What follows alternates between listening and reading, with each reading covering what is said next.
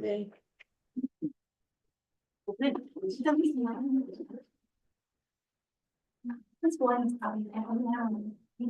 you, everybody. I am calling this May 19th, 2025 regular meeting of the Nankasari Sixth School Board to order. The time is 6:01 p.m. Heather, roll call, please. Millie Hutchinson Brown, Here. Tim Hunter, Present. Craig Valley, Here. Rachel McWhorter, present, Victor Figueroa. Yeah. Lydia Bruce, here, Wilson Bill, here. Excellent. Rosa, can you please lead us in the pledge of allegiance? I pledge allegiance to the flag of the United States of America and to the republic for which it stands, one nation, under God, indivisible, with liberty and justice for all. Thank you. Thanks, everybody, for being here tonight. I want to remind everyone to turn off your cell phones during this meeting. If you want to hold a sidebar conversation, please take that out into the hall. I'd also like to remind everybody that this is a meeting of the Board of Education in public rather than a meeting with the public. During this meeting, there is a time for public participation and comments will be heard and require sign up. So if you do want to address the board, please sign up on the list of the board or at the door. Commentary will be limited to 3 minutes individually. When you are called on for comments, please state your name clearly for the record and exercise your speech rights responsibly. According to our policy, BEDH, I as president of the board may opt to allow people to sign up for participation at any time, meaning if you decide to speak, you can sign up later. Please note, it is also a time for public comment, not public discussion. The board shall listen to the commentary. There will be a recognition of the comment. And any discussion among the board is held when that agenda item is discussed, and it is a board discussion alone, not a discussion or debate with the public. All right, so I am going to need a motion to either approve or amend the agenda as presented. Move to approve the agenda. A motion, do I have a second? Second. I have a motion and a second. Any discussion needed about the agenda this evening? No? Okay, Heather, call the question. Craig Valley. Aye. Victor Figueroa, Aye. Tim Hunter, Aye. Hutchinson Brown, Aye. Rachel McWhorter. Aye. All right, agenda approved 5-0. All right, do we have any public participation, Heather? Can you tell me? Yes. Well, do you want to sign up I think so. before she? Sorry, and you're right away from you. I thought you were coming to give me a chair. You also can, I'll remind everybody too, that if you sign up and then you decide that you do not want to publicly present, you can say, I think I'm good. And we just keep going.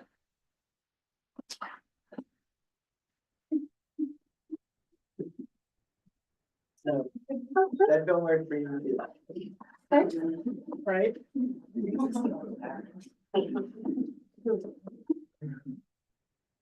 I'm gonna time it myself this evening, so please bear with me because I'm not always good at multitasking with 7 different They things. do have the signs and stuff if you wanted. Oh, good. Okay, you guys are ready? Perfect, even better. We have everything All right. ready, so. Look at that, the students are on the ball. All right,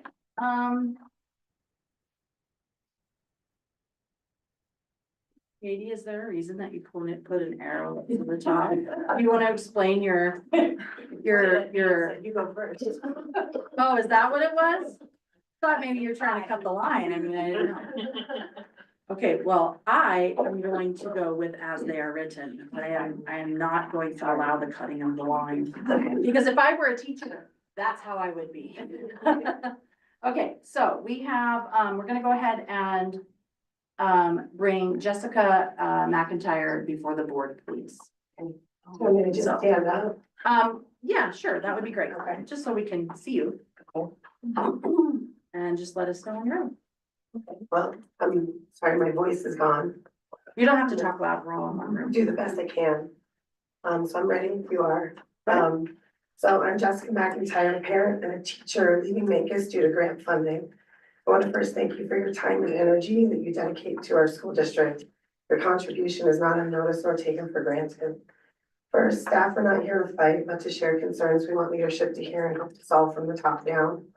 Sharing from staff members that have signed this letter, some not using their names for fear of retaliation.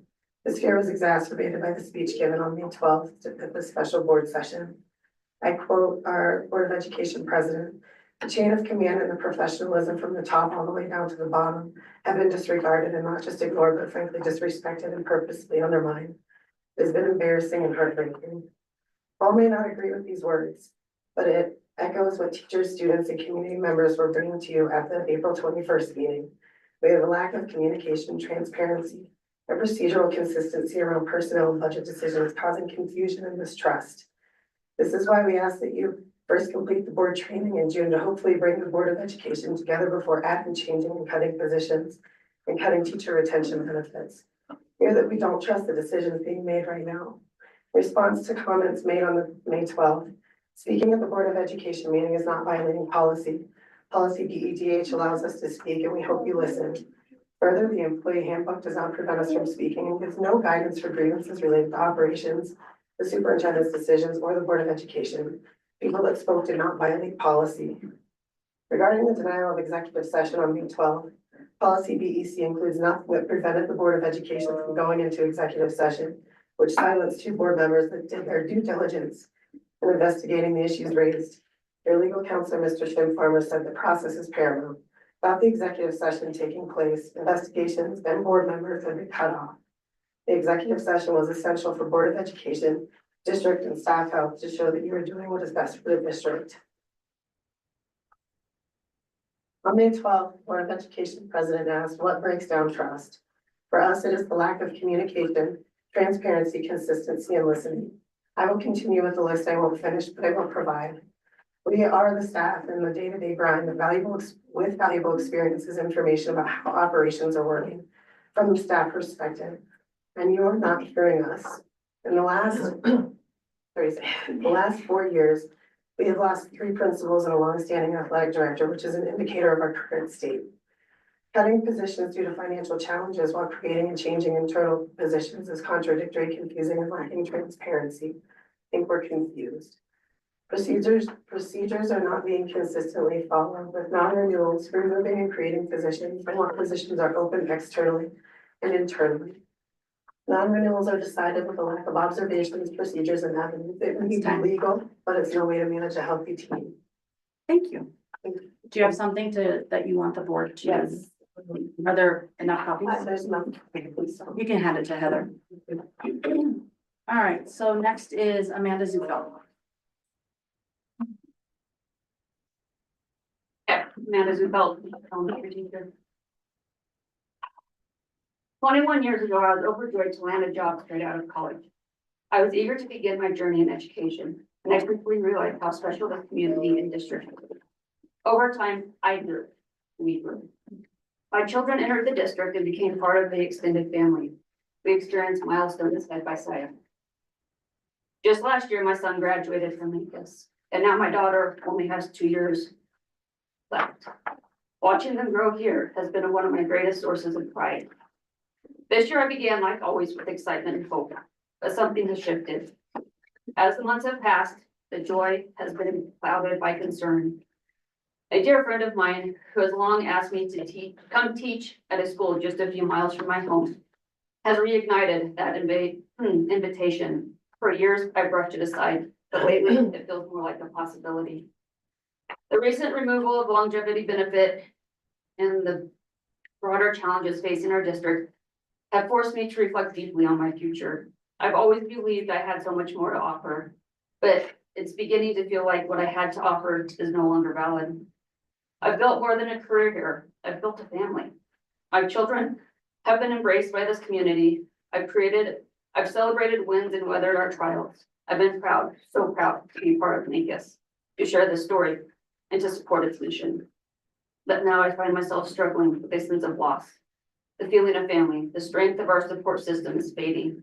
That sense of unity has been shaken in the recent months. I cannot deny how deeply the recent decisions have impacted me and so many others. I absolutely love what I do, I'm not ready to retire. I still believe I have the energy, ideas, and passion to give. But I now find myself asking, where can I make the biggest difference? Where will I be supported? Mancos can be that place. It has been. I want to continue being the proud advocate for this district that I've been for over 2 decades. I want to keep watching my students cross the stage, just like I did watching my 7th class cross the stage yesterday. I want to continue teaching the children of those I've once taught, be part of this village, and to help raise my own. But the path forward feels uncertain. The relationships I've built here with my students, colleagues, and this community are like anything else in my life. The district raised not only my children, but also me. Yet now I feel like I'm being pushed away. My beliefs are being tested. My sense of belonging is eroding. For the first time, I'm not sure where I stand. 21 years is a long time to be part of something so meaningful. I never thought I'd feel this way, but here I am. I believe in Mancos. I believe in our teachers and our support in our community. I want to be here. This is my home.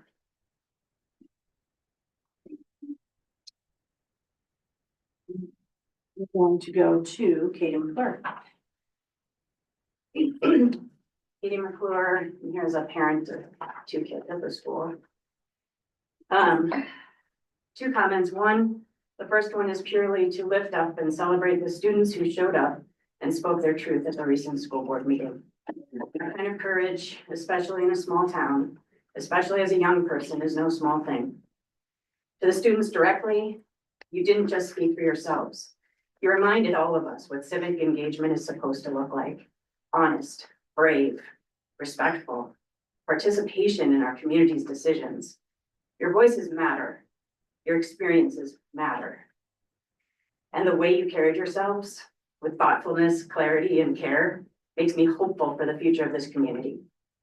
I'm grateful to be part of the school district where students show up for things they care about. I also want to make something clear.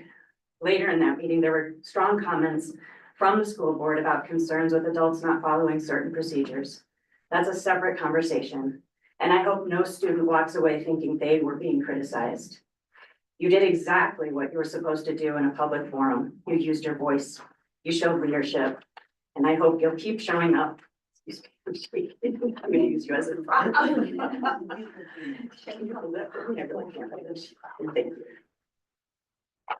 I hope you keep showing up, keep speaking out. You can shape the place you live. Mancos is stronger. Enough of that. One last thing, a question for the board consideration. I want to go to refer you to objective 2C in your strategic plan that reads, Mancos School District uses techniques and routines to support the needs of staff in order to promote a culture of teamwork, cooperation, and mutual respect. Are we as a board doing everything we can to do this? Are we as a board, because we start here, right? We start in this room.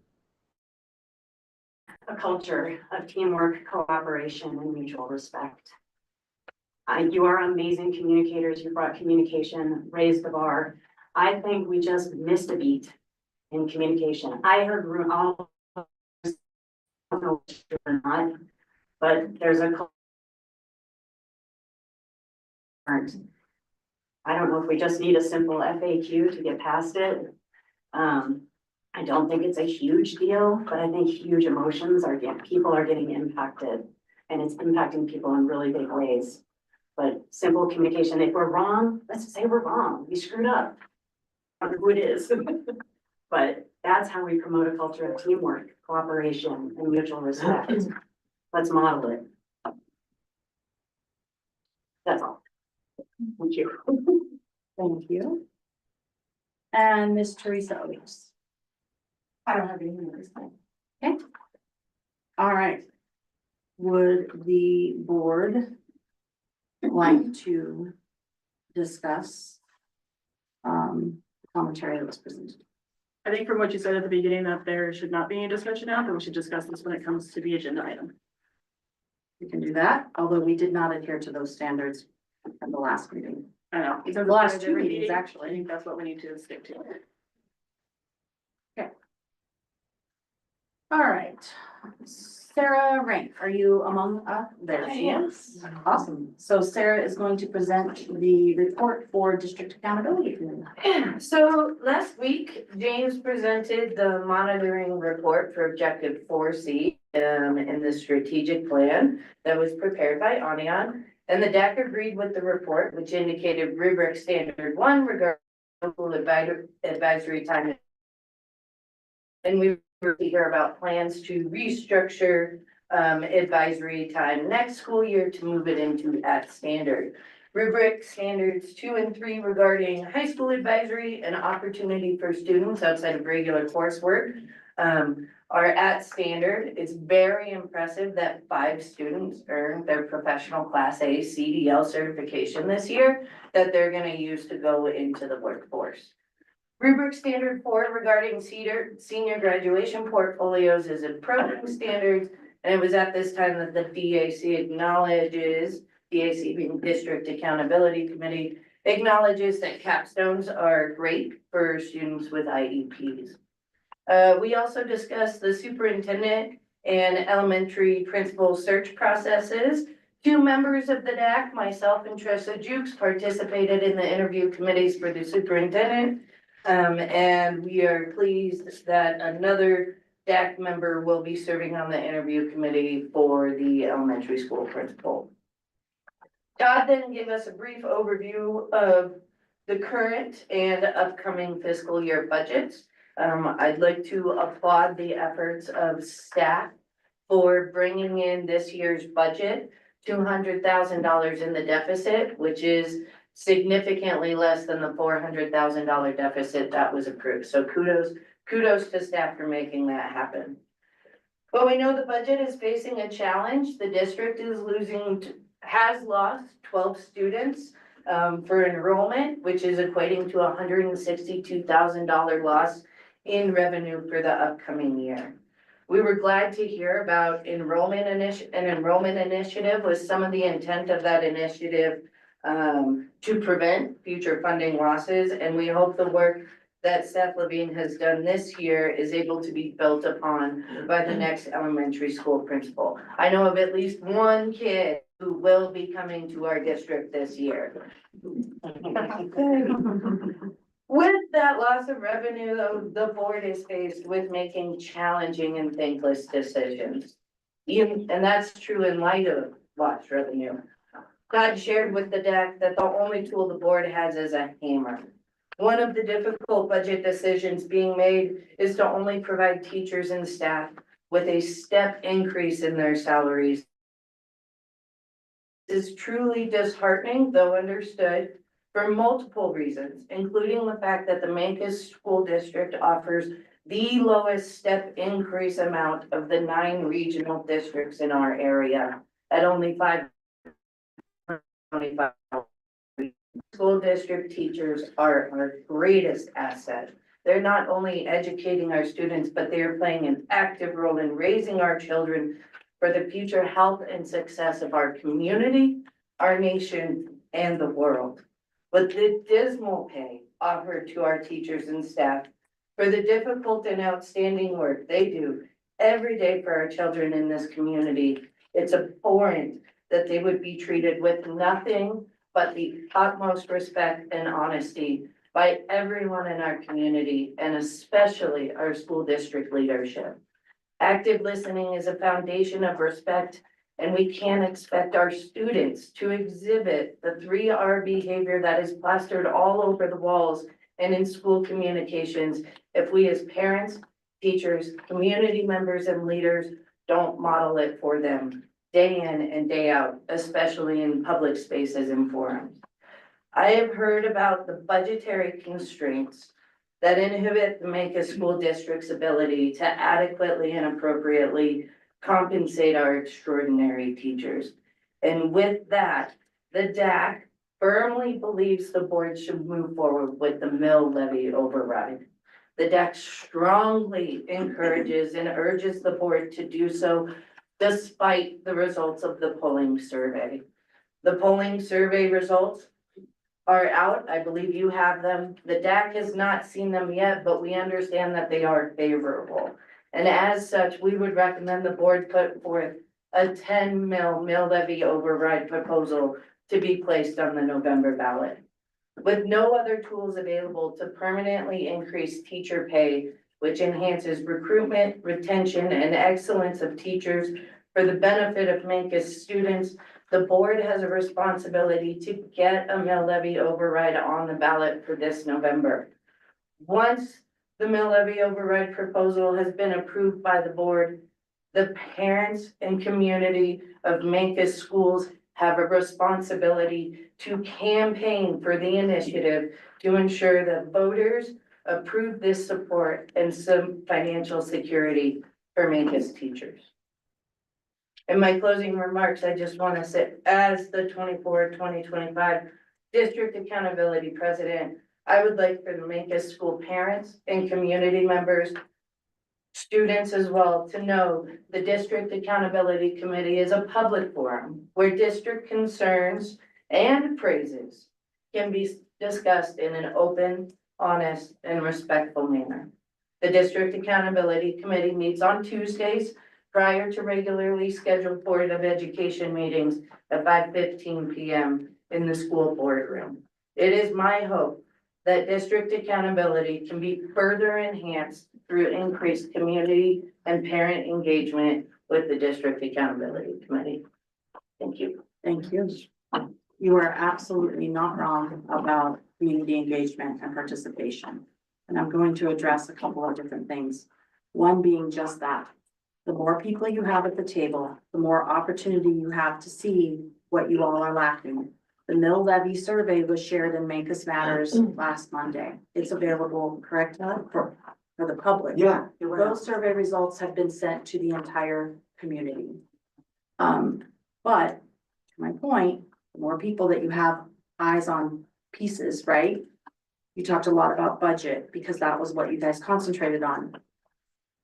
We are actually looking at policy this evening, first run, that actually has a financial committee wrapped into DAC, which is comprised of leaders from each district, along with DAC community members, along with Chrissy, in order to have multiple eyes from multiple buildings on the same process so that it doesn't get stuck in one tiny place. Inherently, that has been problematic from the day I stepped onto this campus.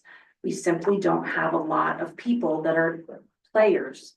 And they're the same people showing up over and over and over and over and over. So you are spot on. The more people, the more parents, the more that participate in the opportunity to come to the table, whether it's DAC, whether you want to run for the school board, whether you want to be part of the PTA committee or the PTA or the MELC preschool parent committee, there is always an opportunity to have a voice and be part of the process, which is exactly what I was speaking of the last meeting we had.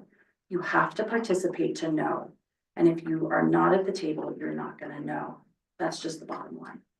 So any other questions for Sarah or DAC? Good work. I love that you are reporting and paying attention to the same stuff. Anything else? We all heard the same stuff too, so that's awesome. Okay, we're gonna head to LRC and CASB with Mr. Figueroa. Okay, so just some updates on the CASB upcoming meetings. This Thursday, for all who are interested in attending the legislative wrap-up webinar. It's May 22nd at 6 p.m.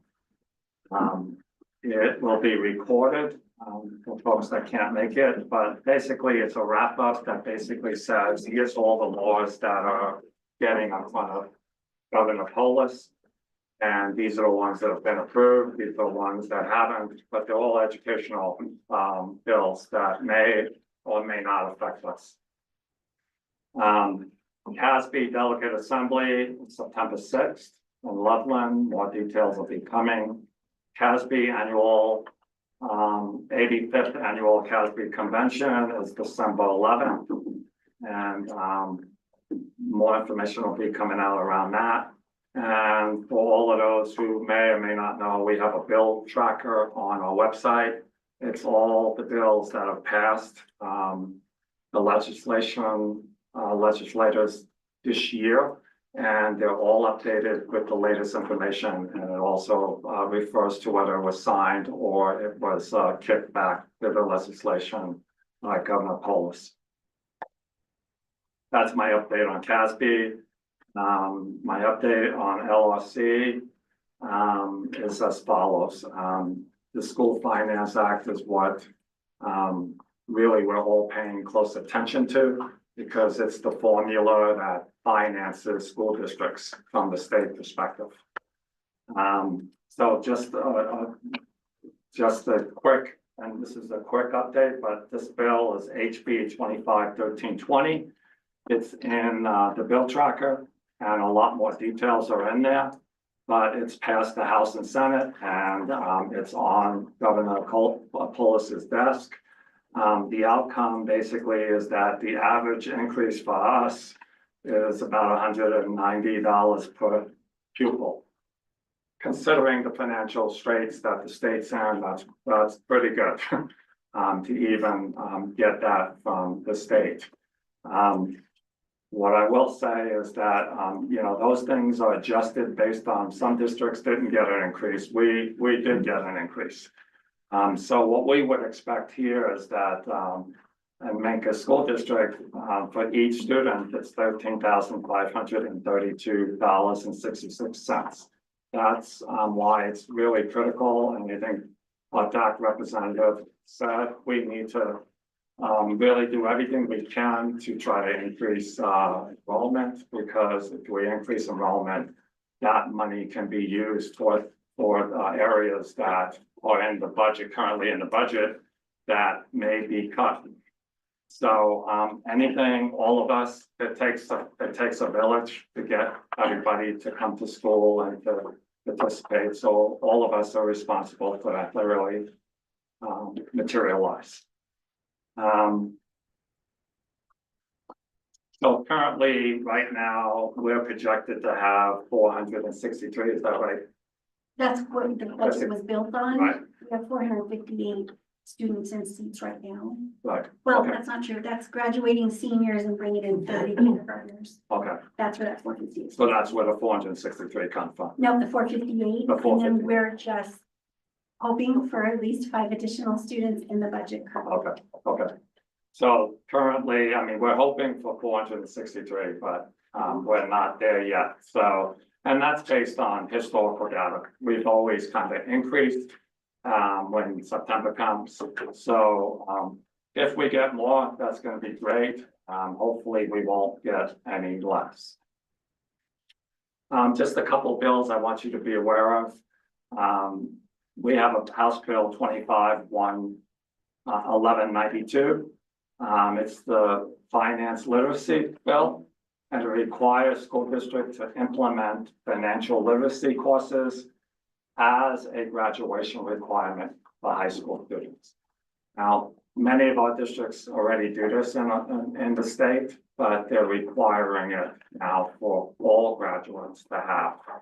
And again, the idea around that is public high school students would need to pass a financial literacy class in their junior or senior year under this required bill.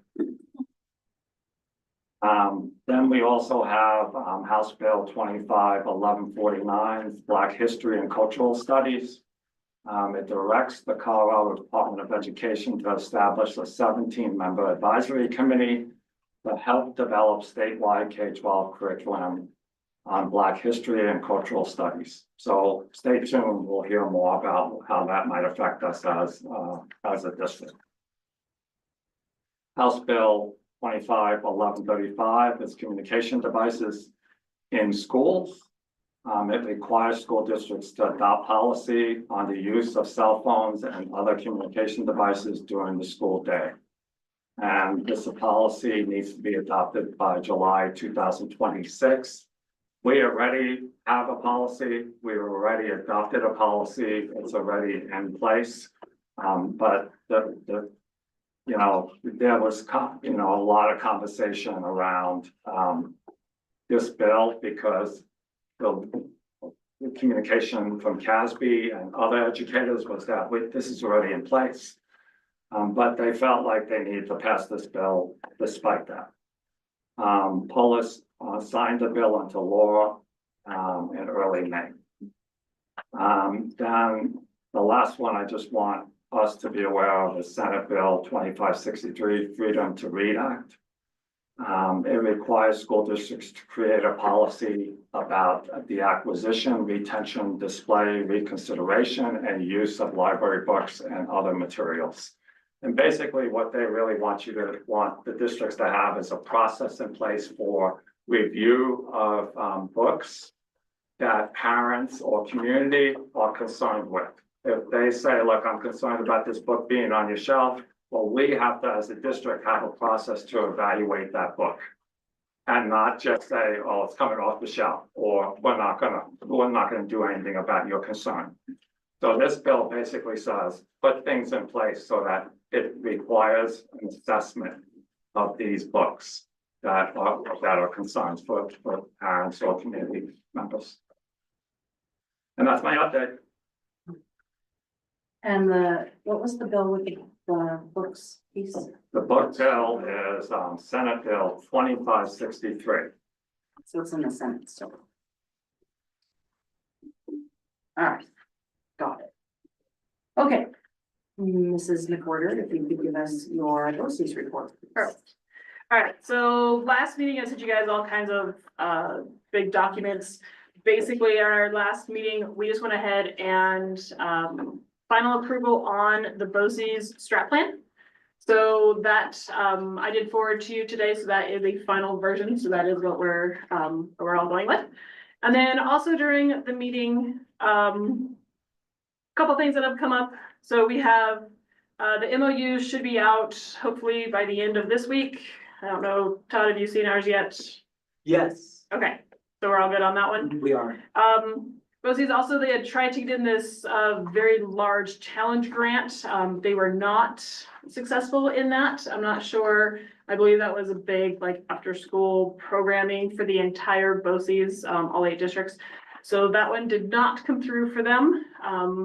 Pretty bummed about that. We did have several of the superintendents join us for the meeting. Cortez, the board member from Cortez is Ed Rice, and he wanted this to be like a joint meeting between our board members and the SAC, the Superintendent Advisory Committee. And basically with Cortez looking to opt out and become their own AU, they have looked into a third option. And so they wanted to present that, and basically it boils down to if all the superintendents come together and decide that they all want to do this, they can create their own AU. So they can get rid of San Juan BOCES and create their own. Of course, with Cortez being in the largest district, I mean, they have a third of all of the IEPs of all of BOCES right now. So they are by far the largest district. They were suggesting that the AU would be them, and that basically each district would then hire their own providers that they would need for what they have right now. And then if they couldn't, then they would either borrow / contract different hours that they would need from everybody else, which is basically what BOCES does. So we all kind of decided that it was best if, because the superintendents themselves have to be the ones who decide this, not the BOCES board, that once we get all of the superintendents, because we're getting a new superintendent, Bayfield is getting a new superintendent, that once they all get together, they can discuss this. If it's something that they want to move forward, then they can create a committee, figure it out, and then come to BOCES board, that this is not a BOCES board thing. But just so that everyone knows, it is out there as a potential third option. Obviously, the second option is that Cortez has submitted their application. So we'll see how that shakes out. We will probably find out, I believe it's in September, October is the timeline for CDE to decide if Cortez can become their own AU. And then if that is the case, then it won't take effect until next year, July. So July 1 of 26, and then that's when BOCES will have to completely reorganize. So your school districts that are present at that table essentially have tabled the discussion for the incoming new supers along with BOCES to discuss. Then, dependent on that September action, they still have time to then put something, understanding, agree, discuss, and then a year before, if Montezuma Cortez was approved, they still have time. Right, so there's two different So things. there's no risk that So- things are gonna drop in September. No, and it's, so if the third option is basically if all the supers get together, then Cortez would still be involved. Mhm. And we did ask about Durango, nobody had reached out to Durango, obviously Durango would be the much better resource, because they've done it, they are their own AU, they have their own people, and they're able to do this. And they're more centrally located. I know that the superintendent in Pagosa was very worried about the distance between Cortez and Pagosa and Silverton. So that's that option. The Cortez filing their application is a complete separate thing. So that might just remove them, and then BOCES would just have to slim down to the IEPs that we currently have. Well, it's interesting, I think, because you stated that essentially what they're asking to do is the same thing that BOCES does. And if you read the strat plan, they did a really good job at describing in the strat plan that BOCES has been around since 1965. The Colorado legislature established it through a revised statute. It's a variation of, there are 21 BOCES in Colorado. Out of 179 school districts, 137 utilize BOCES. So I tend to want to look at the historical reasoning behind legislation, which isn't easy, to create a group that puts a group together to provide all of this service and funding and the organization. And when you really look at their strat plan, which unfortunately I haven't had a chance to read the whole thing because it's really long, but I will, they have even their org chart is a pretty significantly deep org chart. It's a lot of shoes to fill inside of multiple schools with multiple needs and IEPs and ALPs growing all the time. Right. So Well, I It'll be will say, interesting.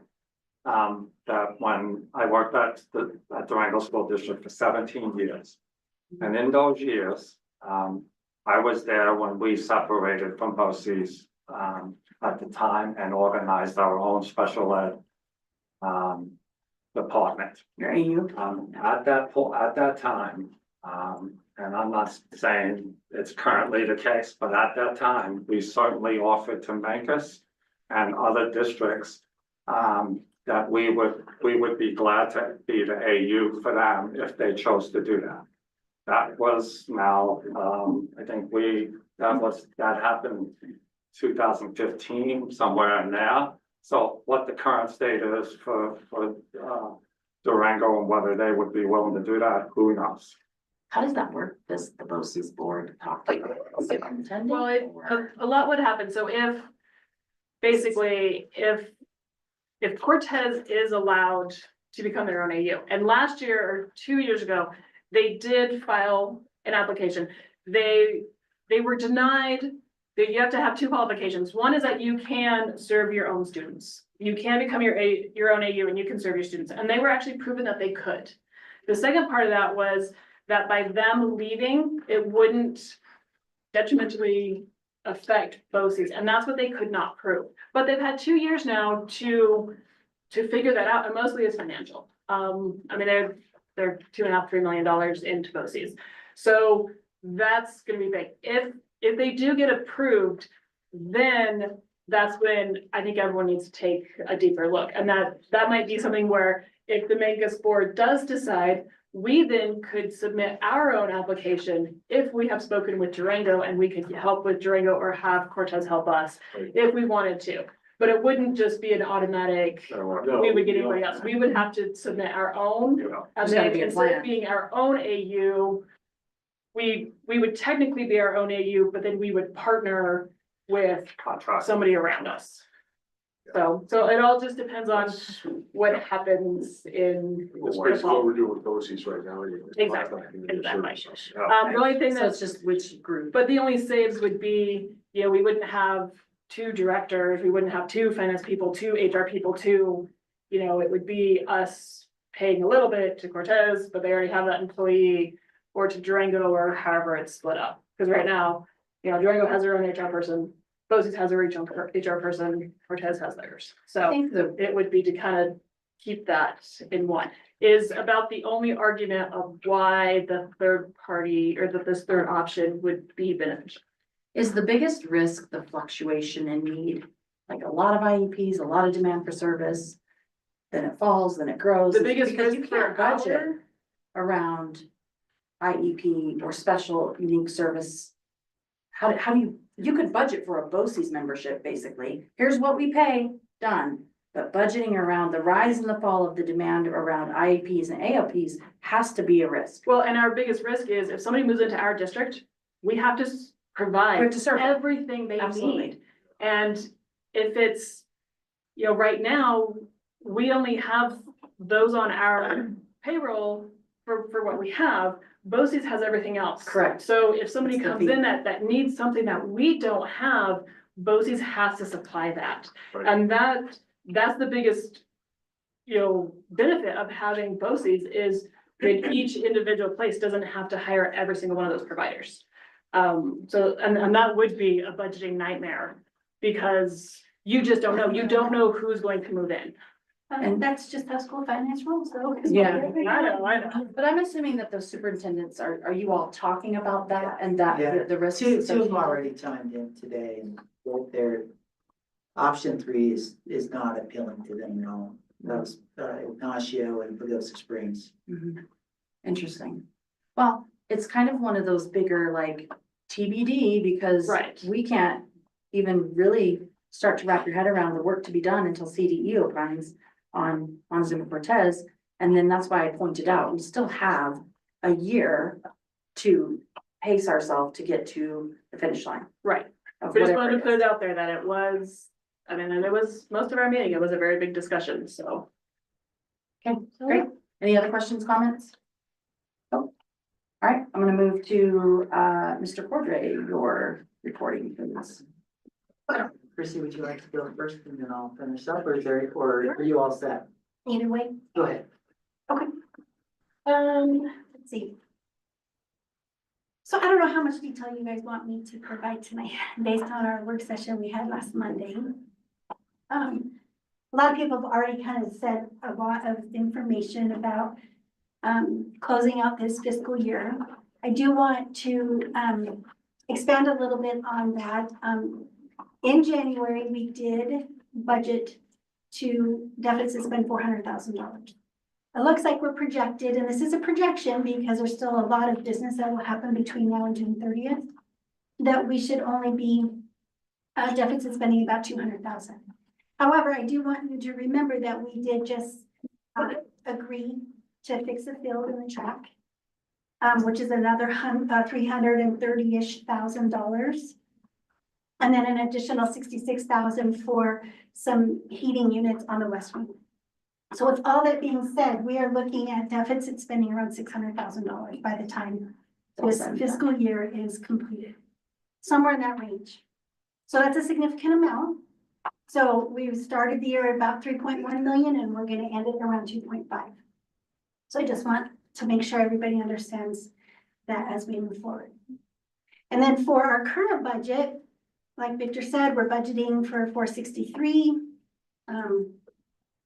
with $13,500 per student. So if our total program costs, you know, need to go up, and how that's gonna do that is obviously with student count.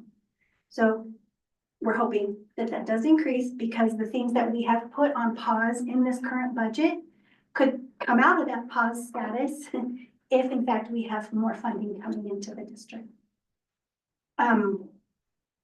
I don't know if do you want me to, I don't know what all. Could you quickly just go through the paused ones and then the, Like what we're adding, basically, Okay, a little, yeah, just kind of that very first part of that. And then if we do get the count back, what would be the priority of bringing those ones back? Which one would come back first priority, second priority, and kind of just so we have an idea? Unfortunately, I don't know that priority because that'll be up to our new superintendent, so I really can't say.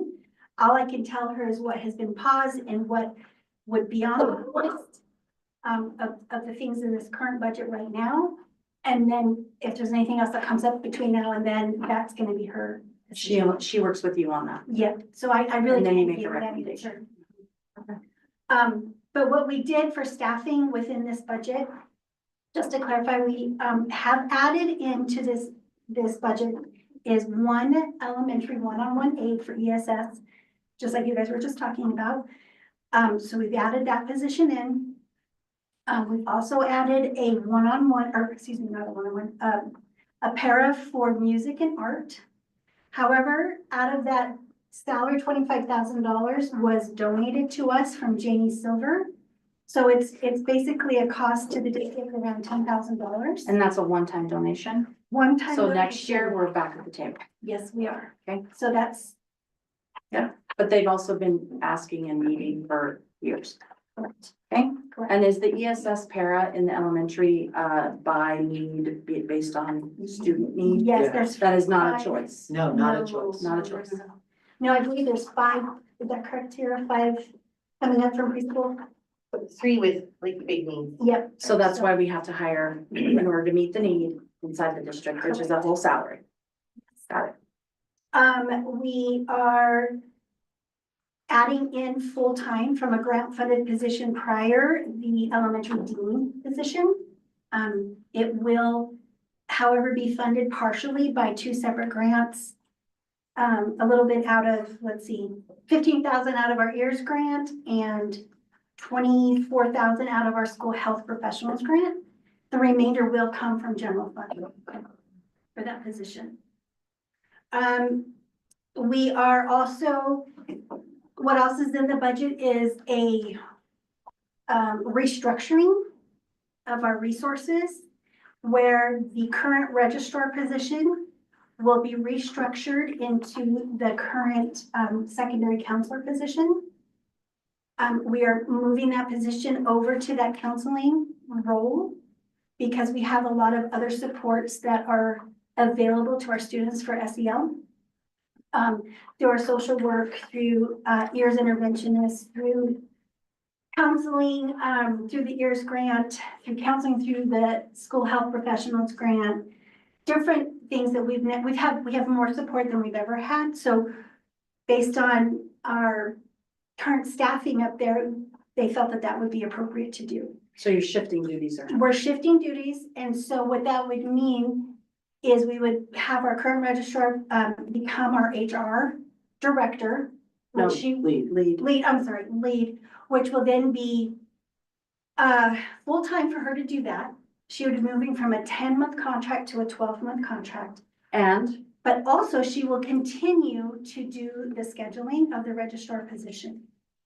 So that total will cost the district around $10,000 because she's going from a 10-month to a 12-month position. So that's the cost to the general fund.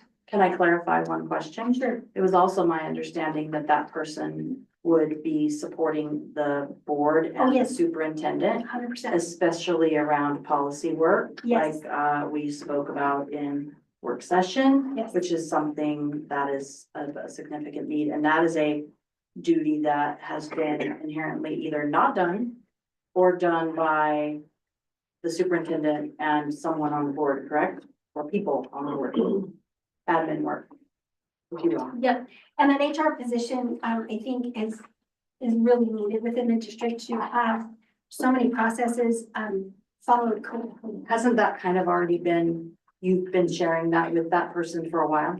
Yes, this is the 3rd year, that she's been doing it. 2 years she did it for free just to get herself going on HR. And then this year she had a small stipend issue to her for that. Okay. And it's my understanding she has a college degree in that? Correct, she has a bachelor's in HR. Yep, and then, the things that we're going to be taken out of the budget is the half-time mechanic position. That is as what we put into this current budget. And then, the pain points that we have, the things that are being paused are the longevity pay, which are some. It's not being eliminated. It's not being eliminated because school finance is crazy. So we don't know until December what our true funding is going to be based on October count. So right now, we're building a budget on best projections that we can do, so we have an operating budget starting July 1st. So we don't know, and if we, that is not a good way to operate either. So if we say, oh, longevity cost our district around $62,000 to complete that longevity benefit for 5 individuals. If we say we're gonna pause it at this time until we see our student count, we see grants that come in, we kind of just see all of our revenue sources, and then we put together the puzzle and we say, oh, I can now come off of the pain point list and go on to possibly something based on the new superintendent's discretion. So it's not eliminated, it's just on pause because we don't know what our student count is going to be at this point. And budget. They are continually fluctuating to a degree. We are constantly presenting, adjusting, finalizing, presenting, adjusting, finalizing. This is the world in which we live. The finality around some of these things is what it's mispresented in my opinion, because there is no finality. Like, that's just it, because you don't know what you don't know, No, correct? so every year I do 3 budgets basically for 1 fiscal year. So we start this May budget, which you guys are going to approve this evening. It's on the agenda for approval. That is basically by state statute, we have to have 1 approved by May 31st. Mhm. What that means is we're doing something. You guys are in the loop on what's going on to prepare our budget. Starting point. Yes, it's something, and we have to have that done. Then by June 30th is our operating budget, which will have us start for July 1, so we can operate, we can keep our school going, payroll's going, everything's still working. So that's what the June budget is for. Then in January, we true up the June budget with actual numbers, actual funding numbers, actual student count numbers, actual grants that may have come in that we were hoping did or didn't, we don't know. So it's basically, we take our revenue that we know is happening in January, we true up our June budget down to the penny, and then that is the final budget for the school year. And that is what we continue to operate the district on. So that's how the budget cycle works every single year. So this May budget today is just the preliminary. And then we'll do it again on June 9th when we have the June budget to make sure that if there's been any adjustments or anything like that, I'll bring those to you guys in June. Can you, for the benefit of the public and the people that are here tonight, go over the below the line items on the revenue side and where exactly our 6.3 million is coming from and what type of implication the community has on those dollars? Like, can you paint us a picture on who 6.3 million does? Other than pass a mill levy, which I firmly believe we could pass it tomorrow. I have no question about that. But I also know that even if we pass 10 mills, or I shouldn't say we, if the community passes 10 mills, that impact is still very low, and there's a reason behind that. That is nothing that can be controlled by you, the superintendent, the board of directors, like none of that. No, so what Can that you would explain mean, those items? so Explain what what that would it mean with the mill, to get that 10 mills passed, generate $600,000, that would go straight to salary and only salary. So yes, that would improve our salary schedules. And that would up the property tax line item Correct. in the budget summary. So right now, we pull as a district 1.399 million, so almost 1.4 million from property tax. So that would take that to where we'd be pushing 2 million instead of 1.4. Yep. Okay, so Yep. we would go from 1.4, let's just round up, even though we can't, and it would take us to 2 million Yep. per year. What we pull from the state at this point, as projected, is $4.8 million. So even if the mill passes, we still, that is 1/3 based on property tax values of the dollars coming inside of our district every single year that we can then allocate to the budget. That would mean that those funds, that 600 grand, would be forever money, always allocated to salaries, never any other place. Right? No, and so what that would mean is if it were to be passed in November, we would then start collecting those taxes in fiscal year or calendar year 2026. February, March and April, when the tax revenue starts coming to the school district.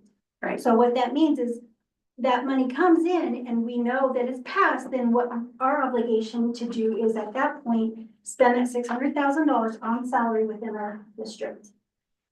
It's not built into the salary schedules. It's not gonna be on current contracts, none of those things, because we don't know if it's passing.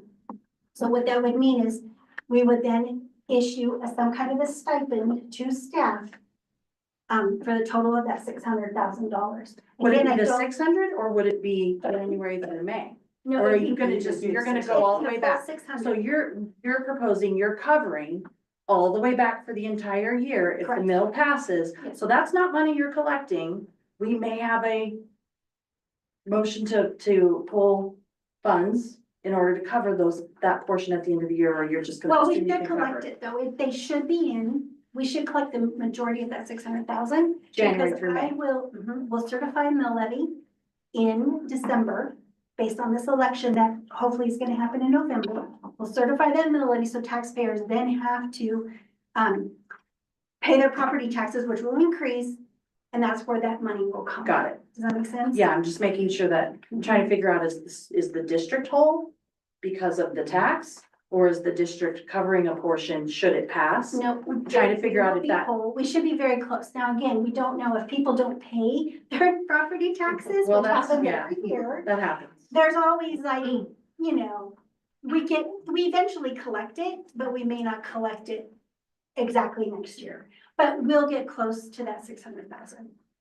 I think what I really wanted to make sure I stressed, and I think you understand this because you've done the legislative piece as your time on the board, is it's actually a very small amount of our budget. It's that revenue that comes from the people that live in this particular community. If we all had higher home values, which it's coming, as our home values rise and we turn into Telluride, we'll get more money. Yeah. But that is why Telluride has such a bomb school district. But In many ways, they we get still more only money. get the same amount of money. It's just less from the state. Correct, It's exactly the same amount of money. from the state, but So not the from. the total program funding is funded by 3 sources. It's funded from property tax. It's funded from specific ownership, which is titling your vehicle, your Right. registration on your car. All the other taxes. And then it's the backfill, what those 2 things don't generate in our total program that we're supposed to get. So if it's 6 million, or yeah, if we're getting $6 million in property tax and specific ownership generates 2 million, then the state has to give us the 4 million to make that $6 million total. Does that make sense? So, And just to be clear though, a mill levy override is on top of the school finance Mhm. act. on top, So it'd be in addition to Yes. that calculation that happens. yes, And so that's where Telluride, Boulder Valley School Districts that are very Right. successful with mill levy overrides, they get their full formula Right. plus their Plus. mill levy And their override. values, exactly. So our specific ownership, to your point, the other taxes are 100 grand. $100,000. Yep. Okay, $100,000 out of a $6.3 million budget. So really, it's 22% of our budget is what our community directly impacts. The rest is the state. And so I think that gets lost in translation at times. And it's a hard pill to swallow because we're not gonna sway the state. No. Unless y'all wanna hire a lobbyist and start going to Capitol Hill every week. That's why teachers are marching and should, to Capitol Hill, and that is why you have unions. Because there's no other way to affect the legislature other than to continually impact them and call your senators and write the letters and show up at the meetings. This is a very small chunk of a much larger budgetary picture, and I am trying to be very honest with what this is going to do to the district. I am still passionate about it, and I believe that it can and should pass. But I'm trying to be realistic around what that impact really is, right, going forward. And then the other revenue sources are, of course, grants. Which is a moving of the dominoes every, Yep, constantly every year, based on what grants falling off, what grants starting, what we're covering within that grant to pay, what we're paying out of those grants.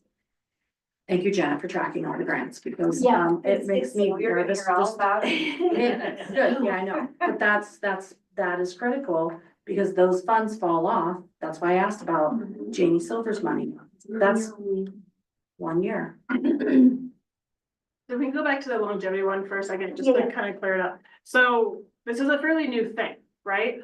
We've done it for the This past would be 3 years. required. Okay, can we explain a little bit about it and just the whole thing? Cause I hadn't really ever.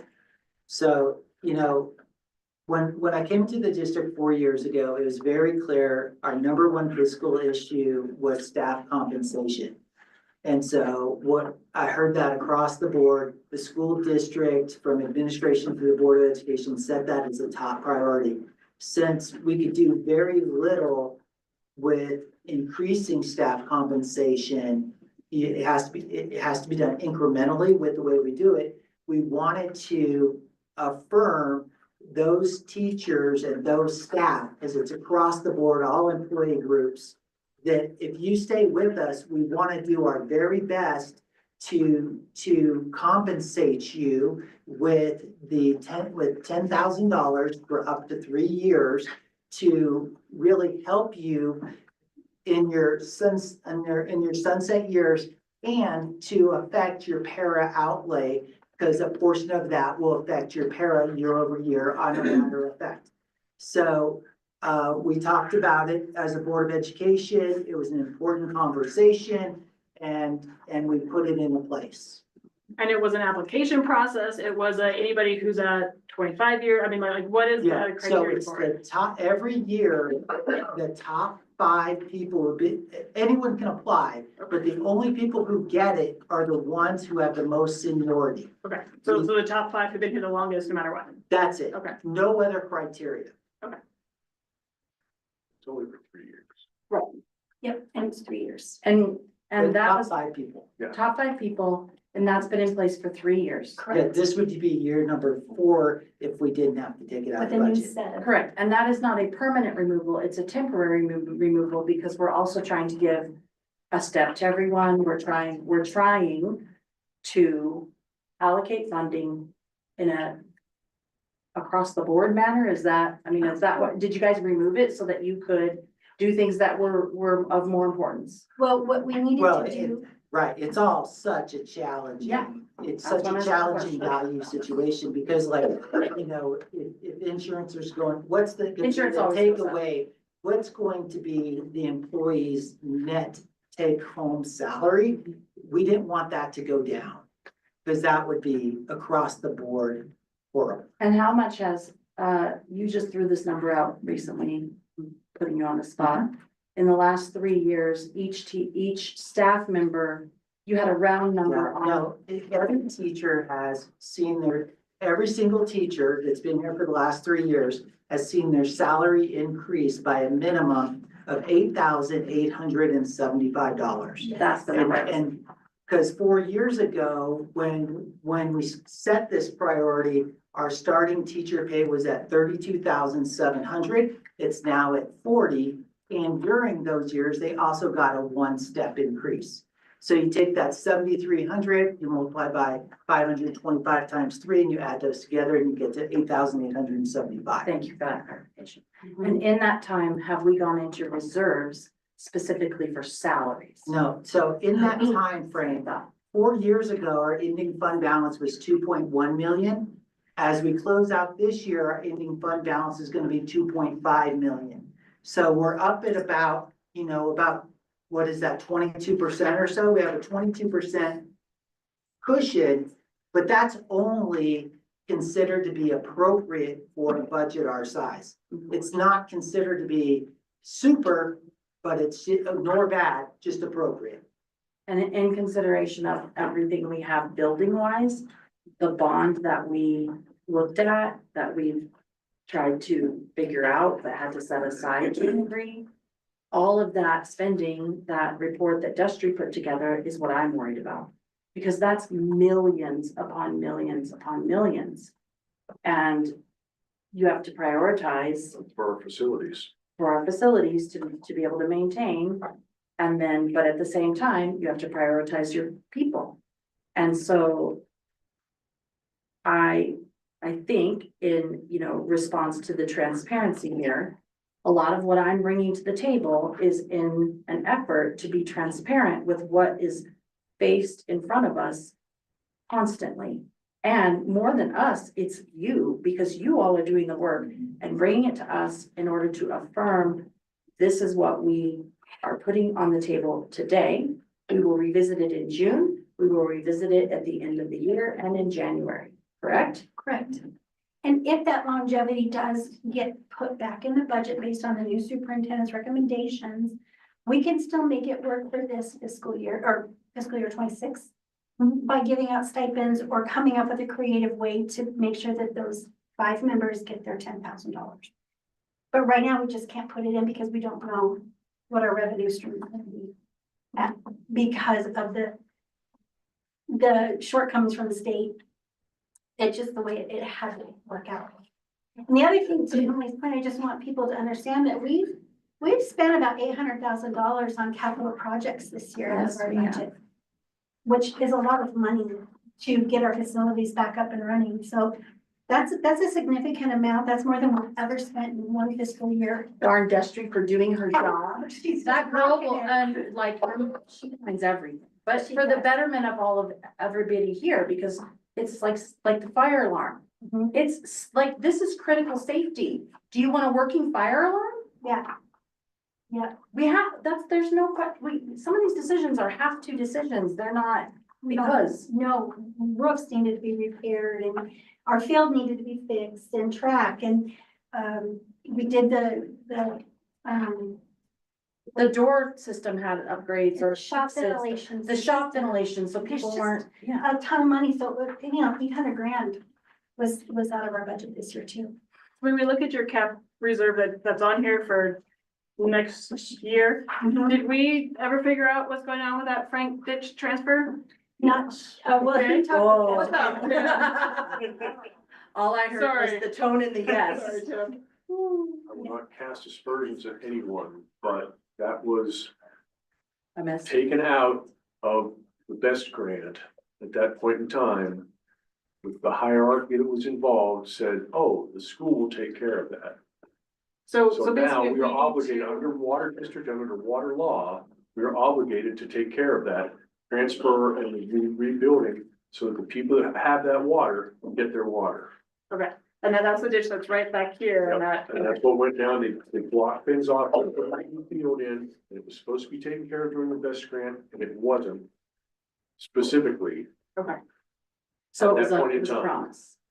so there's, I won't name names. So we but do it need to was- still continue moving the water from point A to point B to make It sure has to be, everything's. it has to be done, because those people, they have rights to that, and we are under obligation by law. Okay, I know that's there's new law coming in that that's all gonna have to be metered. Is that something that we have to do? Is that part of this? No, that's or gonna is be the that- ditch companies that do the metering.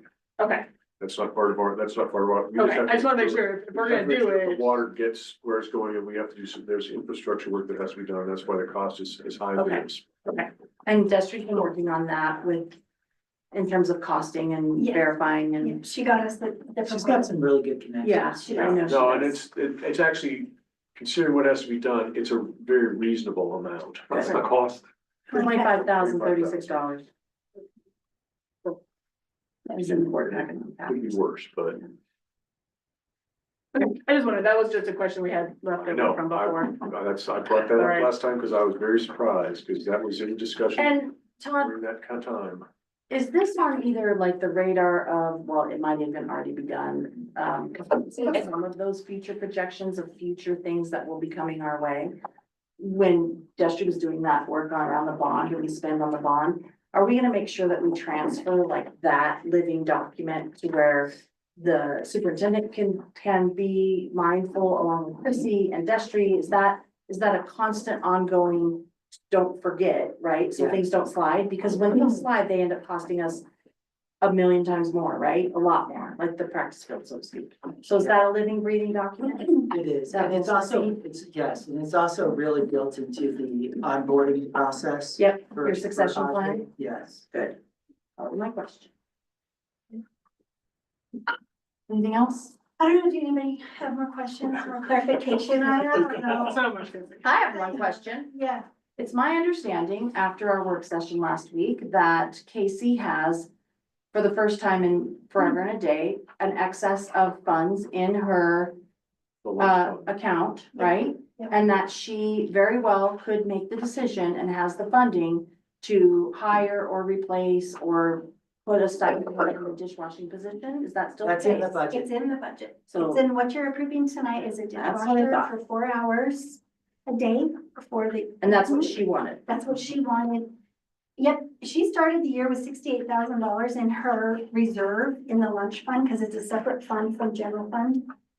And she's gonna end the year with some more money she's gonna add to it. And normally, every year that the general fund kicks over 30,000, supplements her program by $30,000. This year, we're giving her $0. Because It's amazing. our budget is tight, number one, she's got the reserves to carry herself this coming year.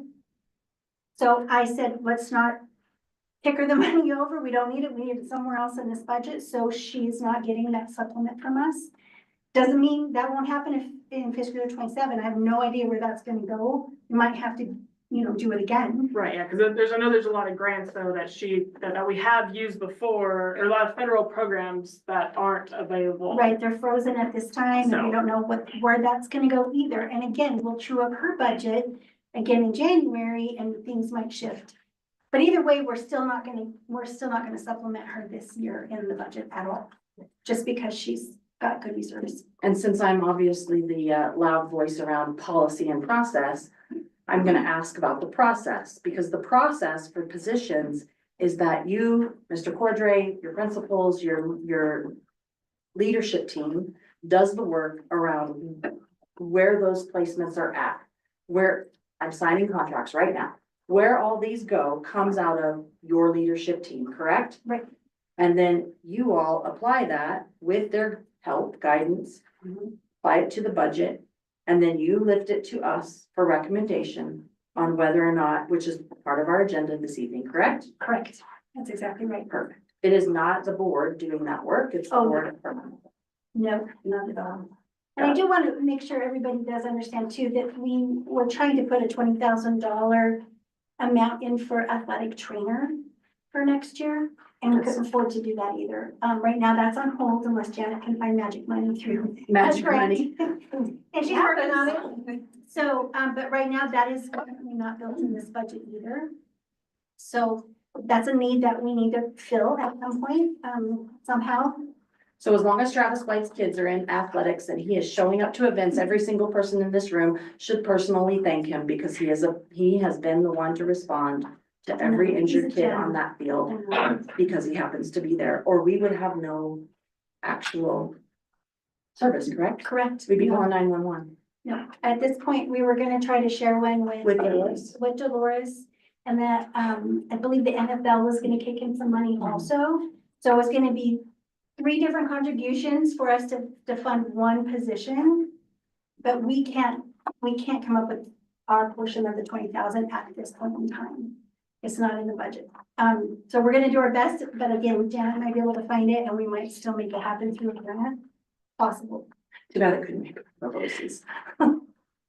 It's hard, right? And then just 2 other things, I wanna let you know, the property insurance went up by 7%, or no, 6%, and medical insurance went up 7%. So there's all these things that keep going up for us that you gotta, Did the cost of medical insurance go up to the staff? it did, It's by 7%, 7%, so that's passed along. it's passed along. Okay. For anybody who has a spouse, children, or a family. An ad, not the, The not school so, district pays 100% for Of the every employee. okay, so the school district covers 7% for every employee. They're covering the increase. Correct. The employees have to stomach a 7% increase for any spouse or children. Or if they're on The just gap. on the whole family, correct. But when they cover, they're only covering and paying for the gap, Yep. correct? Correct. Same deal I have, just, Yeah, it's true. Yeah. and I don't have dental or any of that stuff, so. Yep. Okay, So I do think that was pretty much the staffing, ads and takeaways, pauses, all of that. Victor, do you have any questions? Anything? Rachel, any more questions? okay, do you have any questions? I'll be quiet, people.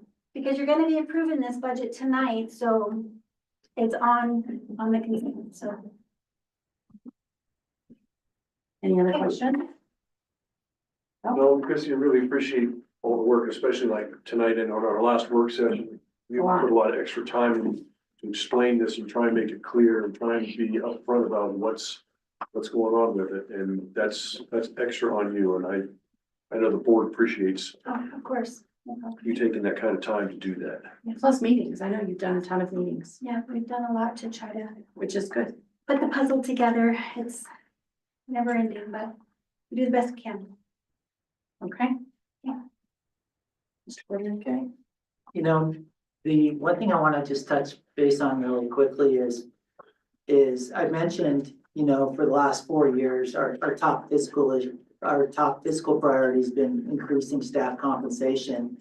And then really one of our top priorities right alongside that, which is really, you know, extreme student behavior, finding ways to support kids that have really strong, heavy behaviors in the school. How do we support them and how do we support them well? And then also the wellness of staff. So those have been really big priorities for the last 4 years. And so we're gonna be hearing about those later on tonight. And so it's really timely that Janet and Molly are here for that. And then the last thing I just want to say is we had a fantastic graduation yesterday. That went really well. And congratulations to Lucas. That's awesome. Thank you. And then we have on Tuesday, we have the 5th grade continuation at 5:30. On Wednesday, we have the Memphis Early Learning Center graduation at 10:30. And we have kindergarten Wednesday at 5:30. And then we have the 8th grade continuation Thursday at 8 a.m.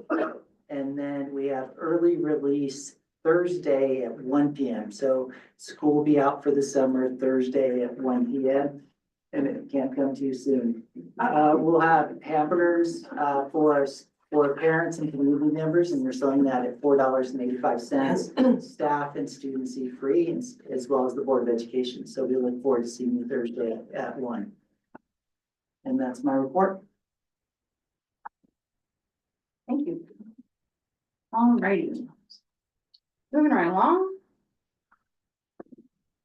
Okay. We have a bunch to talk about tonight.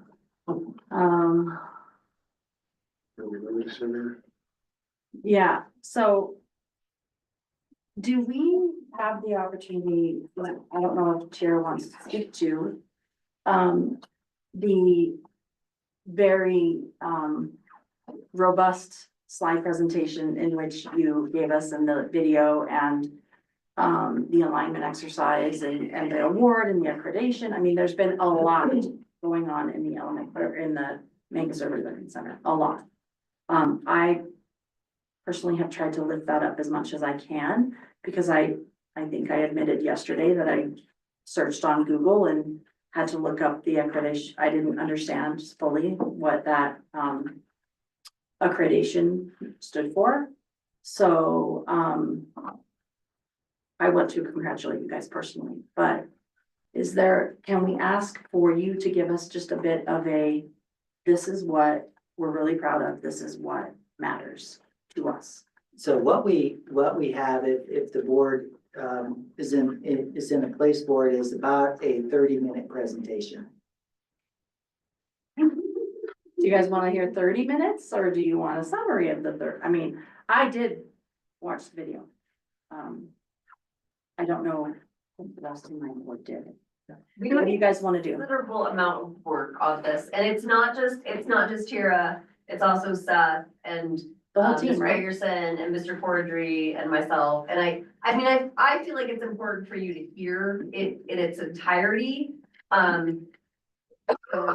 It's really important. Well, interestingly enough, this exercise also was born out of, because I think this is important to point out. This was born from a lift from the board at last year's CASB, where we started asking some questions and there was discussion. And that discussion turned into the positives of, well, how do we align the work we're doing and work together instead of doing this, right? So that is really where a lot of this was born from. I'm fine with spending the time. We're here. You guys okay? Yeah, let's do that.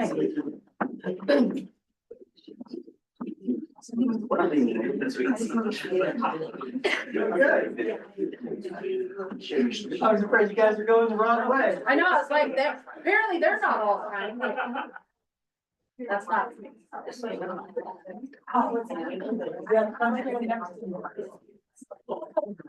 I know, I've seen it. That's okay, I'll just. I should go get. Well, here, 2:30 in the morning till 3. Good. Yeah, right behind you. Well, I'm gonna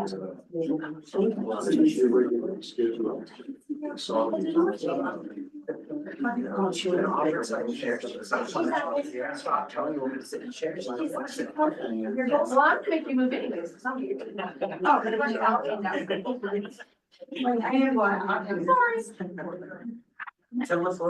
Okay, while everyone's sort of shuffling, I printed out a few things, for you guys to sort of look at if you didn't have. That. And for you guys to just share with each other. So these are Colorado academic standards for preschool, and kindergarten. I did counting and reading for all purposes.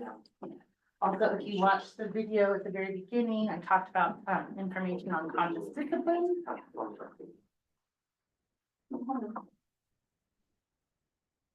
And then a couple interesting articles about education in the United States. So, ladies and gentlemen, we'll get started. So this is the Make Us Early Learning Center and Make Us Elementary School presentation. The purpose of this presentation is to really bring clarity around these two schools and to really demonstrate, what are we doing at the preschool? What are we doing at elementary? And how did those two schools align? So as we go to our first slide, our purpose for meeting was, it was Seth, Adion, Tira, and myself, and we met over about 10 different times throughout the spring semester. And we identified our purposes to clarify the standards between preschool and elementary and establish language that reflects MAKES values. So the purpose of this was to really get a really strong understanding is what's happening at preschool, what's happening at the elementary, how did these align, how do they support each other, and also to see what we can learn throughout the process.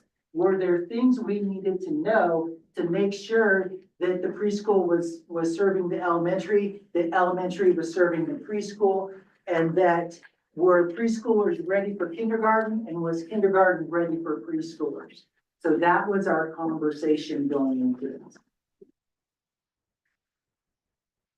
So we're, gonna look at these 4 key concepts at both the Early Learning Center and the elementary. We're gonna look at what the day looks like, the schedule, what students are doing on that daily basis, the standards, where those come from, the instruction, and then the assessment of that instruction. So you'll see those icons throughout. Well, it's the long one, and I thought, did we share that everyone should watch that ahead of time? Yes.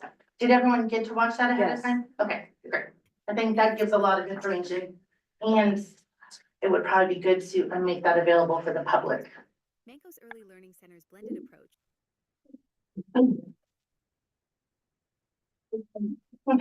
All right, so this just kind of says, I'm 3, this is what I can do. I'm 4, this is what I can do. So why early childhood standards look different, but they're just as rigorous? So one of the biggest misconceptions about preschool is that it doesn't look like school. So it must not be preparing children for school. But in early childhood education, rigor doesn't look like worksheets, desks, or long periods of direct instruction.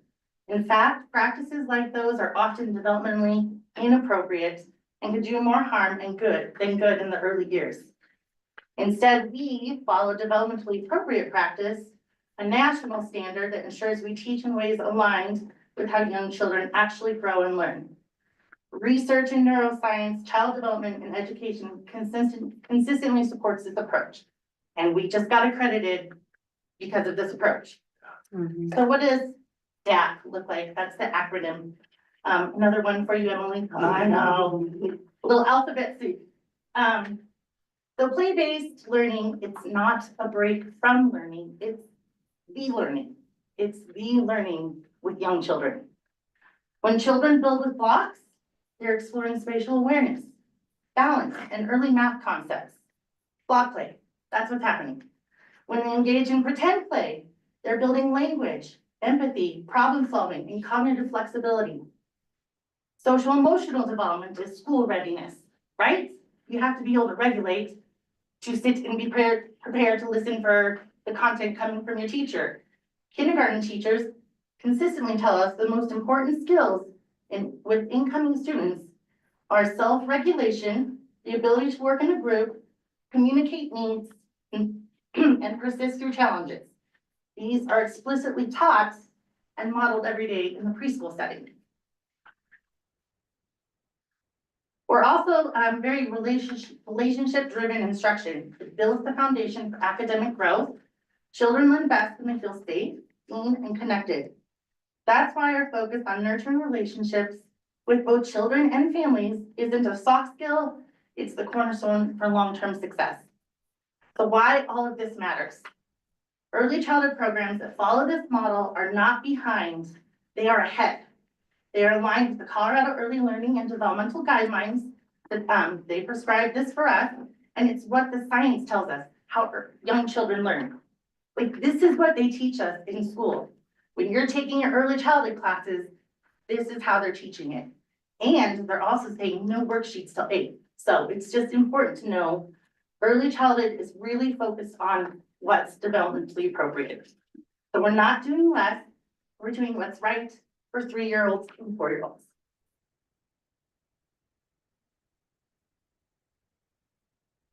Now it's so hard to see, I apologize, but I'm glad you all got to look at it ahead. This is our schedule. This is what it looks like at the preschool. So the daily rhythm at MELC is that we balance developmentally appropriate practice with intentional standards aligned instruction. At MELC, our daily schedule is intentionally structured to support whole child development while preparing children for kindergarten. Our play activated learning model reflects current research on how young children learn best through meaningful engagement, relationships, and exploration. And my biggest plea to the world is that we quit making play a bad word. It is an excellent word. It is not bad. So I'm going to champion that for the rest of my life. So from 8 to 10, we have arrival and choice time. So that's the play activated learning time. During this flexible arrival window, children engage in choice time. It's our version of center-based exploratory learning. Breakfast is offered during this time and it's optional. respecting children's individual rhythms. This time is carefully planned to include play-based learning opportunities across all domains. So that's math, literacy, science, dramatic play, biomotor, and sensory. There's small group work during this time led by teachers, informed by students' interests, assessment data, and developmental needs. There's ongoing observation and documentation to guide intentional planning. So why all that matters is that play is not a break from learning, it is learning. And research from the American Academy of Pediatrics and NACE, who we just got accredited through, confirms that high quality play experiences build language, executive function, problem solving, and social skills. Those are key predictors for academic success. So then at 10 to 10:15, we have our morning meeting, circle time. It's called many different things. So this is the structured teacher-led group time. It's used to build classroom community, support oral language, and strengthen executive function. Components of this time often include songs and movement, interactive read alouds, social emotional learning, math or literacy prompts, and daily exit tickets for reflection and engagement. Developmentally, large group time is kept to 15 to 20 minutes because that's what a 3 and 4-year-old's attention span is. Then from 10 to 15 to 11:45, we're outside. Outdoor time promotes gross motor development and allows children to engage in whole body movement and social problem solving. In alignment with DAP, we extend opportunities outdoors for music and movement, dramatic play, fine motor tasks like painting and loose park play. Time outside is considered an essential learning environment, and it's not a break from learning. And again, like these are things that we're required to do as a preschool. So from 11:45 to 12:20, that is when we have a midday meeting, so another time at the rug, and we have lunch. A second meeting at the rug supports reflection, storytelling, or project work. Lunch follows, serve family style to foster conversation, self-help skills, and SEL. So before rest, teachers get, did I say the part? So before rest time, teachers gather children for a calming and reading a read aloud. That helps children transition from active play to rest while promoting listening comprehension, vocabulary, and print awareness and early literacy skills. This quiet shared experience also supports self-regulation and builds classroom culture through rich language and literature. So that rest time comes from 1:15 to 2:45. And they don't all sleep, so, just so you know, like. Which is why you feed them. Yeah, right? the teacher always has to be on. So from 1:15 to 2:45 is rest, and that supports the physical and emotional regulation of young children. Not all children sleep, but they are engaged in quiet activities. There's like books or puzzles or whiteboards. Teachers remain actively engaged, offering support and facilitating quiet tasks for non-sleepers. And then I wanted to note this, so. Mancus was laid out like this, and I think a lot of preschool programs do this. That their assumption is that rest time is when teachers get their planning done. But like I said, they don't all rest and you have to be actively engaged.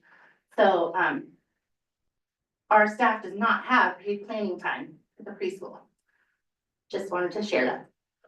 And then from 2:45 to 3 is snack. So snack is another opportunity for communal relationship building. Teachers use this time to reinforce concepts from earlier in the day, like garden to table conversations. What on your tray is from a plant? Foster rich language-based conversations. And then from 3 to 3:45 is choice time and small group learning. Children return to choice-based learning environments. Teachers may continue small group instruction, project work. Or project work.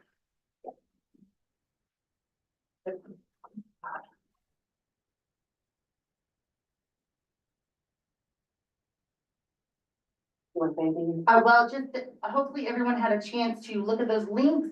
I did bring hard copies of preschool and kindergarten standards for counting and reading for all purposes, just so you could see the difference between the standards. It is drastic between preschool and kindergarten.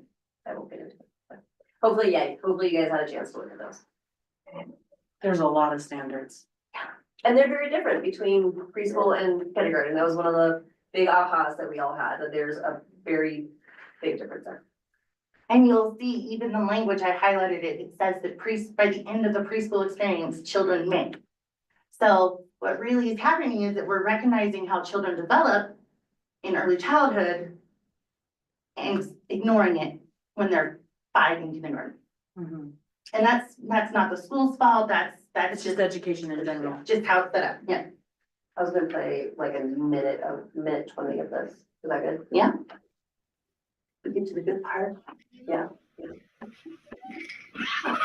We wanna be in this part of our brain so we can focus. And you know why you need to focus? Your eyes are gonna have to do a big job, and your brains are gonna have to remember what you see. I have something under my sweater. What is it? Well, what I want you to do is I want you to look, really pay attention, and I'm gonna take off my sweater. You're gonna have a quick look and think of one animal that you saw in here. Okay, you guys ready? If you're ready, thumbs up if you're ready. Yes. Okay. On the count of 3. 1, 2, 3.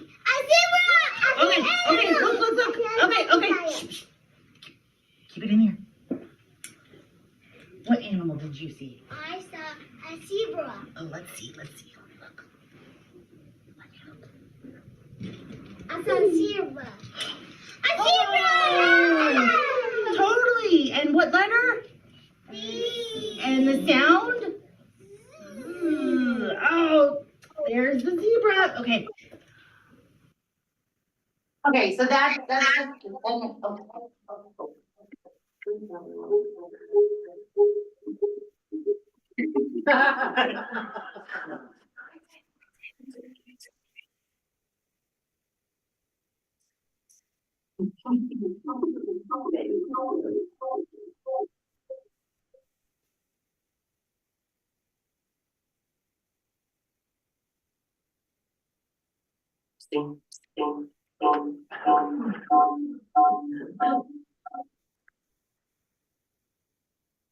I love the audience just walks away.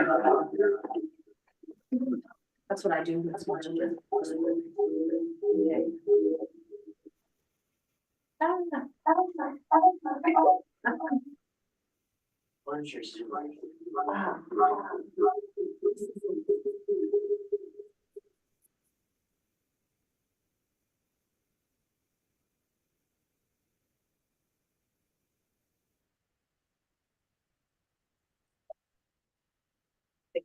thanks, that was wild. So that was an example of, working on letter sounds in an engaging way. And so then this next one is gonna be an example of an exit ticket before we transition to lunch. We might not have any volume, we'll see. Probably not. Probably not. Oh. So you might just have to narrate what you're. Okay, so what's happening here is, I can demonstrate. So it's a little chant, it goes like this, hippity hoppity, how many do you see? Rachel? 5. Okay. Hippity hoppity. She's like, wait, how's it test? Victor? Right. Okay, so that's how it goes. So what's happening is I'm doing that with the students. My co-teacher is taking notes and she is jotting down who can count, who's got cardinality down, and who is suetizing. So counting is 1, 2, 3, 4, 5, right? Then cardinality is being like, oh, I can recognize if I say, well, how many fingers is that then? You're gonna say 3, you don't have to go back and count again. And then suetizing is recognizing as a group of numbers or as a group without having to count. So the way we do dice. So that's what that video was.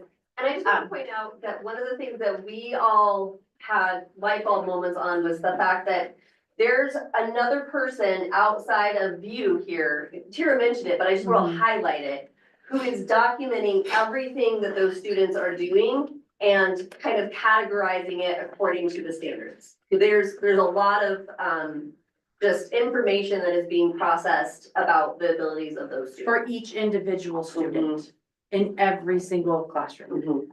every single child that's in TS Gold, we're gonna get to that, because they're not all in there, not all the 3-year-olds. Okay, so this is understanding teaching strategies gold. Teaching strategies gold is research-based, it's authentic, it's an authentic assessment tool designed for children from birth through kindergarten. It is used to document and support whole child development through observation and intentional teaching. TSL Gold aligns with Colorado Early Learning and Developmental Guidelines and National Early Learning Standards. It is approved by the CDE and was for a time the only approved assessment for Head Start programs nationwide. So why it matters. TS Gold helps educators individualize instruction by tracking development across multiple domains over time. It emphasizes developmentally appropriate practice by integrating assessment with everyday classroom activities, rather than relying on standardized tests, computer tests for young learners. So all of the data that I share with you, this is all from teacher observation. And then teachers use that data to inform instruction, it supports family communication, and it contributes to school readiness planning. The domains assessed are social emotional development. Yeah, we're in the right spot. So that's relationships, self-regulation, and pro-social behaviors. We also track physical development, so fine and gross motor skills. We track language development, listening, speaking, and communicating. And then when you get into K-12, that's where you're gonna see language and that reading for all purposes, or for communicating for all purposes. We also track cognitive development, so that's memory, problem solving, and attention. Literacy, so concepts of print, phonological awareness, and comprehension. Math, that's number sense, patterns, measurement, and geometry.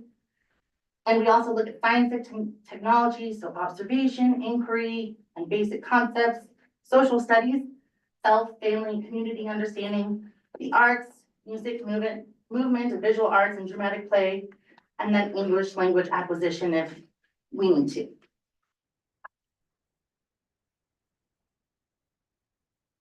So this is how teachers use TS Gold. Teachers observe children during everyday routines and play, and that includes transition time, outdoor time, mealtime, free play, and small group activity. Basically, the entire day, we're keeping track.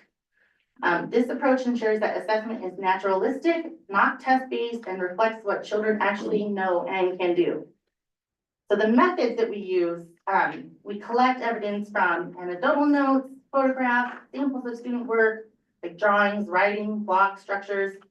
These observations are aligned with specific developmental objectives from the TS Gold framework. And a side note, I will say that TS Gold aligns with creative curriculum. So all those objectives that we're keeping track of for Gold is in some of the curriculum we use. Okay, so then developmental progress monitoring, that's also how teachers use it. So we're looking at development from emerging skills to mastery. And then the continuum supports tracking progress over time and highlights areas for targeted support. So it helps with data-driven instruction. This information is gathered to individualize instruction based on each child's developmental level, plan small group and one-on-one support, and then also communicate meaningfully with families about their child's growth and needs.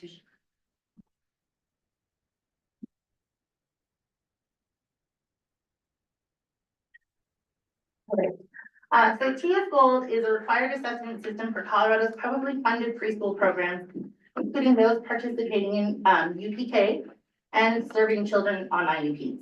It's grounded in research and aligned to both the Colorado Early Learning and Developmental Guidelines and national standards.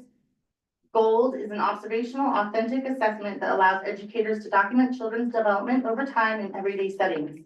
Teachers collect that evidence across the objectives that I just shared, and then they use that to inform instruction, and again, like I said, share with families. But what I want everyone in this room to know is that teachers have to be, it's a mouthful, they have to be, and I got another acronym, teachers must complete Senior Rater Reliability Certification, IRR. It is such a pain. It is like the most tedious test I think I've ever taken, like 90+ questions. But they have to have that, and that's to ensure that they are when we measure where kids are at developmentally, that we're doing it the way we should. So, Tara, does every teacher have this and the pairs in the classroom or just the teachers? just the lead teachers. So they're the ones that are gonna be doing those checkpoints, and we have to do those 3 times a year, fall, spring, and winter.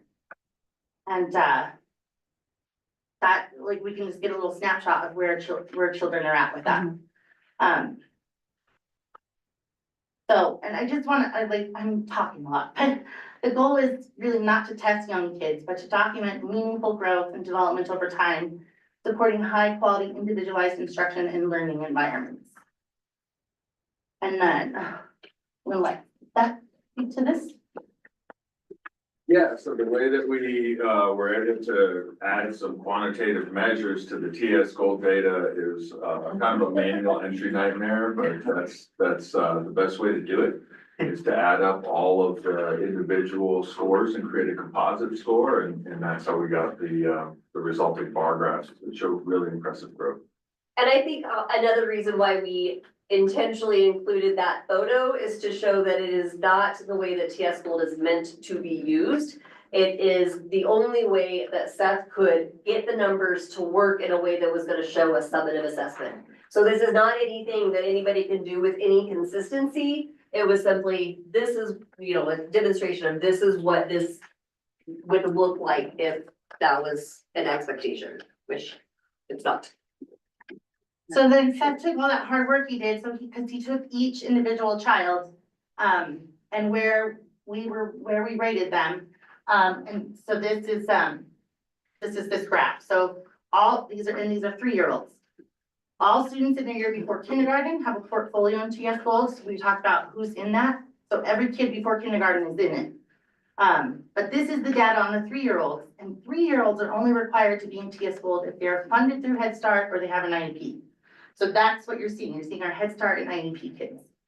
Total number of 3-year-olds enrolled in MELC are 14, and 5 are represented in this data because of the above mentioned criteria. So the blue and orange cluster, little clusters together, represents an individual student. And then the blue is the fall data and the orange is the winter data. When we put this together, that's all I had was winter data. We'll get to a slide where I've got some spring data. So you can see, there was growth for all of the 3-year-olds in math and literacy. And then this is the same concept. This is 4-year-olds literacy. The majority of 4-year-olds grew in literacy from fall to winter. There are some that did not. And we have students that are nonverbal, so but they're in the system, so you're not gonna see that. Same thing with that. Yep, same thing with that. Okay, now this is a new tool in TS Gold, new to me. It might have been there in the past, but I discovered it this year. So what I've shared with you in the past is the same sort of graph, but it's been widely held expectations, which is the national norm on where children are at developmentally. This report represents the kindergarten readiness data for all children in the year prior to kindergarten. So we are looking at fall and spring. Now I have spring data, and the data reflects progress across all the developmental domains. So this is all that stuff we're tracking. The cognitive, the physical, all of it.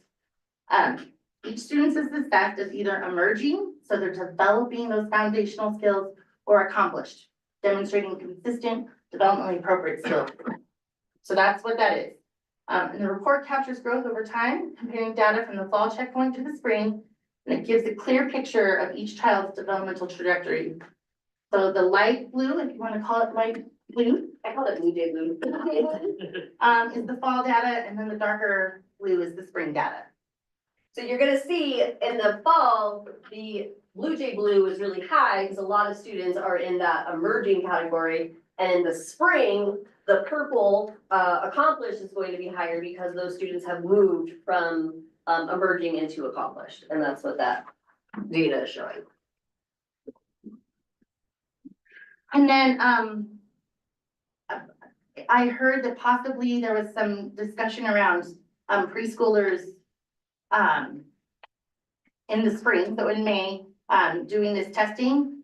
And it's not appropriate for preschoolers, for several reasons. So the developmental readiness, preschool age children, 3 to 5, they're still developing the attention span, language skills, and fine motor abilities required to successfully engage with computerized or structured standardized tests. So, like, we don't use technology in this way at preschool. And it would be so foreign to them.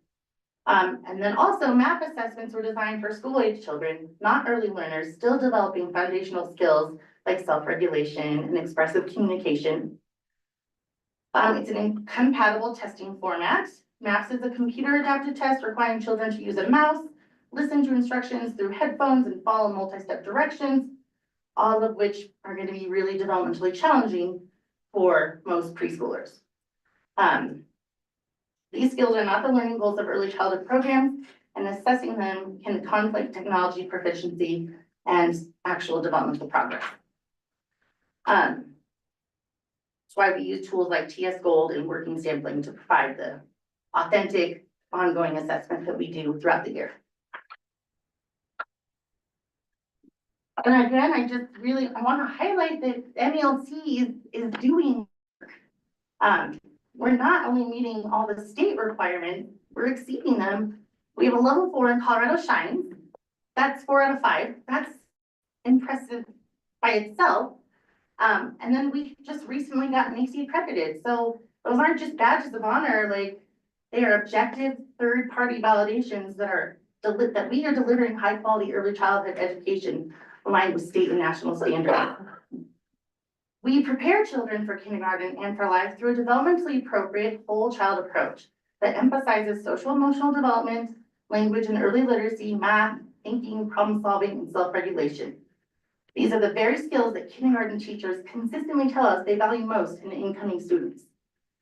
We operate with full compliance, transparency, and accountability while also honoring how young children learn best through meaningful relationships, hands-on exploration, and intentional play. Our work reflects both the requirements and the vision of Colorado's early learning guidelines. In every way, MELC is doing what high-quality learning programs should do. We have qualified teachers. We're going to talk about that a little bit. It's an addition. Just because you were, I heard that you guys wanted to know a little bit more about the qualifications of our staff and then what you need to do to be an early childhood teacher. So I'm just sharing where our staff is at. So the director, also lead teacher, has a bachelor's in early childhood. And then through the state, we have the system, it's through Colorado Shines, and it's a professional development information system. And their educators can go, they upload their transcripts and any trainings, and just based on all of your experience, your credential. So the director also holds a credential 3, level 6, that's the highest. I'm gonna take a little drink.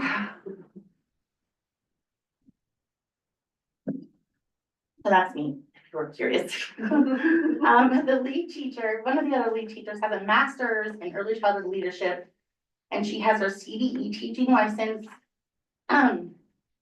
with a qualifying endorsement in early childhood education. We'll have another lead teacher that's going to be in that same boat for the upcoming school year. And then a co-lead teacher has her early childhood professional credential 3.0 level 4. So she's at a level 4, another assistant's at a level 2. And then we have a teacher assistant that has an unrelated bachelor's degree and an administrative assistant with an associate's degree. So all your lead teachers are highly qualified, which is why the general fund is kicking in to support the preschool, because you're paying for the educators. And then I just want to bring up again that we're assessing children using TS Gold, which shows that our students are performing in line or with above national averages. And it's important for me to just bring up that readiness is broader than letter and number recognition. We get so hung up on that. But skills like persistence and emotional regulation and engagement, those are equally predictive of later academic success. These are the foundations that we're building every day. Play is not frivolous. Remember, it's not a bad word. Not a bad word. It enhances brain structure and function and promotes executive function, which allows us to pursue goals and ignore distractions. Like, you need to be able to ignore the kid that's like tapping on you when you're in class, right? So it helps children learn to persevere, increase attention, and navigate emotions, and play aligns with Portrait of Graduate. And then lastly, thank you for listening to me. I love this graphic. If you like zoom in on it, if you can, you don't have to, but it's a great graphic. So again, we focus on the whole child. So even if a child is going to enter kindergarten, still developing letter sound recognition or numeral identification, we know, grounded in data and developmental science, that they are kindergarten ready. These children have the capacity to succeed. They come equipped with the foundational skills and strengths that will carry them not just through kindergarten, but through school and life. We often focus solely on whether children are ready for kindergarten. We forget to ask the more important question. Is kindergarten ready for the children? If we truly care about kids, not just as students, but as whole people, these are the questions we must be asking. True readiness is a two-way street. Schools must be prepared to meet children where they are, developmentally, emotionally, and socially, not just academically. A child-centered classroom honors the whole child, not just their test scores. Readiness is not about forcing children to adapt to school. It's about schools adapting to children. And you can see that graphic, it's gonna say things like, I don't even know the letters in my name, or I'm reading at a second grade level. These are how the kids are showing up. Thanks. Oh, yeah, questions?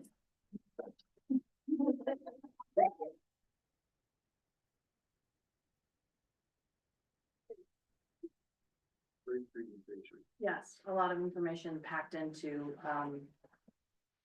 a pretty quick amount of time. I do have a question. Yeah. So I apologize for taking my time, but I do have a question. My question is in regard to, the testing piece, and I bring this up because I brought it up in other, applications as I've watched my own child go from, paper to, or, no worksheets to worksheets to on a screen to, right? Like there's a transition as they all get through each level. When you're going from kinder into or from preschool, MELC into kinder, in kinder, they're gonna be tested. And they test them at the beginning of the year and at the end of the year. And maybe this might be a kinder answer, I don't know, or somebody can follow up for me. But is it typical that you see that from fall to spring in kinder, that there's a big jump because they're learning how to take the test or to use the tools or to sit and formulate? And is that the struggle that they're coming in and they have to learn some of the ways to be assessed, right? Not learning the things necessarily, because they're all in their various stages of development, but is that an implication of the crosswalk, if you will? Is it really better to look at spring than to look at fall? Those kids are having to learn how to test, right? Or how to get through being assessed. Is that normal? Does that happen everywhere? Is there something we do about, like, what do we do about that? Use comparative data. Yeah. The comparative data will always point in. Comparing to other districts, Other schools, yeah, absolutely. so like you would compare your fall data to other school fall data, or? And that spreadsheet is in the presentation, there's a link. Sharice, you had. I was gonna say, we discovered that with kindergarten this year, that they did used to start maps mid-year, and we went ahead and did it in the fall as a practice, not as where are they really at, but can they use their mouse? Are they okay with the headphones? Yeah. And then we implemented Star Math, not so much for where are they learning their math, but the device of listening to the question and then clicking and scrolling down. So using the technology tools that are state standard for computer and technology for kindergartners and applying it to a platform so that, one, they were exposed to it and were more comfortable, but also, so then when the, especially the spring tests, the winter and spring tests were done of maps, it wasn't, oh my God, they don't even know how to use the machine kind of thing. So So it's pretty typical This- that you'll this see is that very- rise. Okay, the skill. all right, so that makes a little bit more sense. I just don't know that we talk about that, right? And you have to really kind of put those pieces together as to what the kids are coming in with the expectation and then what they're, like, within what, 3 months' time? They're going from never to now you're gonna be tested regularly, right? So that's got to be a heavy lift for that, for those kindergarten teachers and Therese or whomever, all of you that are assessing. And are you just all working together to make sure that everybody understands that big lift? Is there anything else that we can do differently? Are we doing it the right way? The way everybody else does? Are we doing it the way everybody else really standardly does? Testing is what I'm asking about. Are we doing it the way that everybody else? Are we doing it the way that most districts do it when it comes to preschool into kinder? I mean, there's kids that don't go to MELC, right? That just stay home until they're in kindergarten, right? Yeah, and so that's all on the Excel spreadsheet that which is in the next few slides. So we're doing some things similar to other school districts and some things dramatically different. Here, let me go ahead and I'll go through this quick. The kindergarten schedule is, I would say, frantic, but want to be impressed, look at our kindergarten data. It will knock your socks off, not just this year, but in the past. You know, we did.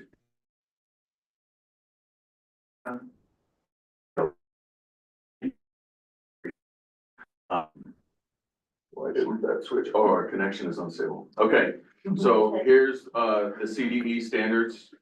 These are also the CDE 2024 recommendations for emergent and early literacy alignment. That's a really extensive document, but it's excellent. Here's a wonderful teaching sample of Mrs. Gregerson teaching double letter diagraphs. And so if you have 5 minutes to spare and you want to see a true exemplar of incredible teaching, I think that this is really typical of the incredible work that she does every single day. And it's the reason that not only are her achievement numbers out of this world, but her growth is incredible for every single kiddo in that classroom. And she also incorporates movement at the end. She Yeah. she knows how valuable that is for those You young can see the learners. kiddos are doing all their hand motions and stuff for their double letter diagrams. It's really good. Here's Mrs. Echelier teaching ELL kiddos how to their numbers in English and Spanish.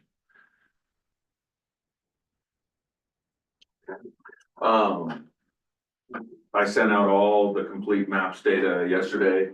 But like I said, if you want to be impressed, check out our kindergarten data. It is a knock your socks off impressive. No, go ahead. Yes, sir. Wait till you finish. Oh, I have a okay. question. And then, so this is what you were asking for, is how do we isolate any given factor when we're looking at data? And the only way you do it is by comparing it to other data sets, right? So there's a complete spreadsheet with all of our results by feeder schools. Here's the full NWA achievement and growth data for kinder and math and reading. These are our DIBELS data and kinder readiness indicators, which are all pretty extensive documents.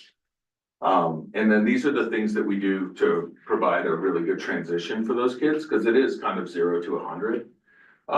So starting the first school day after our regular students go home, we will start our transition academy. So all incoming kinder kiddos are welcome to the transition academy. It's housed as part of our summer school. The pre-K kinder visits have been happening for weeks now. Visits to the cafeteria, visits to the classroom, lunch and recess, a lot of communication and transparency between the two buildings. So I think that if you really look through those documents and the data, I think you'll see that I'm so very proud. So, from a light bulb moment, I read all those, but I think also I will just share my own. I think that we are doing incredibly well in comparison to maybe where some might have thought we were. I'm not gonna speak for myself or all. I mean, there's a reason we did this exercise so that we could clarify that we're crosswalking and doing the work that leads to the kids' improvement in learning. So it's not just the data, but it's also, I think, the demonstration of the how. And it's the little things that the assumption that you're not testing at MELC doesn't really impact how well the students are walking from MELC and then landing in kinder and proceeding through kinder. So things like that. Right, so like for me, for the light bulb moments, that first one is that team teaching is in case in point of what you're saying there. That assessment is happening, one teacher's teaching and another one's recording like a researcher. And it's very intense, rigorous, thoughtful work. And I didn't realize that was happening, so that's why it was a light bulb moment for me. Do phonics, that's happening at the preschool and that's happening in kindergarten. So that's a light bulb moment for me because it really shows that the same process, the same strategy, the same tactic is happening in both places. And then the philosophy of full child is valued at the preschool and it's also valued and supported at the kindergarten. So there is an alignment there that exists. And for me, my light bulb was, how highly individualized all of the instruction was, but most especially at the early learning center. And I think that might go to your question, Emily, about the testing and are we doing it the right way? And I think that the answer, I think the answer might be, what is the purpose in the testing? Like, why are you testing? Are you You're doing testing it for because you each wanna child. know achievement? Or are you testing because you wanna know what each individual student knows and how to help them to the next level? Mhm. And I think that if we go into it with the idea as for a kindergarten, like, you know, thinking we're testing for achievement, that's developmentally inappropriate. But if we're testing for seeing where they are middle of the year, end of the year, on into first grade, and then maybe eventually you start looking at achievement, that might be developmentally appropriate. Would you agree? Yeah. So I don't know if I answered that question or not. But then also how, oh, sorry, yeah, you had a question. I'll finish and then you can answer your question or ask.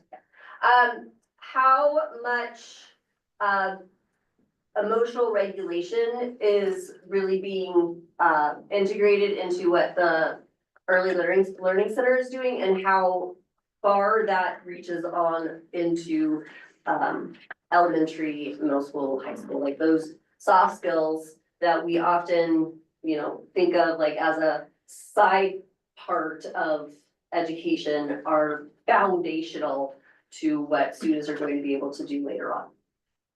And then Victor. Thank you. So Tara, first of all, I want to congratulate you on your accreditation for the next 5 years. That's awesome. Those are the types of things from this organization that we want to be sure as a board is occurring from a preschool perspective. I also want to just thank you for the comprehensive presentation in the sense of everything that you do in preschool as it relates to the whole child. And the whole child really is a K-12 concept. It's not just a preschool concept. And so, you know, you obviously are trying to build emotions and developmental concepts in our children to prepare them for kindergarten. Obviously, when they get into kindergarten, the standards rise. That's the reality. That's what we live in. There's no messing around or changing that. And so as a school district, we said, we're going to look at the middle and the end of the year results of how our kids that are coming from preschool in your program and in these other feeder programs, and try to look at that information and say, how are we doing? Because we do the same thing in fifth to sixth grade. We do the same thing when we go from ninth to high school. And in the end, the board is asking, are kids ready to graduate? It's these all fit together. They're all the same deal. So we shouldn't be afraid to ask that question from preschool to kindergarten. It's a normal question. That spreadsheet is in the. Right. I saw the spreadsheet. And so I looked at the data, and Seth, can you give us a summary of what that data really says about the feeder schools and our school? Yeah, absolutely. And all data is open to interpretation, but the last year's, we're really comparing ourselves to the nest when it comes to kindergarten readiness. And the reason is because the kiddos that come from Dragonfly are entering into first grade. And so that's where we would kind of compare ourselves to Dragonfly, was those first grade data. And what the data shows is, that with reading and ELA, we're lined up, but with math, there's pretty significant disparity. Well, I also want to point out that we're looking at different groups of students because of the fact that with the third grade, you've got or with the 3-year-olds, all students who are on IEPs or are funded through Head Start are tested, where they might not necessarily be tested once they hit elementary. Same thing with 4-year-olds. All of those students on IEPs are being. All 4-year-olds. Yeah, all 4-year-olds are being assessed with TS Gold. And we had talked about the fact that when those students get to elementary, they're going to be on potentially different academic testing assessments, alternative testing assessments. What Which is kids gonna are you change. referring to? IEP students. IEP students. So when you say they're on alternate, they don't take the MAPS test? No, that takes data isn't tracking IEP kids. I understand, but I'm talking about when they get into kindergarten. So when they get into first and second and third grade. Kiddos with like one-to-one paras with very significant needs will be on alternative measures. Which are about, what, 5, 6, 7 kids? Maybe less, 3 in kindergarten, maybe 1 some years, yeah. Okay. But I guess my point is that we can't be afraid as a school system to look at this information and gather what does that really mean. That's all I'm saying. Yeah. Because I do we want- are evaluating every grade. We're evaluating every, I shouldn't say grade, but every elementary. For example, Seth, I've got to praise your elementary group 100%. Because the test scores that you just showed us, that was sent to us, are tremendous in literacy. Tremendous. You should be proud of yourself. We all should be proud of you. Because you've taken from kindergarten and all the way up through 5th grade, these guys have made significant growth. So I give tremendous compliments to your whole staff. In math, we have a flat line, which makes me sad because on our consent agenda is a math interventionist leaving. And the very least that we can say is that math interventionist did not allow that dip to go significantly below. That's the very least that we can say.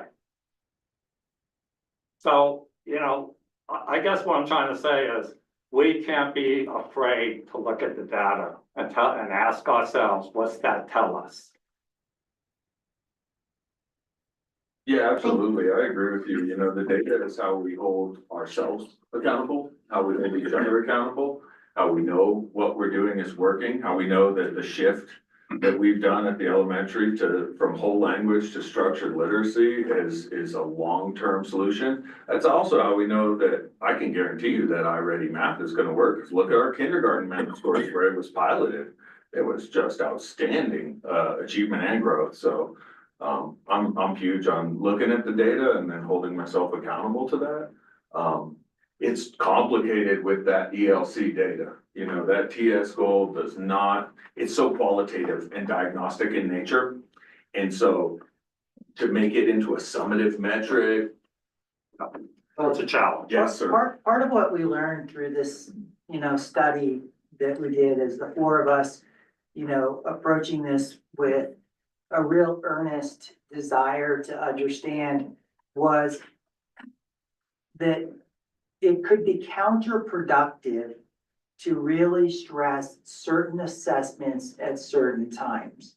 So even if CDE says NWA is what we're, or whatever testing is what we're going to use, that could actually be counterproductive because it's not developmentally appropriate for that age of kids. So I'm not referring to doing that with preschool. Right now, we've established that in kindergarten, first grade, second grade, and third grade, we use those assessments. Now, if the district doesn't want to use them, recommend it to the board. Yeah, I'm saying, well, and that's what I just said, Victor, was we don't know at the earlier grades like kindergarten if those are appropriate. So it's still an open question. Well, then that's not ever been discussed to the board. Well, right, that's what we're doing now. Yeah. That's what this learning is about.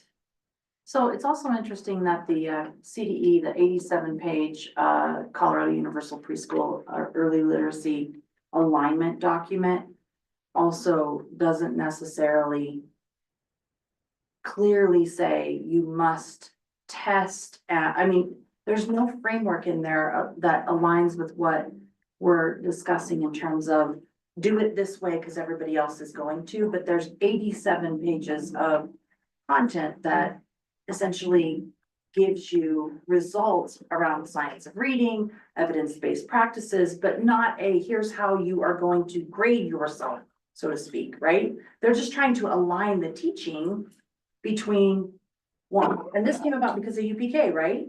Was UPK what drove that alignment exercise when they had to offer universal preschool? I mean, this from CDE is 2024 recommendations. I don't know if it comes out every year, but when I dive into an 87-page, here's what you need to go do, our teachers don't even have a planning period. How are they supposed to take an 87-page CDE recommendation and the left hand doesn't make sense with the right hand right now. I agree with what Victor is saying in that it appears, and this is our job as board members, is not to, most of us cannot debate the work or climb inside the work because we're not educators. But if you're looking at the entire bigger picture of where are our results bubbling up to, what does it look like the trajectory is?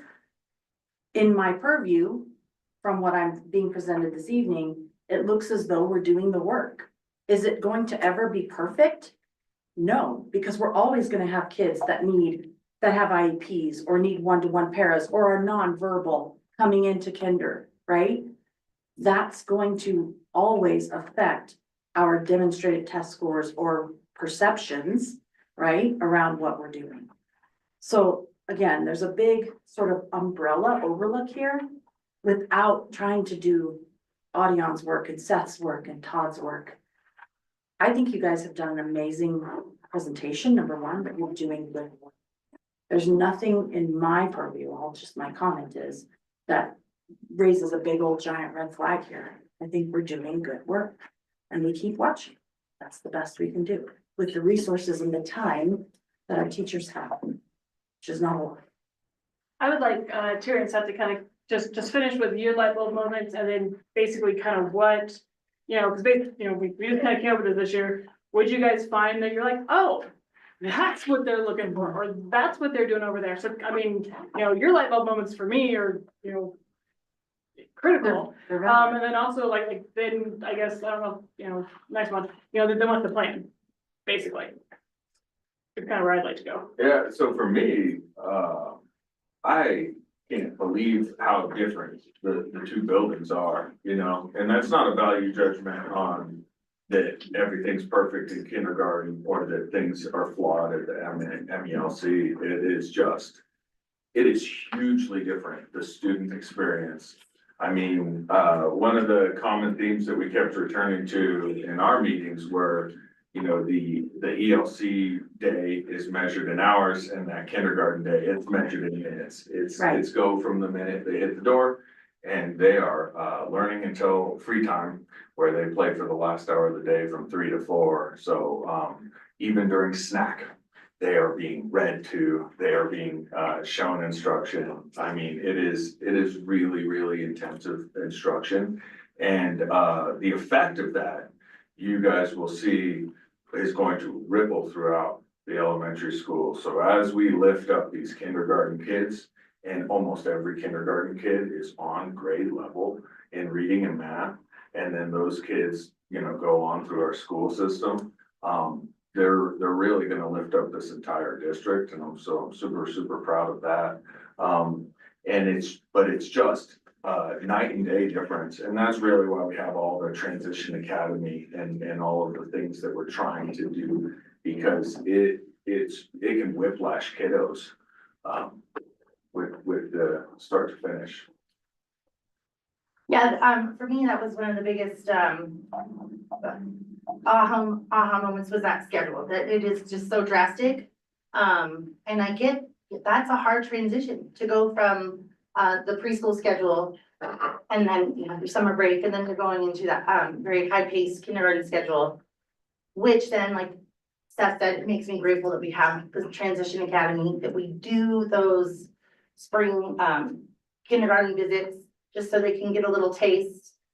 And then Todd already brought it up with his,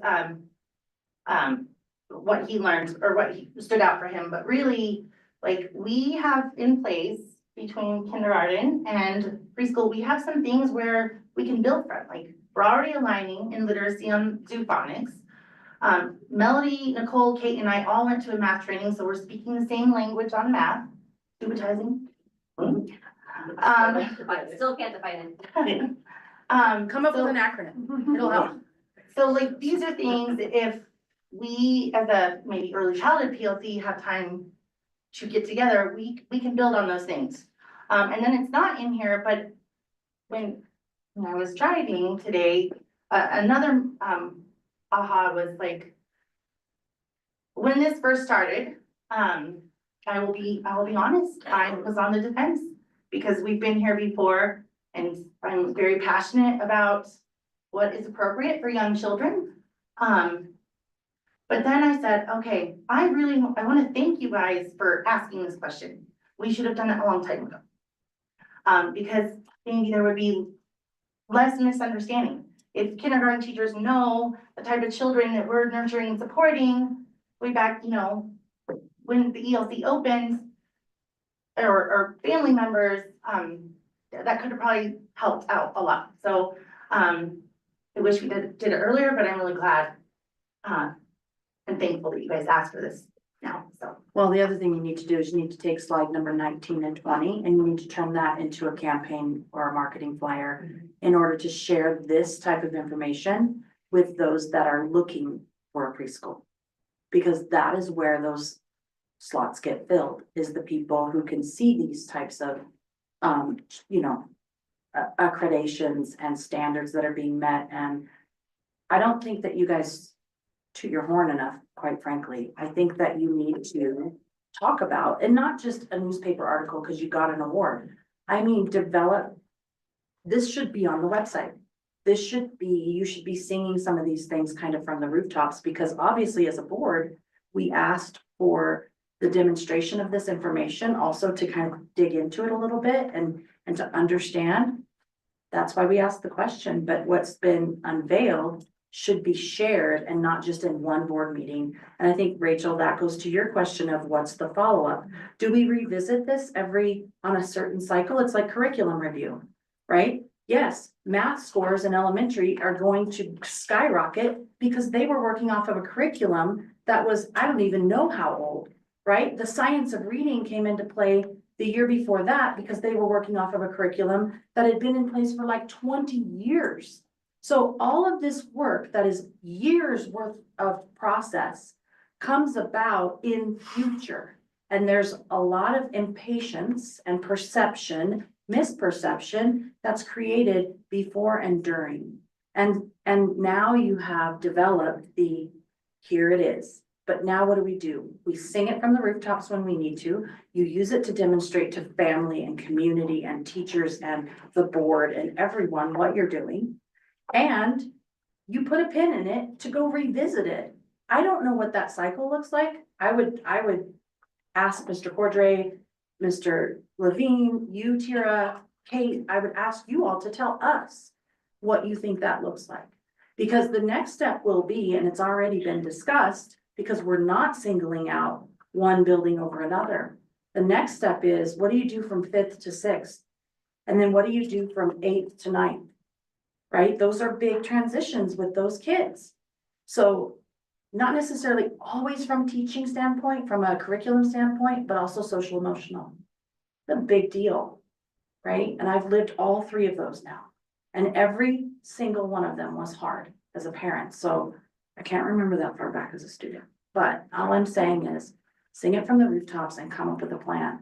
And I think that's what you're asking, Rachel. Is that what you're asking? Like, what's the follow-up? Between that and then, with the two, I like that you guys are doing the trainings together, the PDs together. And just more of that between, your instructors and the kindergarten instructors, just to keep kind of everything, and also just, like you said, just keep a common language. I think that's incredibly important. We need some time to be able to do that, but yeah. And then just one last thing is Nicole Gregerson was really helpful for us in this process also. So we want to give her a shout out for her time in this process also. Thank you, Ms. Gregerson. Rock star. Awesome. Craig and Tim, you were quiet. I had a question. How long have you been doing teaching strategies, Cole? At the Knock? Me personally, or how long has MELC been doing it? Yeah. Since it's been open, so 2013 is when the preschool opened. Yeah, and it was that time the only approved assessment tool for Head Start, and we're a partner with Head Start. Awesome. Good work, guys. It's incredible work. Thank you. Okay.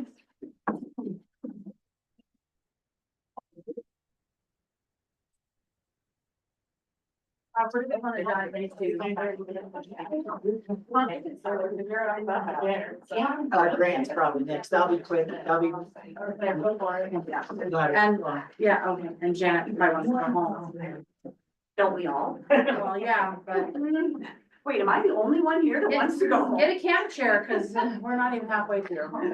So, all right, Janet, we're gonna turn it over to you for the, Thank you for sitting. All right. thanks again, Chair.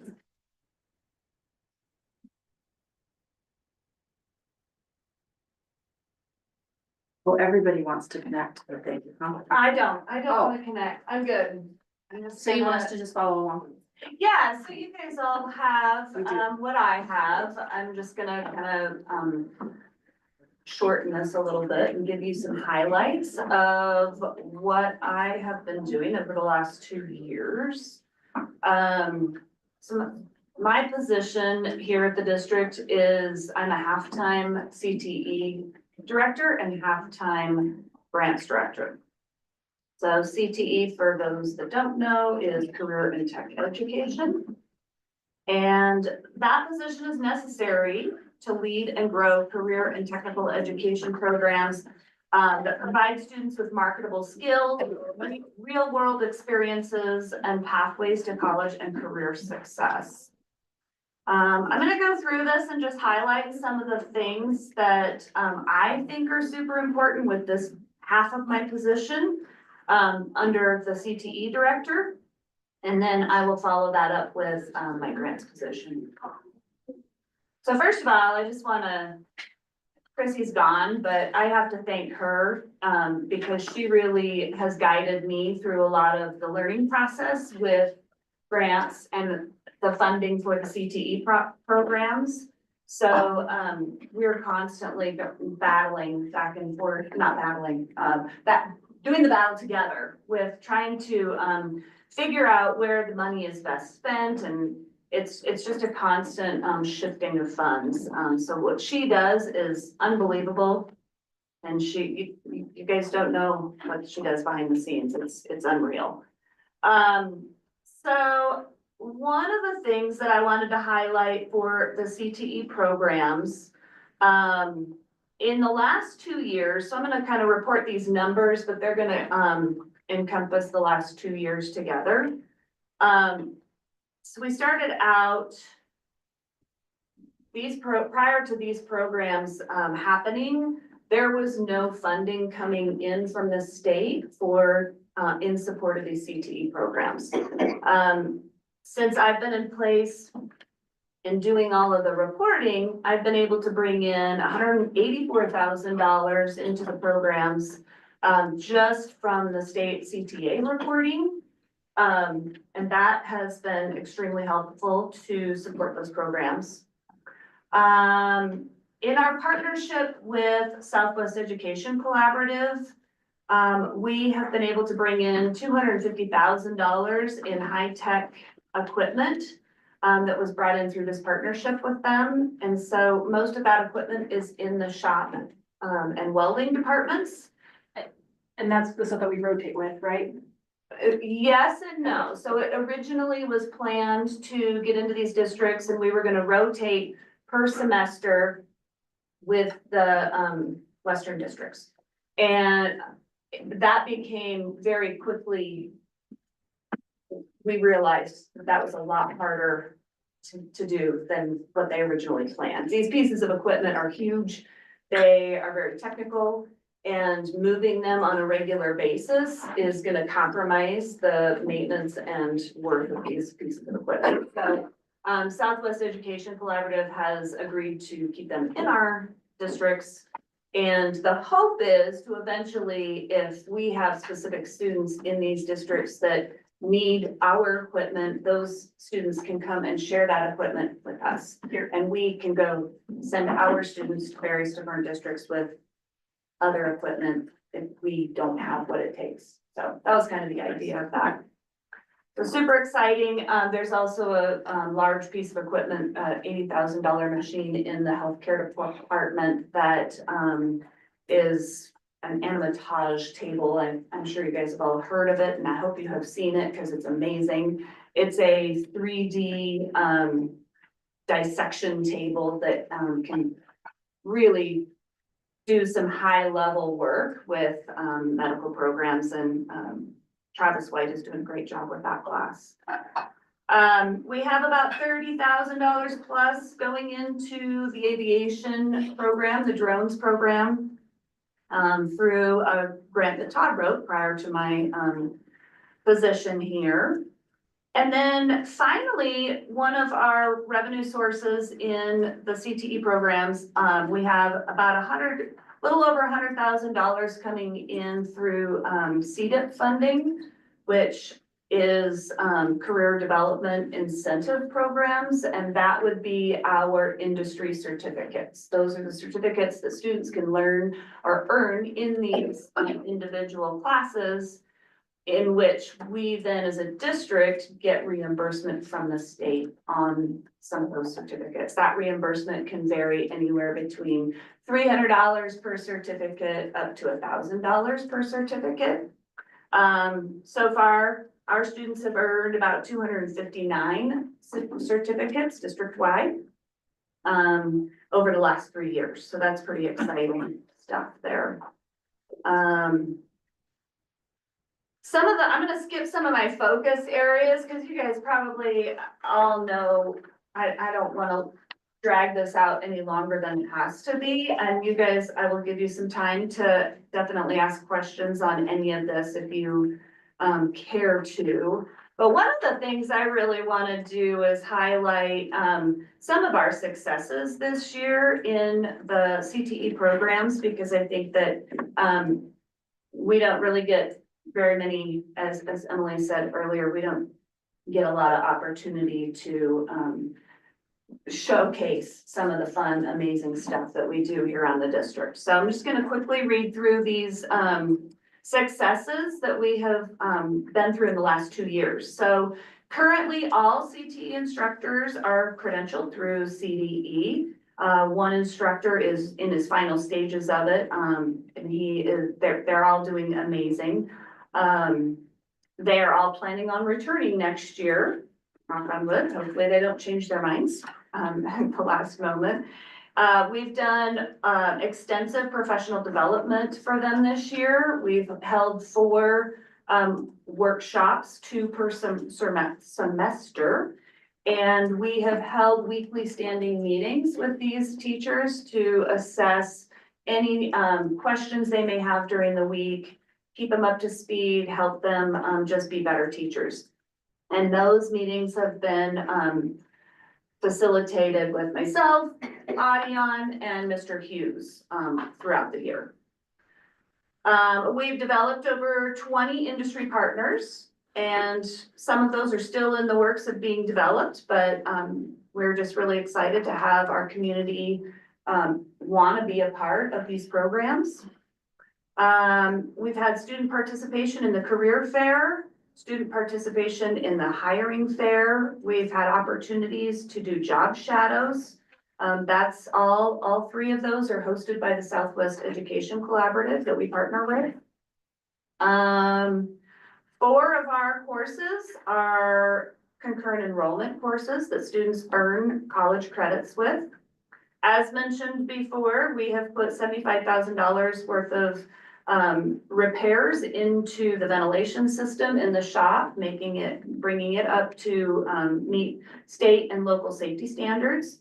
And I really want to put a shout out to Monty Van Kuren. He's our new shop and welding teacher this year. He's done an amazing job he's got an extensive background in teaching and also in the safety procedures. So he has really been a great asset to have. And if you guys haven't been over there lately, everybody should wander through the shop because it is absolutely amazing.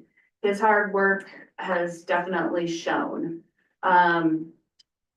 I have applied for a couple of other grants. Of course, you'll hear some of this repetitively. Grants are wonderful and grants are sometimes nerve-wracking because you can apply and hope that you're gonna get this money, but it doesn't come right away. Sometimes you wait months for this money.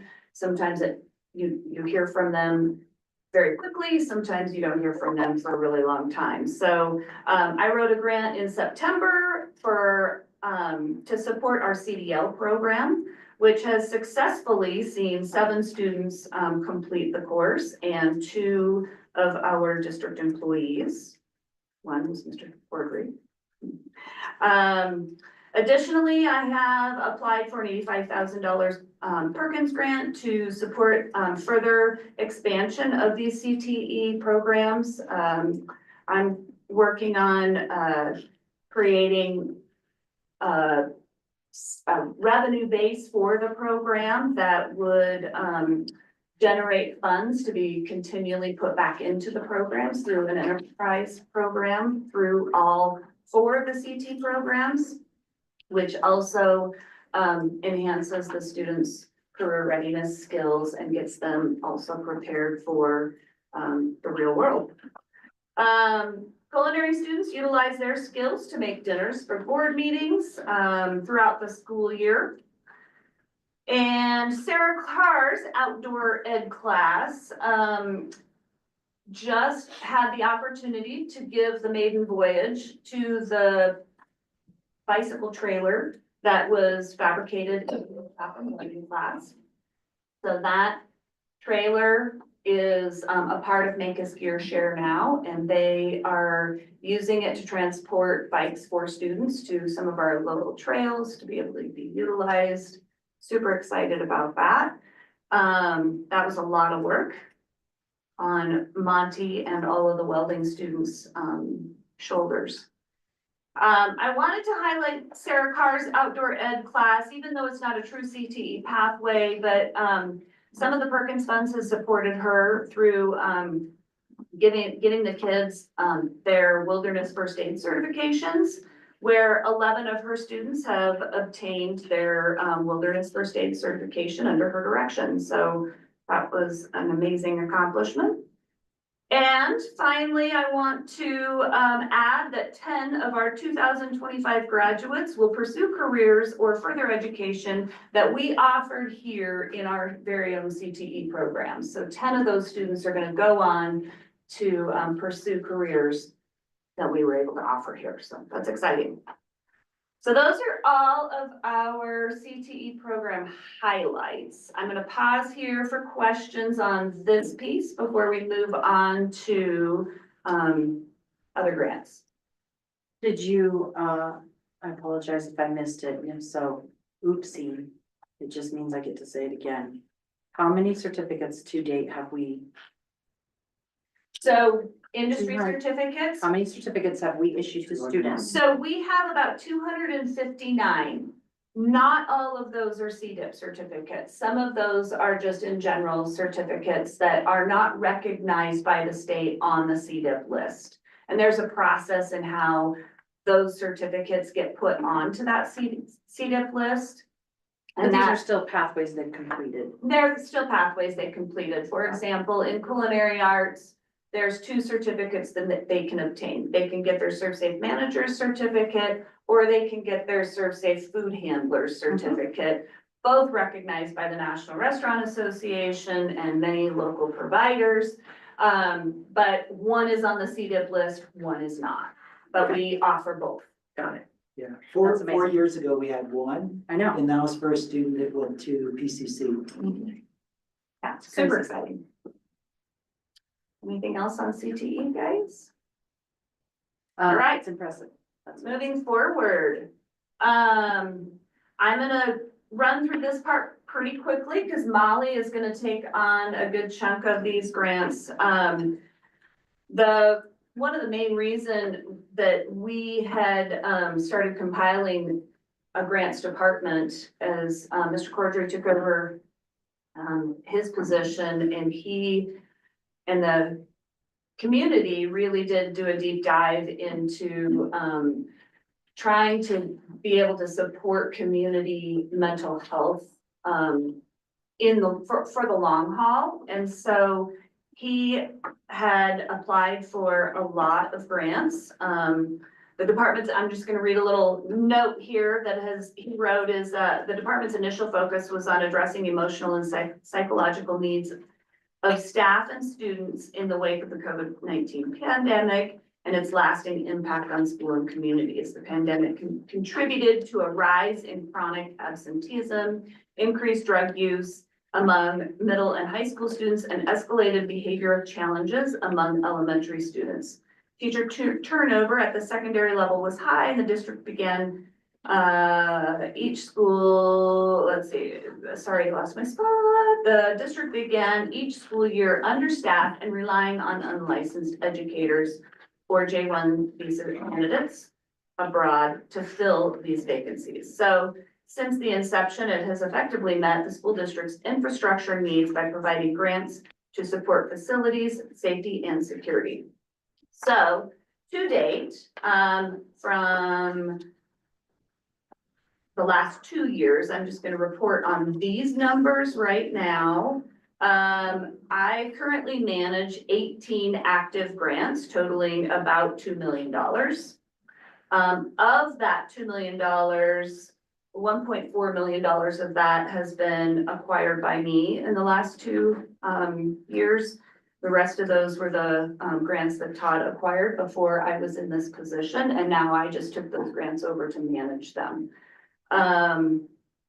Those grants are supporting district-wide initiatives in wellness, instruction, salaries, technology, security, and career readiness. 5 of these grants are directly tied to the development and sustainability of the MACUS wellness system, a district-wide effort to support students' mental, physical, emotional health, an initiative that is led by our social worker, Molly Ender. And she's going to get into this a little bit more detailed after I am done with all these lovely numbers I'm gonna throw out there to you guys. Each grant has up to 3 progress reports and budget reports to submit beginning a year, end a year. And that is excluding the CTE grant reporting. Most of these grants require monthly check-in meetings. And some of them require attendance to a yearly conference. And I always want to add that those yearly conferences and all that travel is always written into those grants. It's also part of a requirement usually of those grants is if they're going to require you to be there, the money has to be written into the grant. So districts don't have to fund that. There's a lot, you can look at these focus areas, budgeting, reporting, compliance, coordination, collaboration. Those are all a part of being a grants director. Grants are coming and going constantly. I don't ever know when they're gonna come across my desk. I don't ever know when they're gonna come available. I am constantly applying for whatever comes at me to support whatever we need in the district. And sometimes that means applying for one to kind of supplement something that's going to be sunsetting. And so it might not be supporting that same exact program, but it's also going to take funding off of the pressure off of the general fund. So it's kind of just always a balancing act as to how we shuffle money around. I have a $50,000 startup for the Counselor Corps grant, and then it runs for 4 years after that. And that would be $90,000 a year after after the first year. So first year, $50,000, and then $90,000 after that to support counselor work and for education behind that. A $35,000 easy grant was submitted. Some revisions needed to be made, so we're still holding out hope for that. And that $100,000 Honda grant to expand the CDL program that we started here. Hopefully that one's been really silent, so we're hoping that one will show up here soon. And then there's 2 upcoming submissions that'll happen right at the beginning of June. So this is a constant. There's always grants being applied for, looked for throughout the year. That just depends on when those all pop up. We had kind of a weird lull there for a while where all grants kind of got put on hold for a little bit. So just kind of waiting as to when those are all going to resurface and be available to apply for. I'm just going to go over some quick successes in the overall grants department before I turn it over to Molly to dig deep into some of the SEL stuff that we're doing. Through the work of the grants director, the district collaboration, these grants have led to transformational outcomes across the district. Development of a district and community-wide grant writing policy available on the Mancos website. Historic building improvements. If you guys look around, we have brand new windows in here. The windows project is finally complete, so all windows in this historic building have been replaced. And we will be using some of those funds to also finish doing some other safety concerns on the campus that have to do with entryways in the elementary and high school, as well as some preschool needs. The most exciting one is the digital technology grant. It's huge. The digital technology grant is providing 10 brand new digital boards for elementary classes. So I believe this will make every classroom technology savvy. It has every classroom will have one of these digital boards in it by the time we're done, and that's really exciting. On Thursday, we're going to be getting a shipment of 525 Chromebooks here on campus. I'm pretty excited about that. That is going to provide brand new Chromebooks with connectivity for all of our students.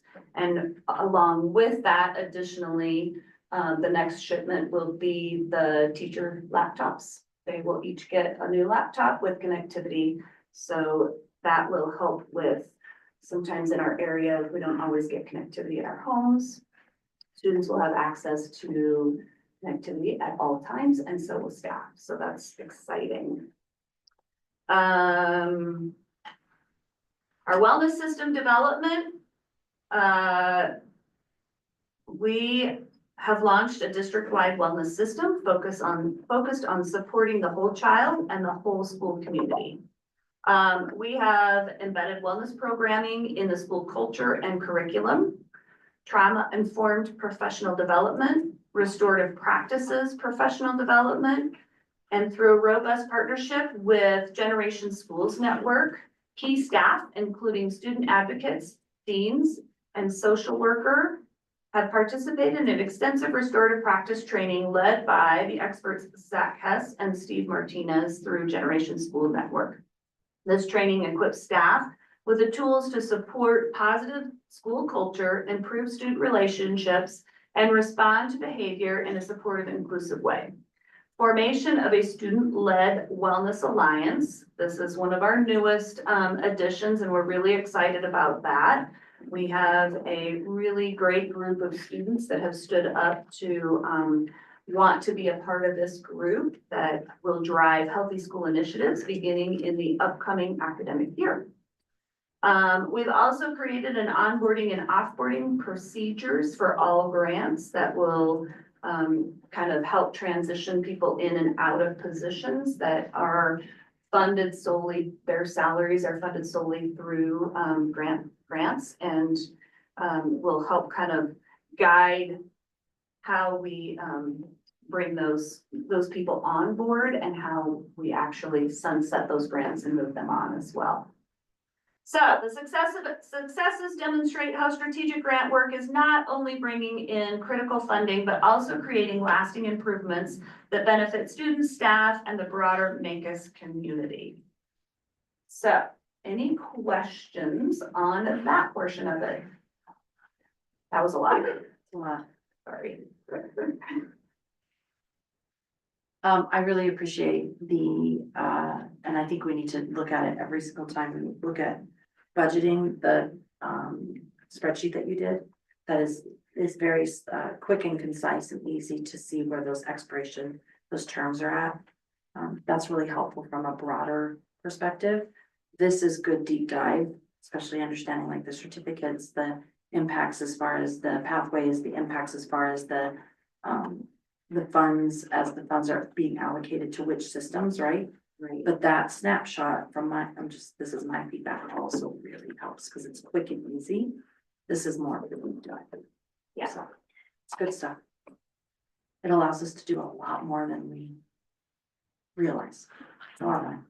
Yeah, it doesn't really pull away from some of the major stuff out of the budget that Chrissy and Todd talked about earlier, that are some major concerns for us, but it does fill gaps in areas that we do have control over. Some of the safety concerns, some of the construction capital, that kind of stuff, where we can pull little bits and pieces out of the general fund, and it does relieve some of that pressure off of it to be put in other areas, so. Well, and the wellness piece and the fact that, I mean, my original understanding of how powerful of an implication grants could be was sitting on Mancos United board that first year, when that grant is what essentially started Mancos United, which was Mr. Cordray working with eventually Katie Brewer after she was appointed as secretary. So that was my first real personal aha moment, if you will, as to the power of a grant. And it's just grown from there. This is not something we were looking at 5 years ago. Right. It was not. We weren't even, not to this degree, Tim. Have you ever to this degree managed grants? So. Okay, any questions that anybody has for? No. Molly's computer stopped into us, and now it's Molly's turn.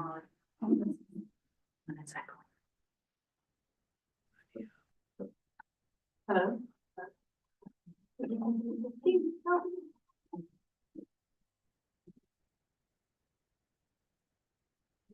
No? I think 6. Oh my goodness. Audience to the rescue. She just walked through it, that's why. That was all Molly. All that. She wants the magic wand. She But I need to. Wait, don't leave yet. Share. He just sits. Okay.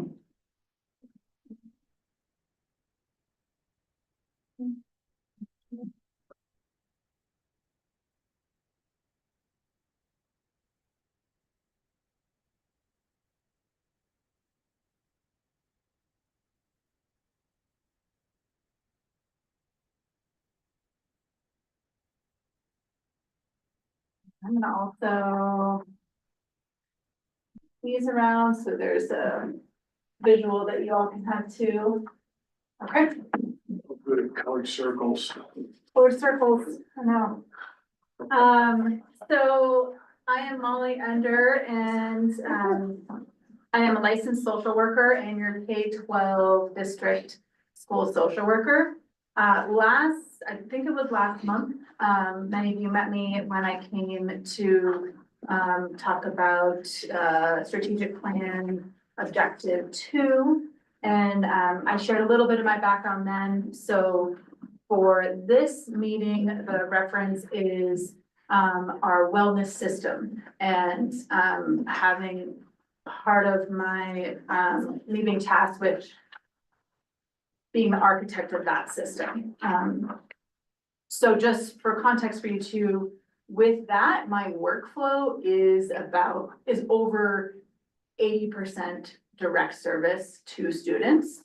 Some of this administrative work is the other pieces of that. So my day is largely student focused with direct service to them. But we're talking about the wellness system. So we are talking about how we take care of students and staff. And I was tasked with taking this concept and ensuring that it is understandable and sustainable. So what we're gonna walk you through a little bit today is not a report. This is the structure of this system.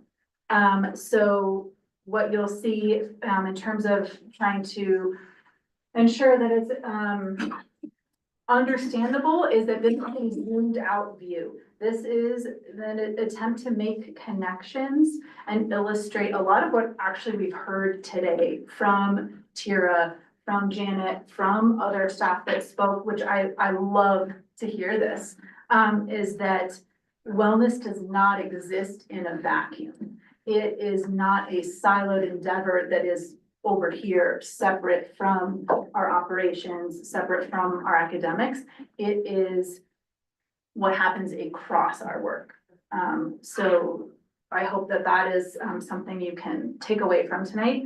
That other piece of sustainability. So Janet talked a lot about grants and you'll see, I'll cover, what grants relate to what areas of wellness. So a lot of this work are able to do, and the catalyst may have been years ago with, local and national events. And then we see now that this is what CDE is talking about. These are things that now we can take and go with as the norm, the expectation. So what I'll cover are some outlines of programs, some that you may be very well versed in, familiar with, and other things that may be a little bit newer to you. And that's okay. So, because everything that I'm outlining takes time, energy, resources, funds. So wellness doesn't have to mean that we're creating a new initiative that might be a passion project for somebody, that might be wonderful, but it might leave with them. We're seeing what we're already doing, what goes into it, what we're getting from it, and how can we build processes and practice to ensure that those things keep happening. So in general, the purpose of this wellness system is to create conditions for students to thrive. And you'll come through, this should be linked in your packet. You'll be able to look through, you know, how we define wellness as a holistic process. I heard a number of times tonight, this idea of whole child, whole person. And that is what we're looking for in wellness. It's understanding that holistic dimensions of health ultimately improve student outcomes, resiliency, relate to academic achievement, and supports our district's portrait of a graduate competencies. And schools play a critical role in promoting this health. Establishing healthy behaviors during childhood is easier and more effective than trying to change unhealthy behaviors in adulthood. We are doing upriver proactive work by the nature of caring for these students every single day.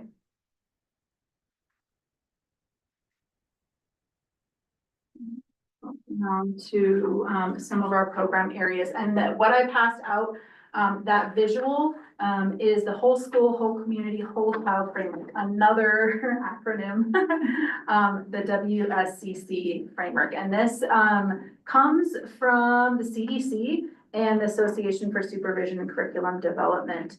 This is a blueprint that we use to ensure that our programs are holistic. So we're covering different components, that our programs are grounded in evidence-based practices, and also then you'll see the connection to our strategic plan. And as you see in that image there, this framework places the whole student at the center of the system. That student is healthy, safe, engaged, supported, and challenged. And so the strategy is, you know, we're implementing include working on development of processes and practices for each of those wellness components. And then we take what this WSCC framework looks at that image, and we're saying, okay, what is the Mancus way? How do we do each of these things?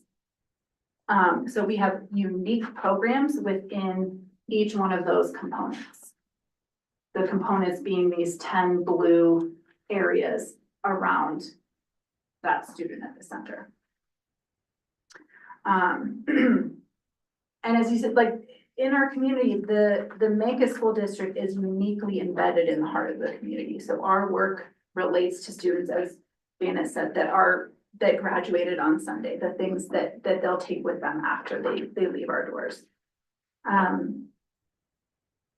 Another key thing that we're looking at is in addressing each of these components is ensuring that there's balance in addressing each of those. So that ensures that district resources are not disproportionately centered in one program. All of the grants we're applying to are not related to just family engagement. It is spread out to each one of those. Also, you'll see that many areas of our wellness system overlap with district operations and academics. Again, that is designed on purpose because we're saying this is not siloed over here. It is part of everything we do. When we talk about facility safety, we talk about safety of our grounds, of our buildings. That is wellness. That is taking care of people, and so they can feel safe so that they can focus on that test they have to do, as part of their school day here. Also, this is a live system. This is going to be updated and revised regularly. And the function of a team that helps support this is to ensure we are then responsive to our data, to student, family, staff, and community needs. And I see that, like what I'm sharing with you today are some of those program highlights and how it relates to, our grants, to strategic plan, to what MTSS tier are we talking about? And I really see future work, in my role of the wellness team is to build in the data after this, the evaluation assessment of when we're talking about what our desired outcomes are, ensuring that those are measurable so that we can say, hey, this is what students are telling us in surveys, how we're meeting this objective, or this is what they're showing us in our attendance data or office discipline referral data, things like that. So I'm gonna scroll through and give you a snapshot, and you can follow along if you have that as well, but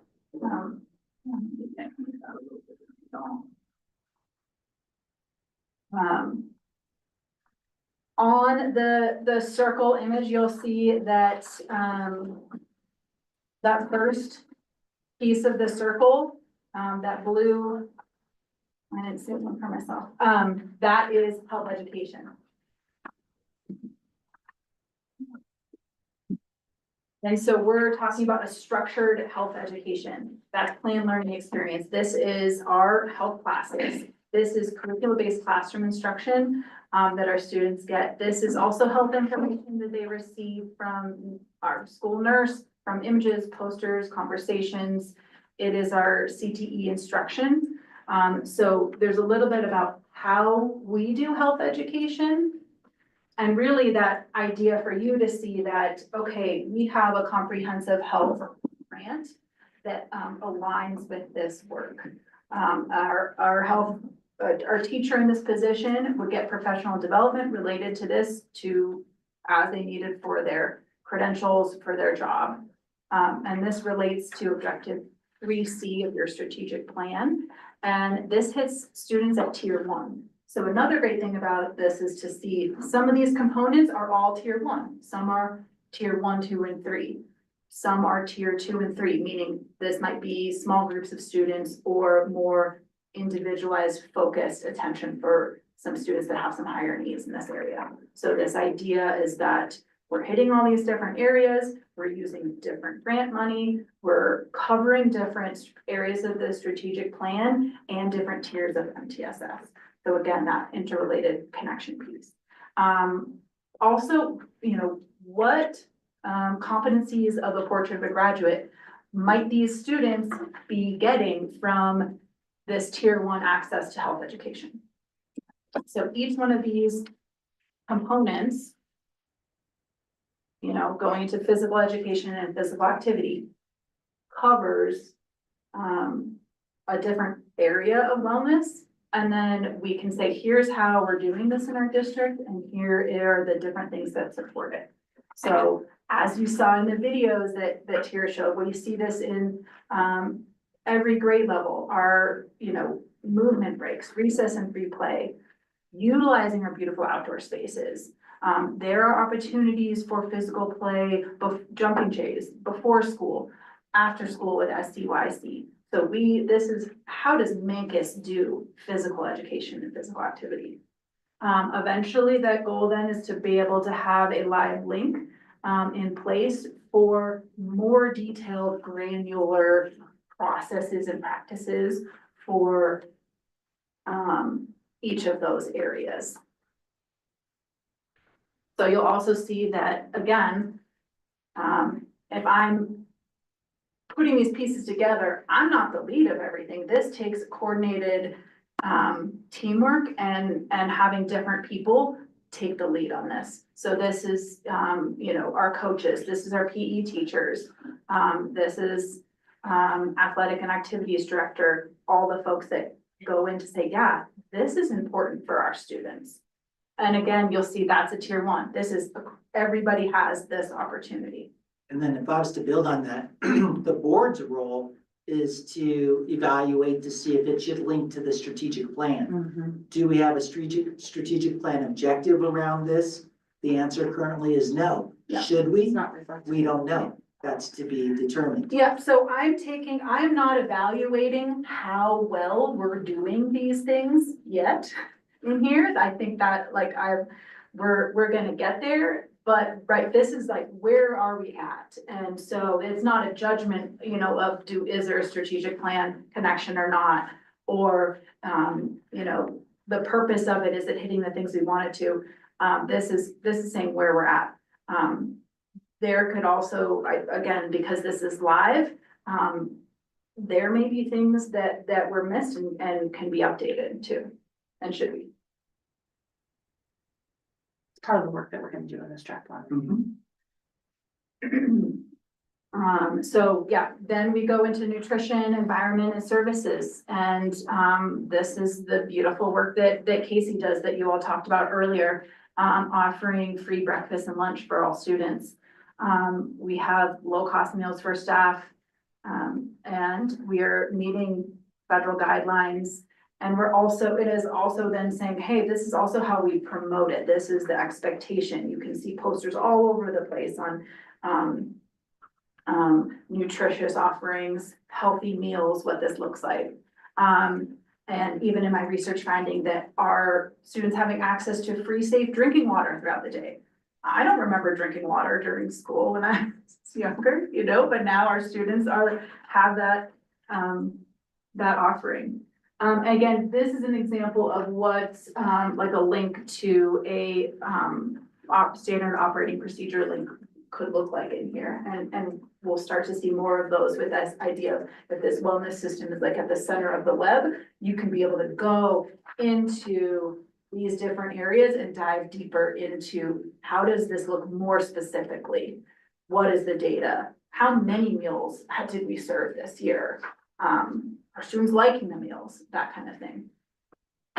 And I hope also that this eventually, can then guide our data so that we're not collecting so much that we're not even using it because we're overwhelmed by it. That we can say, okay, what are our desired outcomes for each of these components? And then that's what we ask students, or that's what we're looking at when we're looking at our data, and we're not just looking at everything and then overwhelmed and then we don't do anything with it. Health services, preventative physical health, having a school nurse here, I see how busy that is. And we're talking first aid, we're talking emergency care, assessment. We're talking about managing chronic conditions, and talk about, health and safety of our students. This is something that you might not think of when you're thinking of what a school offers, but it is something that it supports our students, it supports the families, it supports that students' well-being, know that they're safe and cared for here. And that managing something like seizures or diabetes or concussions our kids can be taken care of.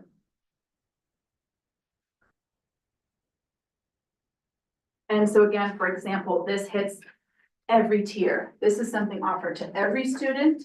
We have small groups and we have a lot of, we have students that will go see Nurse Sharon every single day for something really specific from them. So we are offering that broad tier, and that's, something that we like to see, that we're doing multiple things. And again, having that access, then you see it hits multiple areas of the portrait of a graduate. Counseling, psychological and social services. When we talk about wellness, this is what some people think is this is what they think of. So we're broadening that to these other areas, and we do have a really robust grant supported area for our counseling services for our students. We have internal supports, we have external supports. We're building out a referral network so our students can really get the support they need it. And again, this is more on the tier 2 and 3 level. This is maybe not for every single student, but maybe for small groups of students or that one-on-one need. And this is covered in a strategic plan objective. And our folks offering this are licensed. And again, we're seeing desired outcomes like timely targeted support, reduced escalation. Will we see a decrease in the number of suicide assessments or threat assessments we do per year for our students? Things like that. Social emotional climate. This is a big one. And there'll be a lot of links and a lot of pieces that go into this. So we're talking our weekly character ed classes, our resilience ready class, individual and small group check-ins and skill building that pro-social skills. Sometimes I say to people, it's how to human. And and that we're doing a lot of that, and we have teams of folks that are dedicated to it. Again, you're seeing all three tiers, and you're seeing lots of ways to incorporate that into our portrait of a graduate. Restorative practices is another piece that lives within that social emotional development pieces. Led by our deans.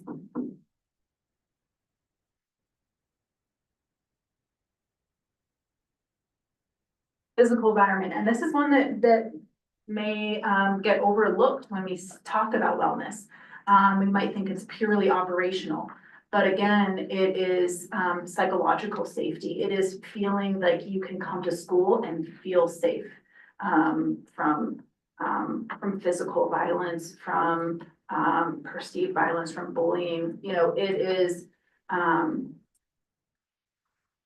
how we keep all occupants within our school, our volunteers safe, our parents that visit safe, our staff, our students. And we're doing our safety drills. We have school-wide rules that all students have to follow, and staff. We have our security camera uses. We have our access and entry points, which we're, you know, updating those for the West Wing so that we can ensure there's more visibility and safety for folks coming in there. So we link in our emergency operations plan.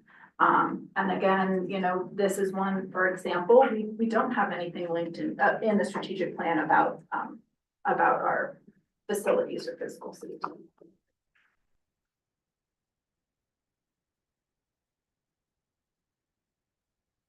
And we have employee wellness. We have this idea that wellness is, schools are not only a place of learning, but are also work sites. So how are we treating our employees within our HR practices and our operations support, and to things like we talked about today, benefits. Do we have onboarding, adequate professional development, clear job descriptions? How do we do staff appreciation?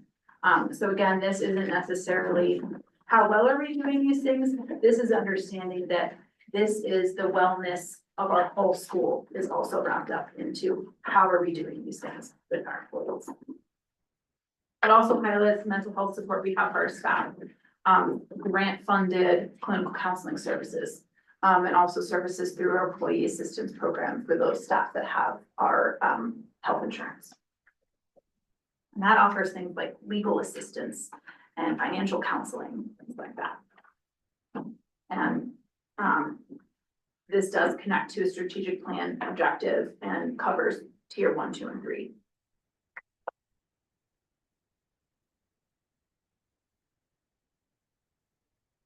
Family engagement, you'll see, again, this covered a lot of different areas. It's how we communicate, how we invite families in. It is how we offer them voice and partnership, opportunities to celebrate their students and their children. It's even substituting employment opportunities. How many of our staff are also parents, and that connection.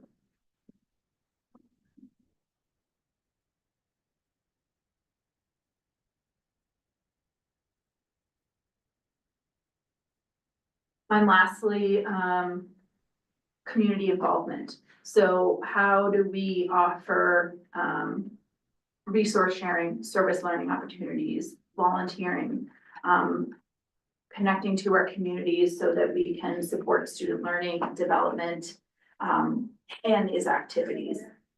And also highlighting some of our existing grant funding community partnerships. Somebody said earlier that the period of transition, how hard that is, from kindergarten to first, fifth to sixth, et cetera. We have a partnership with Medicine Horse called Transitions, where we go out there and do team building and work with those students at each of those transition periods, where they can say, you know, what are you loving about ninth grade? What is really hard?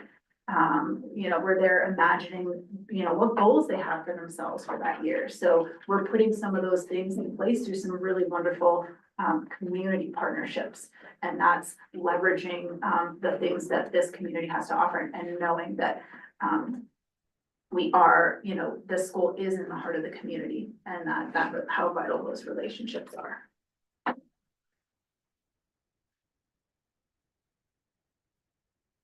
We also do a lot of basic needs work with, within that realm of community involvement, and that is, services and connections to local resources. Which helps provide assistance to help our students and families address barriers to accessing their education.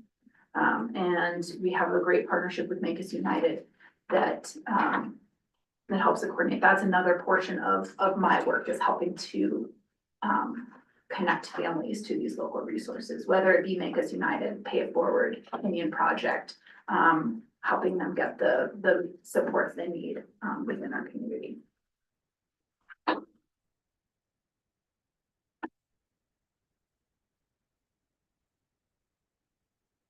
honestly just kind of want to leave you with this, the work of the system creates the conditions for students to thrive. This idea that by using this as a tool, we can help to address needs before they become barriers. Again, that proactive upriver change, which schools are so suited to do and is so effective to be talking to kindergartners about the healthy foods they're eating, build these healthy habits and support them so that they can grow and thrive, and become the members of society that they are as they're graduating. So that was a lot in a short amount of time. I just went through that really fast.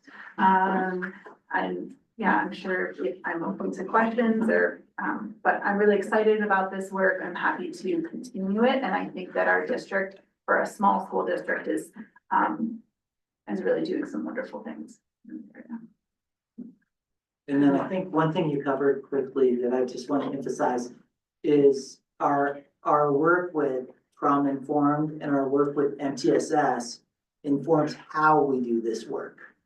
And so it's a really strong support in training us to do this stuff well and effectively. Yes. Would you say that differently, or? I consider those as guiding principles of again, how we do this.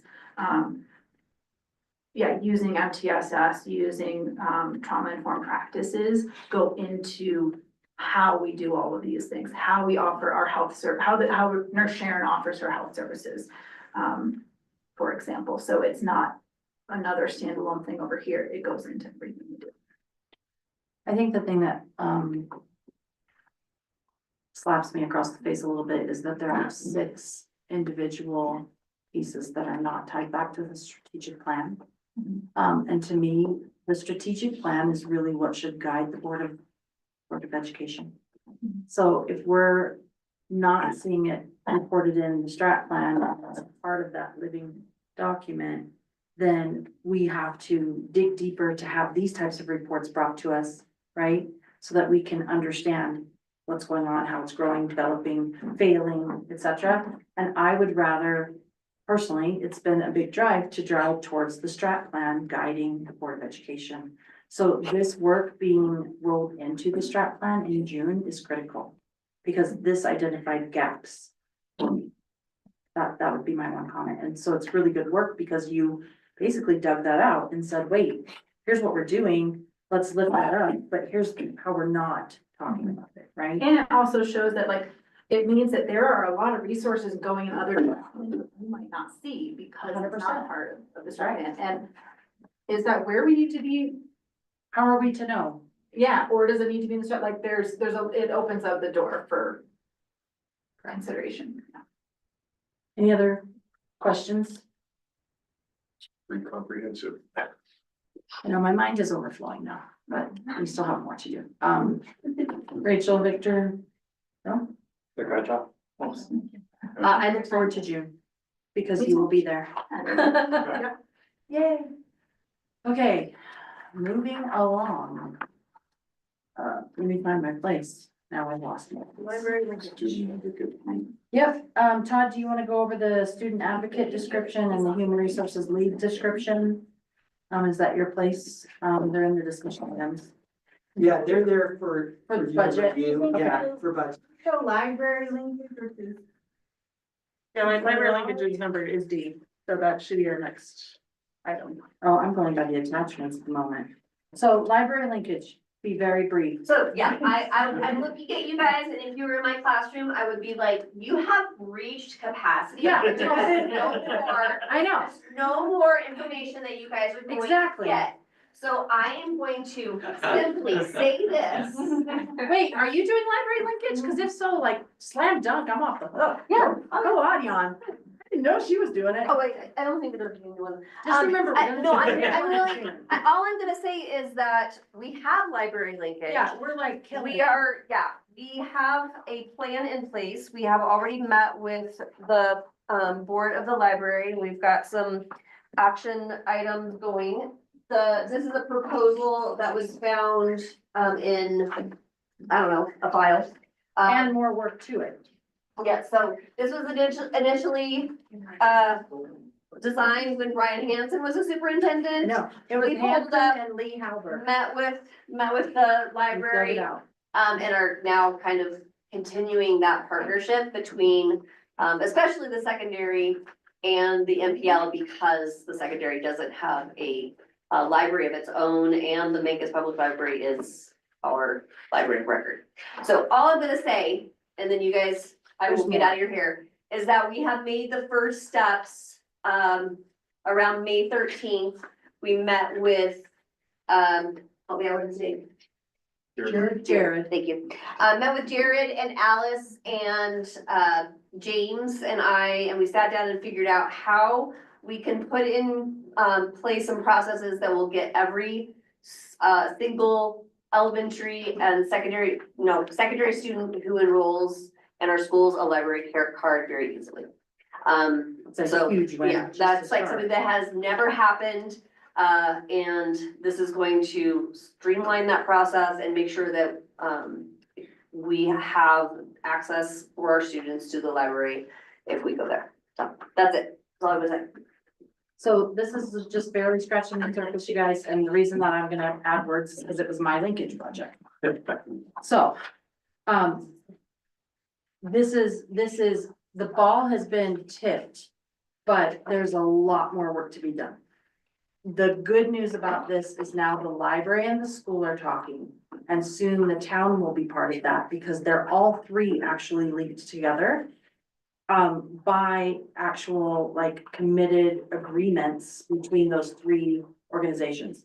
So, the work is starting. The fact that we can get all kids a library card is like step one of probably 50.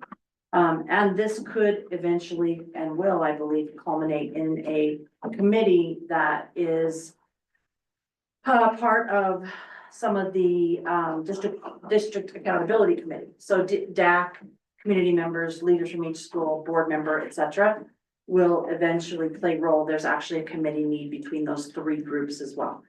So it's actually, we dug it out, we found it, and then the conversation on both sides was very positive in my perception. It was kind of an aha, where has this been all of our days by both groups that were at the table. And it was exciting for me to see Audion and Sarah Carr was present. Katie Volpe is helping with this. She's got quite a bit of experience on the publishing side. So there's a lot of upside here. This is gonna do a lot of wonderful things. And it will definitely funnel into 4D level reading and instruction. Yep, it'll go right back to the Strat one, which is lovely. Okay, and so board linkage, which is, Thank you. thanks, Nadia. Board linkage, which is E, was really just me reminding all of us that haven't reported on our linkage piece, that we do need to have a report on linkage if you have not. And I know that there's a couple more that are out there that we'll need to put on June's agenda, just even if it's here's where we're at. June. Put the city down, we'll be done. Okay, so June, so that's the bottom. Budget Any more discussion past what we've already discussed? Got lots of budget tonight. Well, for a month. Principal hire process, Mr. Corder, that is you. Sure, so the interview team was developed on May 7th. It includes, it's heavily weighted to elementary staff, then elementary parents. Tira and James are also on it, and then the decision will be made by myself and the incoming superintendent. So far, we have 3 really strong candidates. And what's that- the timeline? Thanks. Thank That interview will likely happen on May 29th. And Because it's open for all that, right? it's still open till the 26th, but we do have 3 strong candidates already scheduled for the 29th. Are any of those internal? Yes, 2. Cool. Okay, last thing on the list is first review of policy, which there's a lot. We did go over some of those in work session. I would keep talking about these committees and I'm gonna bring them up because they're listed in BCO 5. And so just to evidence it to you all, it will impact the org chart. And this is essentially taking the district accountability committee and bringing it into some finite focus and rolling in people from the district, not just Mr. Cordray, but just like he brings us the certain individuals through the strat plan, it's in an effort to kind of bring that same thing to DAC. So, because I love acronyms so much, I assigned them all acronyms because I gotta follow suit. So there's a financial accountability committee, which is getting called the FAC. Again, it lives under the DAC. So here DAC lives over here. There'll be basically some committees where they will do the heavier lifting, and that way the whole DAC doesn't do the heavy lifting. And it brings people to the table who want to have that particular role, including in applicable cases, a board member. So financial accountability committee, we can dive into this deeper, but essentially is no less than Chrissy is the business manager, primary K through 5 employee, a secondary 6 through 12 employee, 1 DAC member who's volunteering in a community capacity, and the treasurer of the board should be the person to sit on that committee. Then there is an administrative oversight and human resources accountability committee. I'm calling it AOC. Kind of the same framework, all right? So this is administrative oversight, HR. This is where you bring your channel. This is the process. This is the committee. Third one is, I love this acronym, the Wellness Accountability Committee, the WAC, which you can all imagine what that will be called soon, which sadly kind of makes me giggle, but we'll all remember it. So the Wellness Committee is Molly, who just presented to us, district employees, DAC member, and the board secretary, which made a lot of sense to us because the secretary is really oftentimes, well, number one, right now, you're serving with Make Us United, but oftentimes is reporting and gathering all of that information.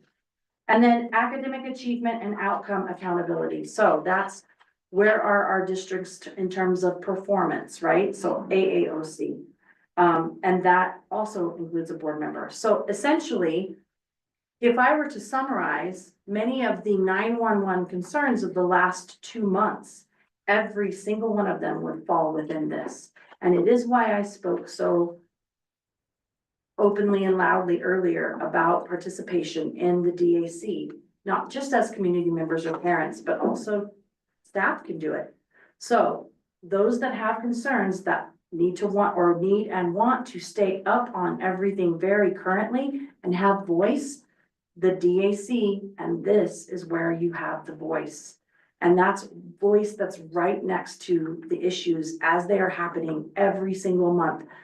Oftentimes, to be aware of what is happening, it is not an awareness that comes at the 11th hour. It's an awareness that comes by following along month to month to month. Some of these things we talk about are talking about that have been developed over years worth of time, including the strategic plan, the wellness initiatives, the curriculum conversations we've had. Everything we've talked about tonight takes time to get to. So this is wrapped into policy, which is board work policy. establishing those procedures. Anybody have any questions or want to go through any of this publicly tonight? I also talked about KF and KFR earlier and removal of, BBA per CASB recommendation. And hopefully everyone's clear on May 30th, which gives us 2 weeks. I actually think we should push this out a little bit farther and get the new superintendent involved. Actually, I've already had that conversation with Mr. Cook, Dr. Center, the new superintendent and our existing superintendent. And we are purposefully doing this because the intent is that this is the training that is board training in July, not June. It's July board training, July 9th. That is why it is on the agenda now. So why do we have to have it done by May 30th then, Oh, I just need your feedback by May 30th. for July? No, For June. for June 9th. For June. Tonight is first review. Correct, okay, June 9th is second adoption. right. So I need your feedback so I can collectively bring back to the table the feedback by majority so we can get the final work done in June, which will likely be work session work. Right, so what I'm asking is if we could possibly push this back until July, when we have everybody. We don't so have a that way board we meeting in can July. Discuss this at a work session, and then we'll do it in August. We don't have a board meeting in July. Okay, then we can do it in August. Well, we can, I just think the discussion should be when we have all parties at the table. let's take an official, like non-official vote as to what everybody believes we should be doing.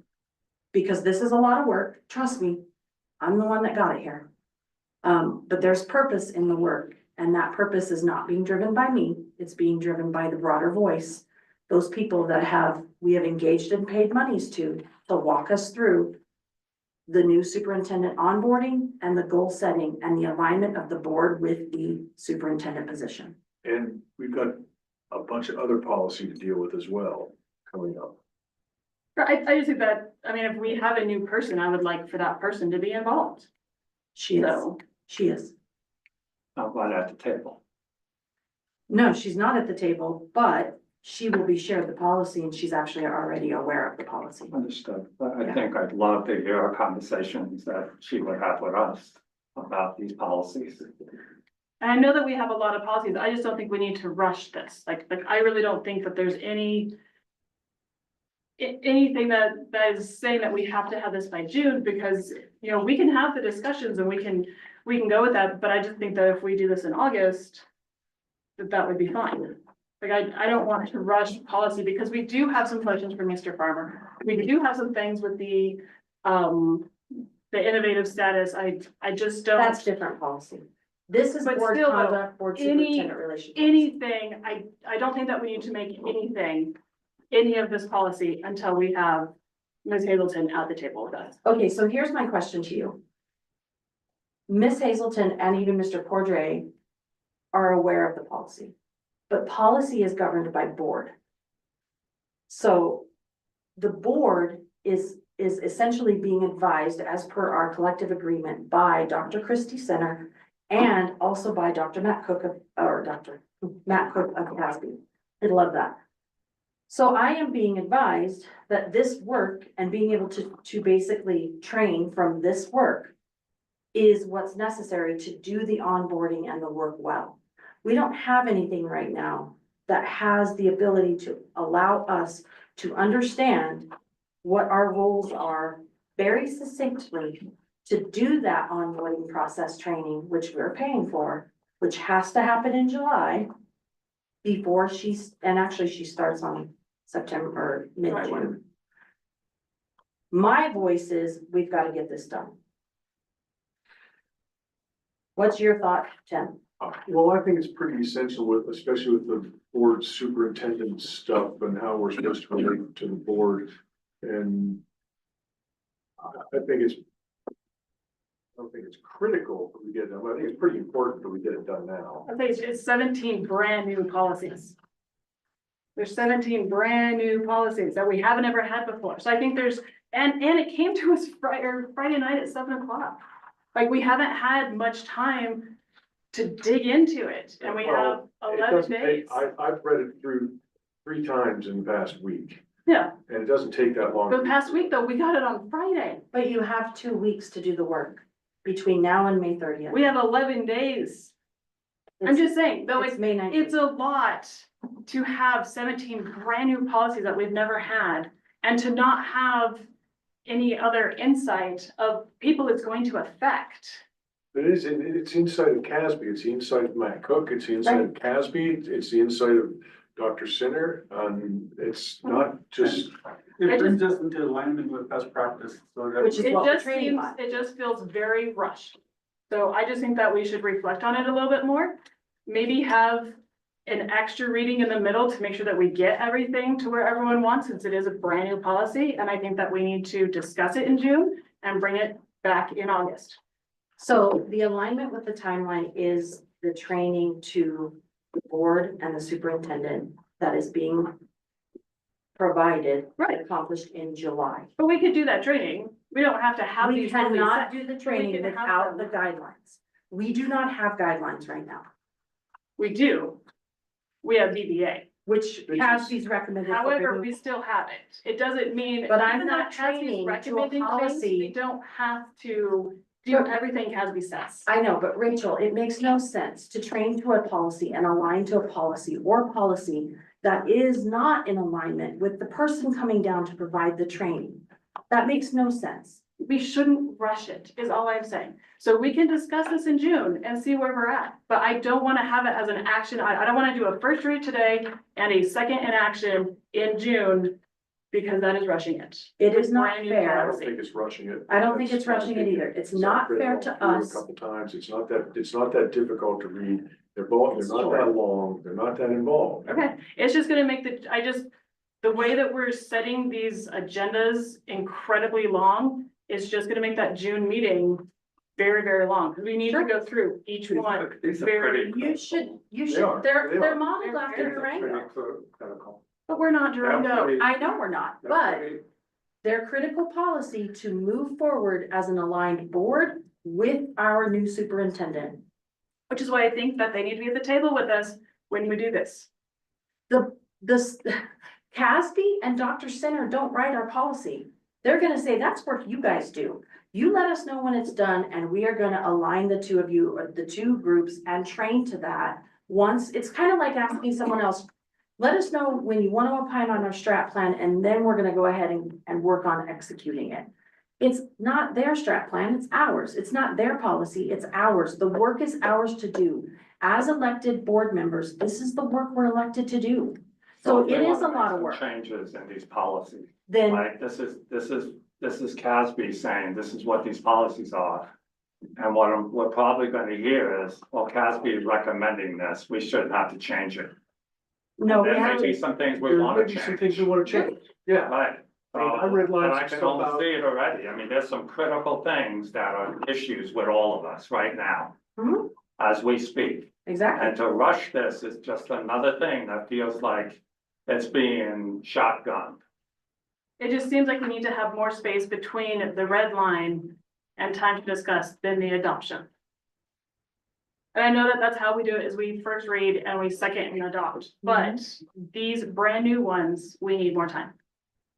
So you've got 3 voices that are asking to proceed with this so that we can proceed with the training that we've been Plus, advised Greg, and told. I didn't hear from you. No, I agree that we need to read through this, and I think that given the situation that we're in with, getting a new superintendent, and also now trying to, hire a principal, we gotta have this stuff in place before we can move ahead with that. We've already hired a new superintendent. When they show up, I think this has to be in place. I think we have to have our policies set so that when they come in, it's not a question. It's not something that they have to muddle through. It's something that we have already agreed as a board that this is the direction that we're headed in.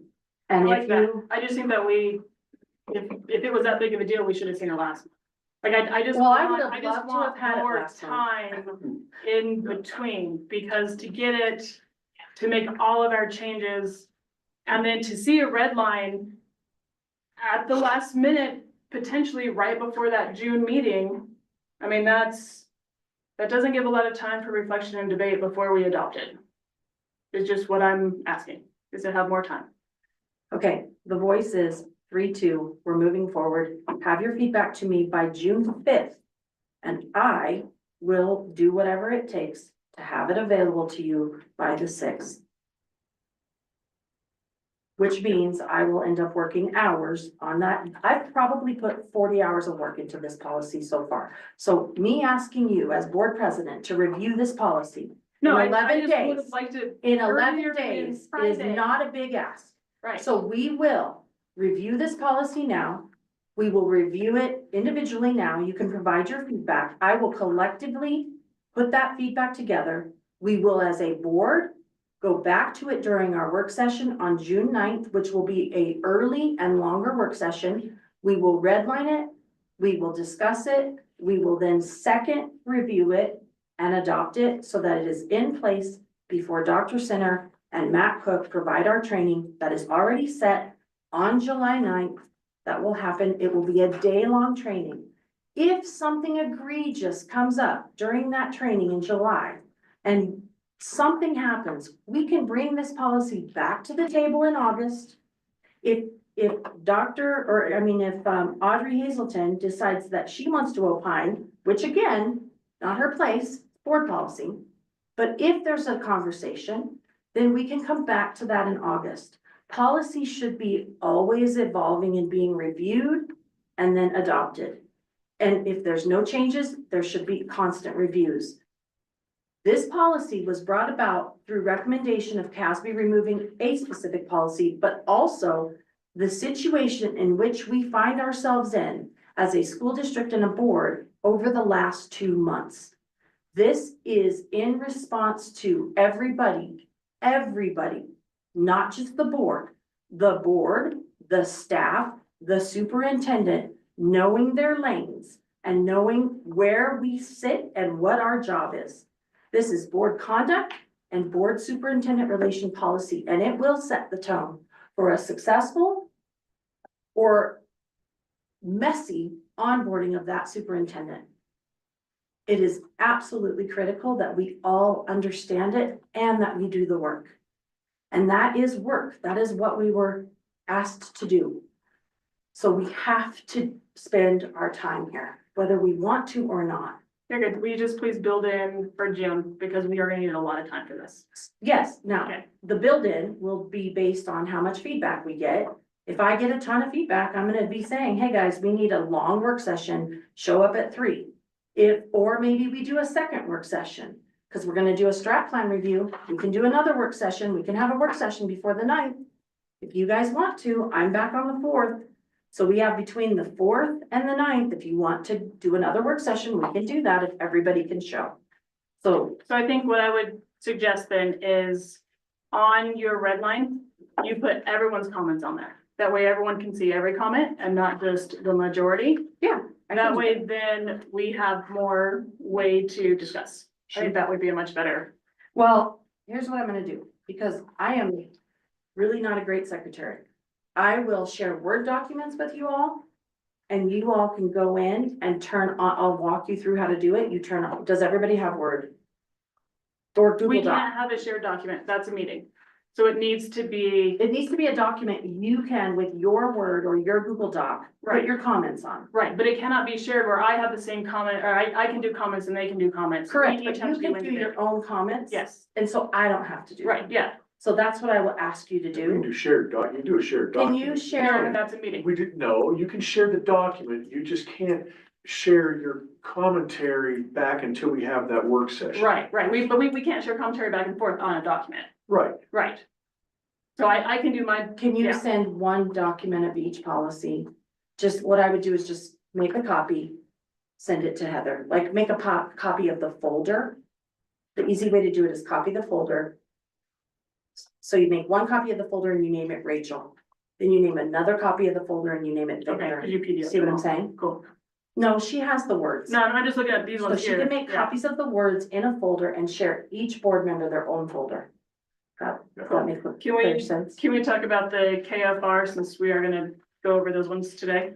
since that is up for approval? It's not, we're gonna push it off because there was, Okay. we missed 2 meetings in between. Okay, So it was not fair to, hey, here it is, approve it, so we have time.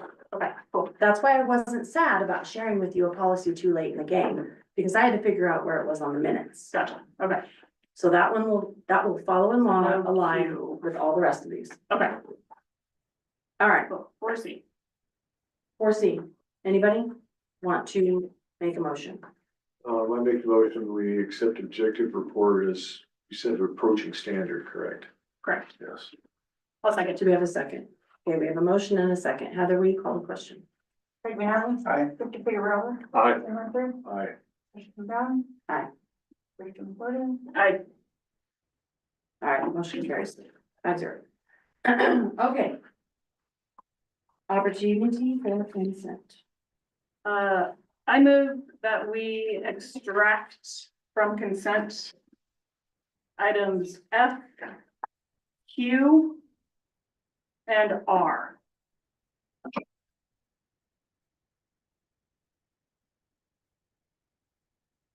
Second. There's a motion and a second. We can discuss what you guys want. So you're just wanting to remove, actually, I'm gonna ask you to amend your motion. Okay, So are you motioning that we approve all other action items on the consent with the removal only of F, Q, and R? yes, Okay, can you restate your motion, As please? separate action items. gotcha. I move that we do a consent motion for everything except for F, Q, and R. We'll do those on an individual basis, each one. Okay, do we have a second? Victor, I'm sorry, second. yeah. Okay, we have a Second motion the other one, so- and a second. Heather, will you please call the question? Craig Manley. Aye. Victor Figueroa. Aye. Sam Hunter. Aye. Emma Hutchinson. Aye. Aye. Okay, so everything on the consent, or on the action items A through R, with the exception of F, Q, and R have been approved. I would add that Q, we clarified we're purposefully removing, and we will add to the next agenda as a second an adoption, because I wanted to put more time for the board to review. So that just goes away. We don't need to worry about anything with R. We push it forward. Q with Q. Or I'm sorry, Q. So let's go to F, and then hopefully someone has R to read. You have R to read? There's a link. Okay. Well, I'm not good at the reading of those, and I can't read them, so someone else. Tim's a pro with those. I know, that's why I'm asking. I'm giving him time to prep. I've got the proclamation. So F, what's the discussion around F? I make a motion that we approve action item F. Do we have a second on the recommendation to non-renew staff for the 25-26 school year?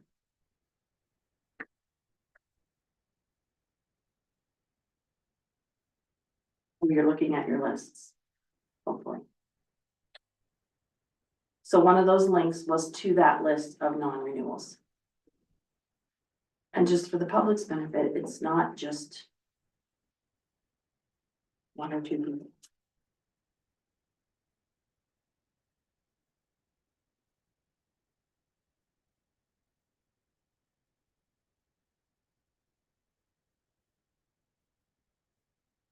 Motion then? What's that? I've never been in this. No.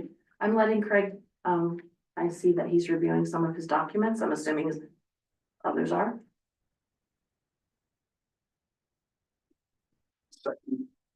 I have a motion and I have a second. Is there discussion? I'm sure there is. Yes, please. What's the discussion? So Rachel, why don't you start? Okay, so I want to go to policy GCOR and kind of look at a couple things on this one.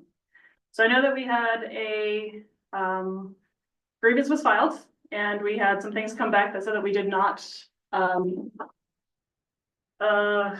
break policy, but I want to look at a couple things for this. So if you guys all want to open that policy, you can. If not, I'll look at it. But under documentation, the evaluator will prepare a written evaluation report at the conclusion of the evaluation process, which will include the following. Number one, an improvement plan. which is specific to the improvements, if any, are needed in the licensed staff members' performance, which clearly sets forth recommendations for improvements. Licensed staff person. I know, however, it'll also say specific information about strengths and weaknesses, documentation identifying when a direct observation was made, and the identification of data sources.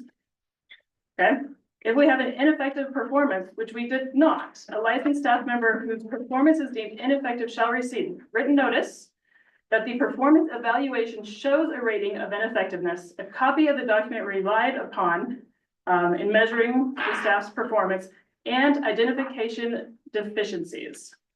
So above that, under the frequency and duration, probationary teachers shall receive at least 2 document observations and 1 evaluation, which is what we heard about. And they deemed that that had happened. However, the principal shall receive, well, not the principals. The evaluation has to be done, shall receive the written evaluation report at least 2 weeks before the last day of school year. Of our non-renewals, these evaluations were not done to those 2 weeks. They were done after the close of year, the last several years. So not just this administration, but the administration before. This did not give time for the administration to speak with those teachers about what was in that evaluation, what the evaluation was, or what any type of growth plan or goals were. So I understand that as a probationary teacher, they can be let go for anything, but we did not follow what we have set in here. But under that policy, it was rescinded under our innovative status. But this policy was put in April 18th of 22, which means that it now is the standing policy that we have, and it negates our innovative status. This is the one that I want to talk to Mr. Farmer about. I don't know. Yes, because this is now, Status, because that's the innovative but status. this is what we have to go by, because this is our most recent document. And the board did this on April 18th of 22. So, So I know that we have an innovative status, but because this is our most recent document, it was not followed correctly. so what that means is we have policy work to do. What that does not mean is that it absolves the leadership of the district of Todd doing his job, which is, I will ask you to address this concern because we can't address it. I read the grievance reports. The grievance reports, which were done by an outside third party, absolved the district and said that, now I'm not gonna say that the grievance reports said they did everything perfectly, but the grievance reports pointed in the direction that Mr. Cordray then recommended to us.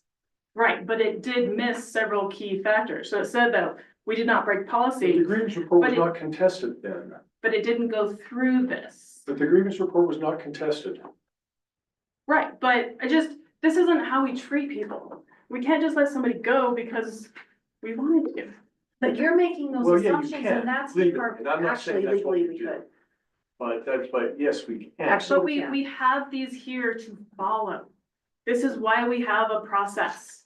And the Okay. process wasn't followed. But Rachel, you're also, you pointed it out yourself. You're pointing to a policy that at one time was removed and is still sitting there that we need as a board to go back and hold But this ourselves is the accountable. policy that we are under right now. This is what our admin is under. They did not follow this policy. This policy has been on the books for 3 years. It right? does not mean, it does not mean that that is not our fault for leaving that policy in place. Or that does not mean we're no longer an innovative district, because if so, there's some of those contracts in there I should probably rip up, because we can't hire those people. I'm saying we did not You cannot follow hold this us accountable to system. one side and not the other. But if we didn't follow this system, how can we let teachers go It's if not we our- failed them in this system? The We have system, failed them. the system is set with the grievance process. With human resources, that is a job that we're not tasked with as a board. We have one employee. That process, the human resources process, all of that if there's anything that we need to know as a board, it comes through the superintendent. Our one employee. So what we received from the superintendent is what we've all seen. For us to go dig deeper into something that's outside of our duties, outside of our purview, we should not be doing that as just from the fact that we're not human resources for the district. And it's not our place. We're not trained for It that. is our place to take care of our people. It is not our place to do the work that our superintendent is charged with, to conduct investigations, to interview employees, or to opine on how something was performed. That is Mr. Cordray's position, along with who he employs to do that. We were brought the grievance form. It is our place to look at the overview, the umbrella, not underneath it. That grievance was very clearly filed and upheld as that the district was okay in the decisions they made. Tim, not that I'm saying this is the right thing, but he brought up the point that these were probationary positions. They did not need a reason to do what they did anyway. I hear you about, is this the way we treat people? But at the end of the day, this particular person, I just signed their contract. They moved to another position and agreed to do so. Now, is that our place to say, well, that's just great? No, it's their place to negotiate that, not our business. Right, but if the policy has not been followed, how do we know that it's going to be followed in the So future? here's our process. We can now say, Mr. Cordray, that policy wasn't followed. We're gonna note that on your evaluation. You're gonna be dinged for it because you didn't uphold that policy. In the meantime, I will bring to light at the next agenda that we have policy work to do. And we will have to look at the policies that apply to innovative status and remove them or amend them. So we can hold him accountable. That's what we can do. But what we can't do is the work that he's supposed to do. You're going off a policy that doesn't apply to I us, just don't agree. but it's there. So And the that's a mistake. unfortunate thing is that We I don't, really feel like you're right, you're really right in this and so because do you. I don't feel like, I'm only going by facts.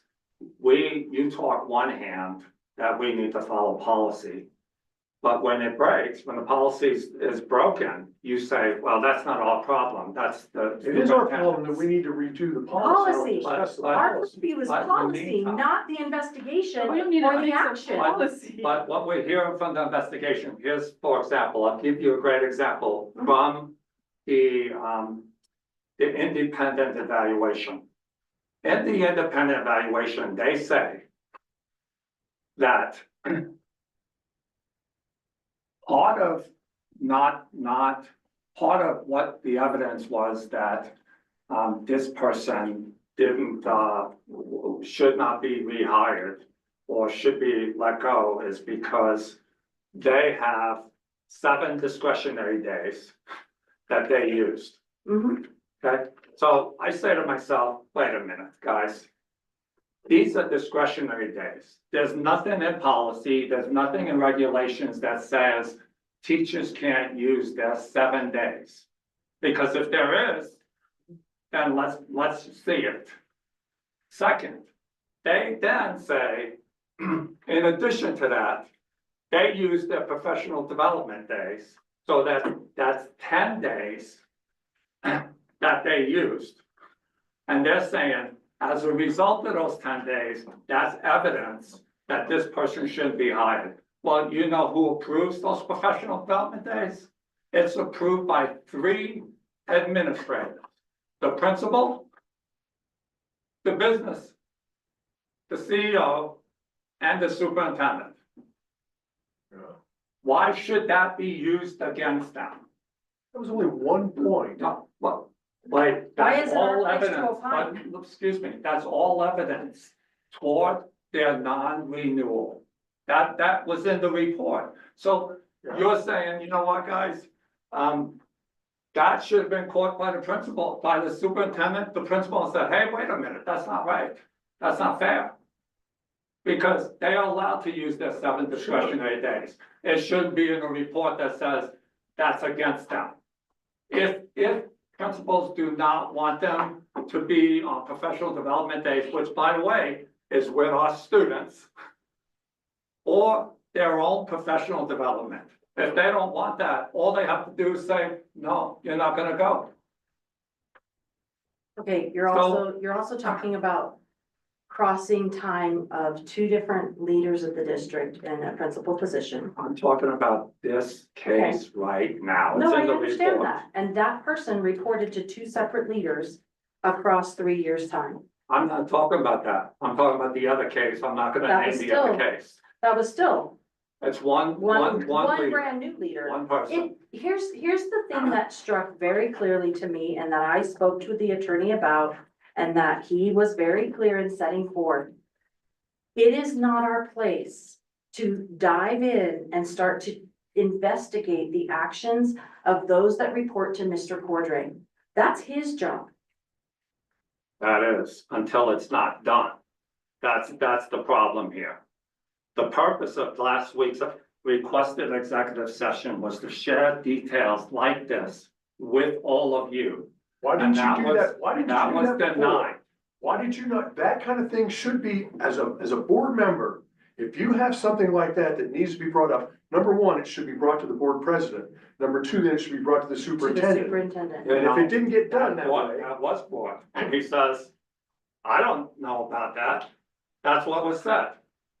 And I said, and why didn't you you talk, should know about why that. didn't you talk to me about it? Why didn't you talk to Craig about it? I Because talked we to this shouldn't have whole board, individual this whole board I'm meetings. It should be a talking to. board No, meeting. we are I'm talking allowed to to you have right now. conversations. Well, right now you are. Now, let me just finish my comments. The purpose of this last week's requested executive session was to share details like this. We were shut down.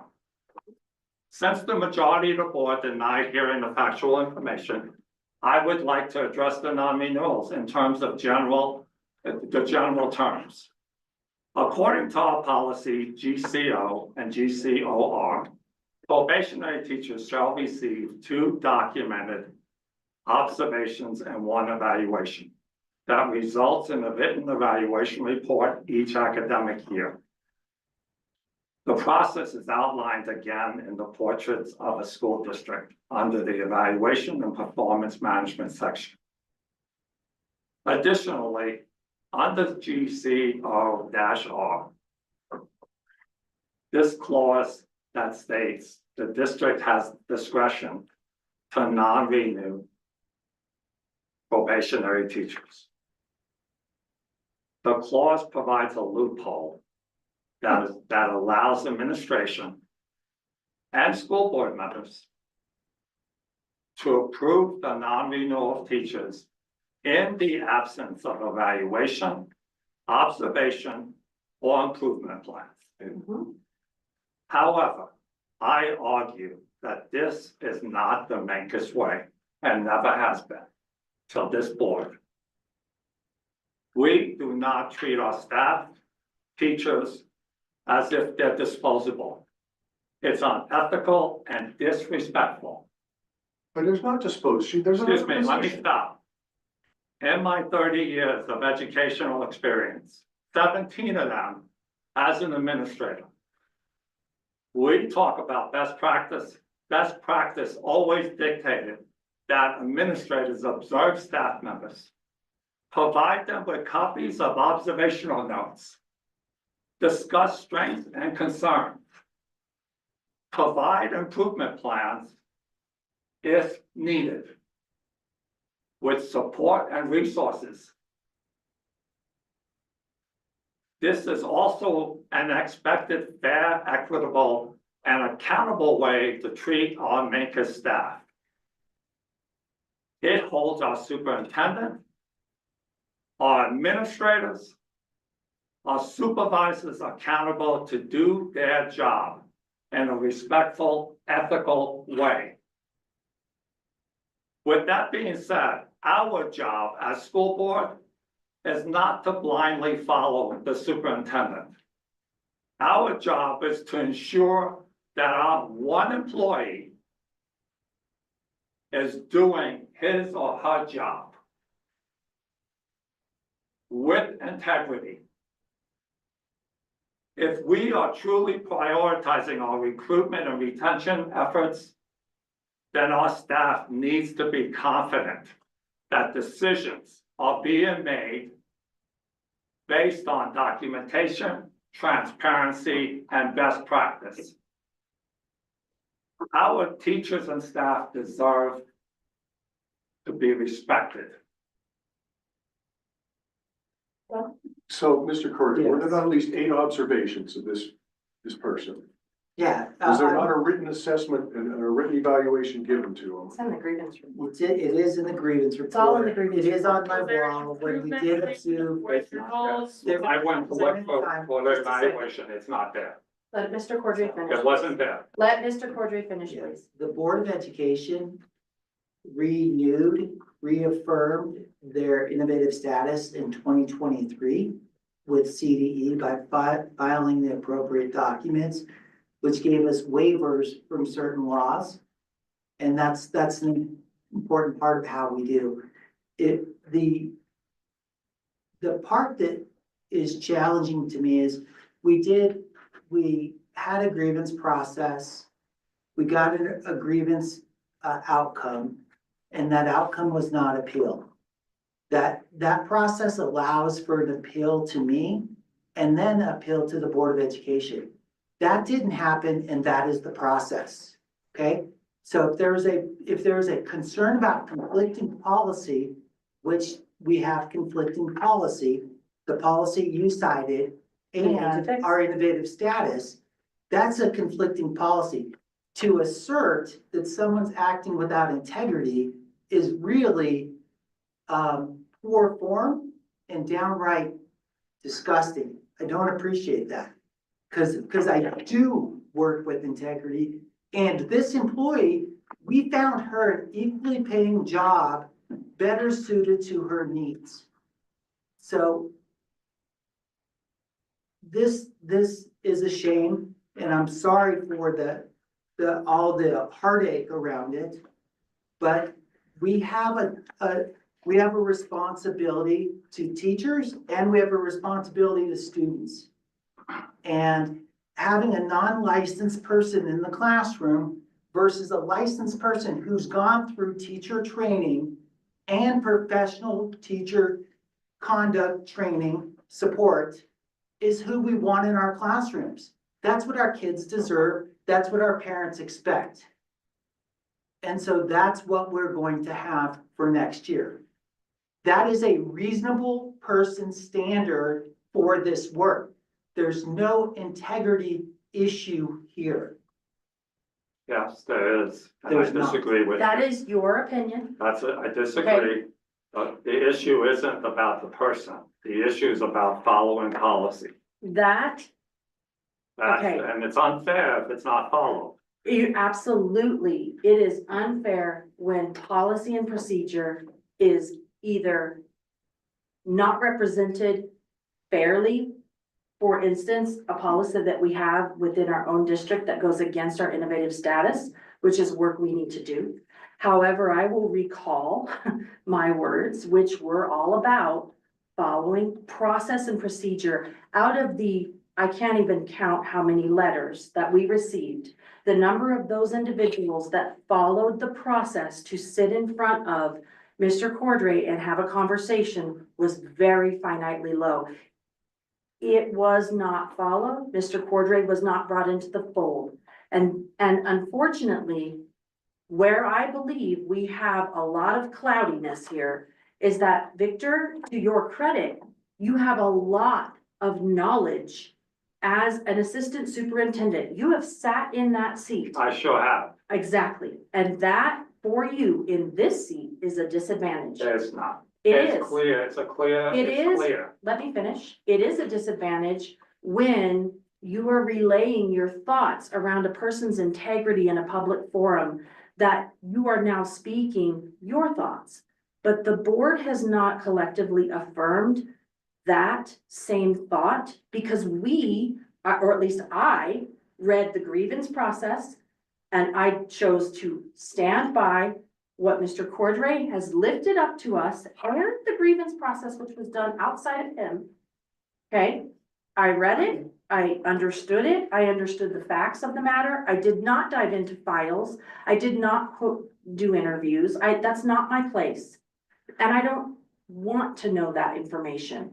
I want to affirm and stand beside those individuals, not just Mr. Cordray, but Mr. Cordray and his leadership team who have upheld what was needed per their judgment, not ours. We don't hire and fire people, only him. He's our one employee. That is our place. And we have in the past, other boards, I've followed along for years. They've had these same issues. They've had these same conversations around placement of people and renewal or non-renewal of contracts. It happens. And it's a tough decision. It's hard to cut money. It's hard to cut positions. At the end of the day, it comes down to a vote and we either affirm or deny. That's our place. But So I'm not gonna what- debate What I you will further, say, so. yeah, what I will say is Questions that in. we asked last week to go into executive Correct. session and show evidence that this did not happen. But you But- didn't follow the process on that, Victor. You should have brought that to the board president, you should have brought it to the superintendent, you should have brought it to the board members. Brought it to us.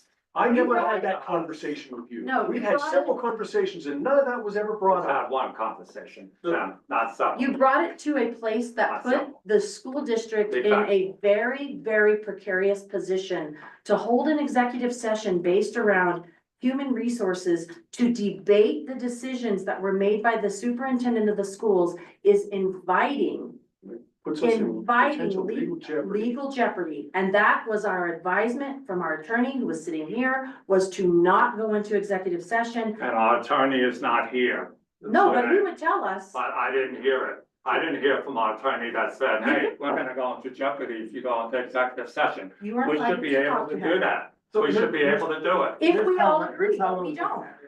Here's how But I that's saw the it. point. The point is if you really wanted to know the facts, you really wanted to hear what was really going on, it would have had to be an executive session because of personnel issues. Correct, but That's it. I Okay. trust our superintendent. So here's how I came to my decision, was that whenever you're dealing with human resources, you're dealing with employment law. And for those processes to happen, it has to be the correct channels that has to be followed. When we create policy, when we pull all that together, it's in the best faith that we have that it's been drafted in that sense, but it's not always in alignment with employment law. That's something that we probably should look at in our policies and make sure that that happens, but we cannot throw employment law aside and the proper HR guidelines, because many of the things that they're probably recommending are things that we aren't in alignment with our policies. That's why we have this system set up where it goes through the superintendent, why we have people that are trained in HR to handle these things for us. That's why we went through this process. To do anything other than that, it invites the favoritism. I disagree. You could disagree. I'll say only one more thing about the policies that you guys brought up. Those are written for teachers. The definition of a teacher is person who holds a professional teacher license issued pursuant to the provisions of Article 60.5 of this title, which is Section 22-9103 of the law. Those policies and what they're saying for what you're talking about or reviews are for a teacher. A probationary teacher that is not a licensed teacher does not qualify for any of that. But there I was agree, one that but was. it's the right thing for makers is I'm not gonna argue that point. but that's really what you're saying. They No, don't it's qualify, not. so why should we do it? No, it's not what we're saying. It's not our place to opine on individuals, on employment decisions, on practice, if it's outside of the scope of what has been given to the board by an outside third party that affirms every action and decision made under that man's direction, who has led our district with the utmost integrity over the last 4 years, that has pushed us further and farther than we have come in 5 years' time. It is a direct undermining of our one employee to have this discussion in public and to bring these things up. Because you should have been meeting with him. I did, Well, how, I did. you should be meeting with him regularly to work through it. And if you didn't, you should have called me, or you should have called Tim, or you should have called him, or you should have called her I called this whole board to at executive session. executive session. That's right. Which none of us are saying we're willing to do. And for me, by the advisement of the school's attorney, it's not a wise thing to do. It's not our place. You may feel differently. It is not our place to, and I choose not to expose a district that is already short on funds to the nth degree, to expose us to the liability of a lawsuit for unreasonable or unlawful termination is ridiculous. We're not doing it. I'm not doing it. And you all can vote as to whether you are or not. But this issue dies if this is voted tonight to affirm the decision. Because these people are coming back. This person is coming back. And she will be so well suited and so appreciated. Katie McClure noted this evening, the students' voices. Those students' voices were because of her caring for those students, and that's what that position is for. She'll be better there because she gets to work with those students and she gets to promote that voice. It's not our place to decide where teachers or staff belong or don't belong. It's not our place. It's our place to work with that one employee, our superintendent. That's it. And that is why this policy is so absolutely necessary, because it is board conduct and board superintendent relation policy. And that also spills over to the rest of the district. And it is imperative that we know our lane. And that is what I will say to that. It's really very clear. We're not here to run the district. We're here to look at the performance of the district, the policies that guide it, the strat plan objectives, and how we're doing on those objectives. That's our place. Nothing more. And to affirm the budget, not do the budget, to say, you know what? We trust that the numbers you're giving us make sense. Stamp of approval till the next time we review. We can't do the work. We have to supervise it. That's it. It's statute. I don't want to put us at risk. I'm not willing. And I feel pretty confidently that Mr. Cordray and his leadership team have done quality, amazing work with the utmost integrity for the last 4 years under his guidance.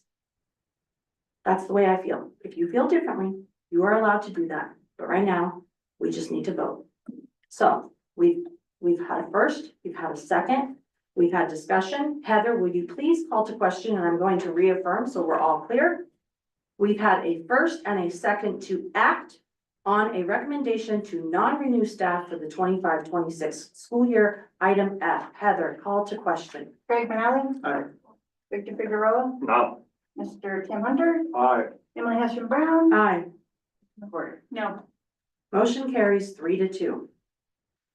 Okay, Mr. Hunter, would you please lead us into our action item R, which is the adoption of a resolution. Sadly, this will overshadow this resolution. And so I will clearly say that I do not want this to overshadow this resolution, because this particular staff member came back to us, taught after many years, could have done many other things, but because she was coming back to her hometown, she chose to come to work here in this district and teach. And she's done an incredible job, and we are going to miss her dearly. So with that, will you please read the resolution? Mancos School District Proclamation of Appreciation. Whereas Mancos schools are the key to a thriving community, creating, strengthening, and maintaining the bridge between school and community. Whereas the Mancos students have a right to high quality education. Mancos staff works diligently to create and manage school and home partnerships. And whereas Mancos teachers are on the front line of our battle against ignorance, insecurity, and unrealized due outcomes. Whereas there is no more noble and honorable profession than being a school teacher. And whereas a career as a Mancos school teacher is the highest level of service one can provide our community. Now therefore, the Mancos School Board of Education does hereby proclaim Wednesday, May 21st, 2025 as Stephanie Slough Appreciation Day. Do we have a second? Second. We have a first and a second. Is there any further discussion? I will just make the comment that she taught my son how to study, which was a really big deal. And I'm sad to lose her. Todd, is it true that she may come back and sub for us or help occasionally? Yeah, I think so. I think so. Heather, call the question. Dave Nally. Aye. Rachel Figueroa. Aye. Tim Hunter. Aye. Emily Hutchinson Brown. Aye. Rachel McWhorter. Aye. All right, motion carries 5-0. Future agenda items, we have the June 6th strategic plan review session. It is an all-day session. I will remind the board that the strategic plan is probably, along with the budget and the policy, the top work we do. It is everything funneled into the outcomes of the district. It is also clearly been brought to our attention tonight by Molly that there are still pieces that we should be understanding of that haven't quite yet made it there. It's an ongoing, evolving document that has come a long way. Mr. Ed Wertner started to revive that work years ago, and it has been brought forth over the last 5-6 years.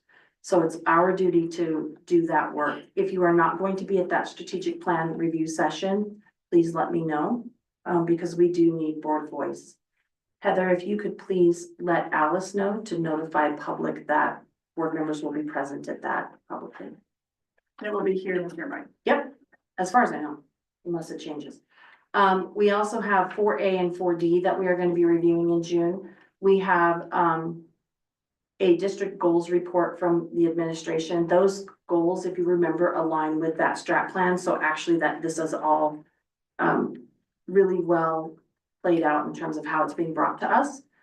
The strategic plan update is going to be due by August. Some of this work will walk in step with the training, some of it with what the board does. I have a feeling it will realign some of the narrative around the strategic plan, and that's a good thing. I will also have for your review, the superintendent contract during the work session, as well as we will affirm that during the June 9th meeting. And the superintendent onboarding process and plans. Mr. Cordray, will you be presenting us kind of just an outline of succession planning in June when you're a bit more comfortable and you've had more time? Because they're just starting to scratch the surface of the work to be done, and there's a lot. So you'll inform the board. Yeah. Okay, I will furthermore state that we have a July 9th training. As a board, it is not a board meeting, it's actually a retreat/training.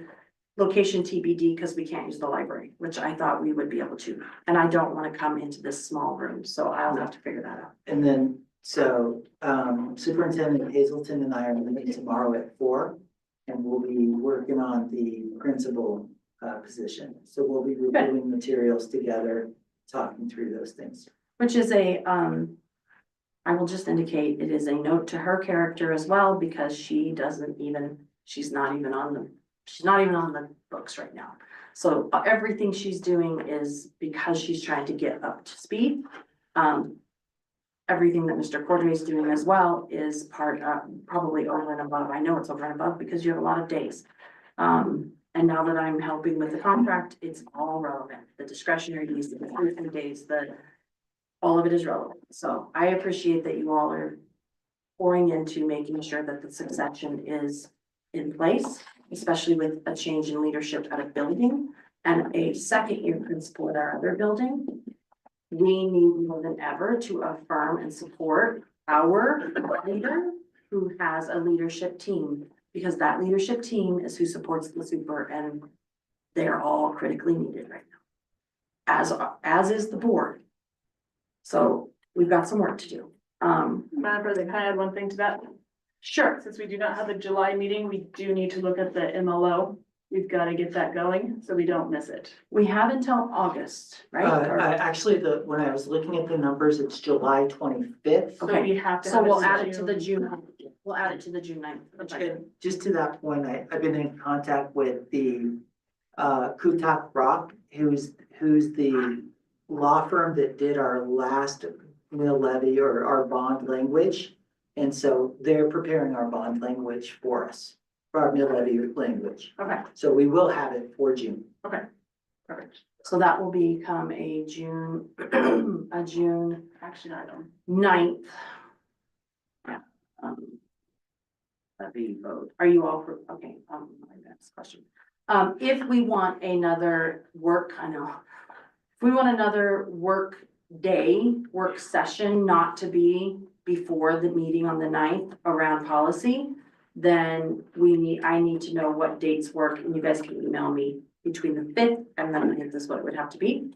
If there is a lot of comments, we may bring in Mr. Cook to help us through the policy. Because I'm not willing to sit around and go in circles for 7 or 8 hours over something that needs to be in place for us to be able to move forward. So I will work with, if I have your help, we will work to try to bring the board some clarity and some help with that, so that there's an outside third party. All right, June 5th and 9th, between the 5th and the 9th, we have our strat plan review. on the 6th, I know. So it can't be the 6th, because we're already here all day. But you can look at your calendar and just email a couple of dates. If it works, great. If not, we'll just come in early. I have 2 items I would like to add to the future agenda items. Mhm. We all received elementary survey some weeks back. Mhm. I'd like that to go on to the agenda, a future agenda item for discussion. I'm gonna ask the board's opinion, and then I will opine, as to whether or not individually we would like that, because I cannot add it without approval of the entire board. The majority of approval is in place for something like that, because that was not brought to us through the proper channels. Would you like to have the anonymous survey data reviewed publicly? I am leery of things like that.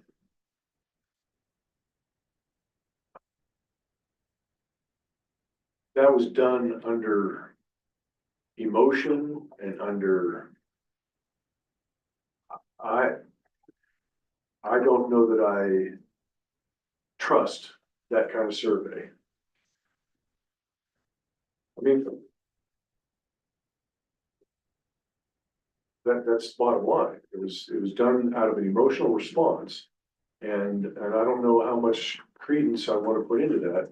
If we want to review a survey, there should be a survey done that has appropriate questions and is done. I mean, the responses can be anonymous, but the survey needs to be put out by.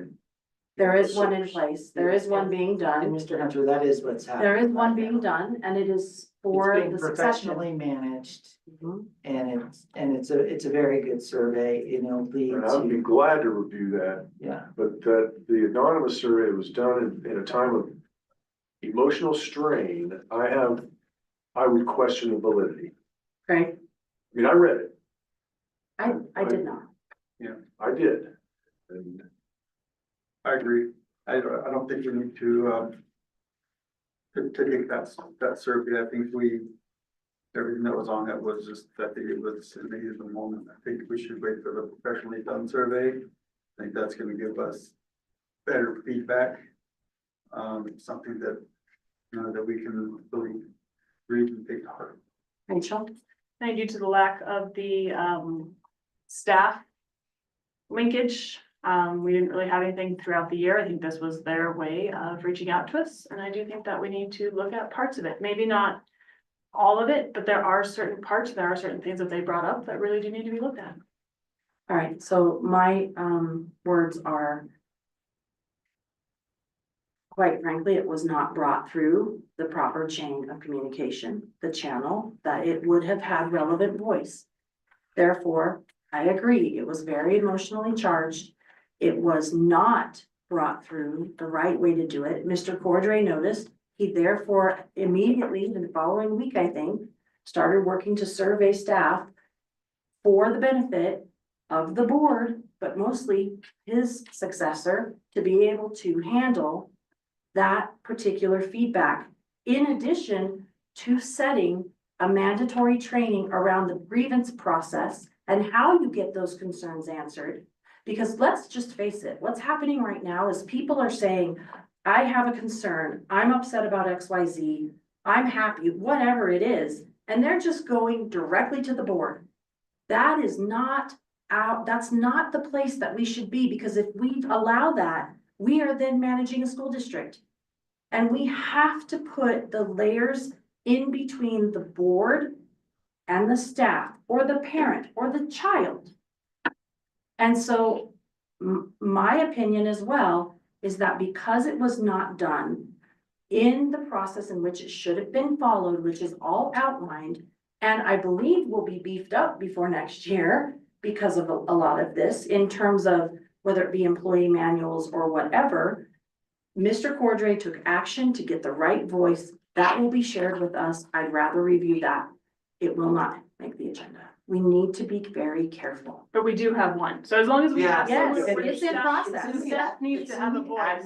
It's also It's in in the your- admin It's report, in your so, report. yeah, so let me know if it doesn't meet your needs, but I think it will. I think it's really well done. Cool. So that's been reported to us. That's in process. The, board has their own workaround grievance and process and policy, which is July 9th. Those things have been set in place. By the time we come back to work, or to real work, I should say, in terms of our work in August, hopefully all parties have a better understanding of what our lanes are and what the process is to be heard. Get something else. Yeah, you have one more thing.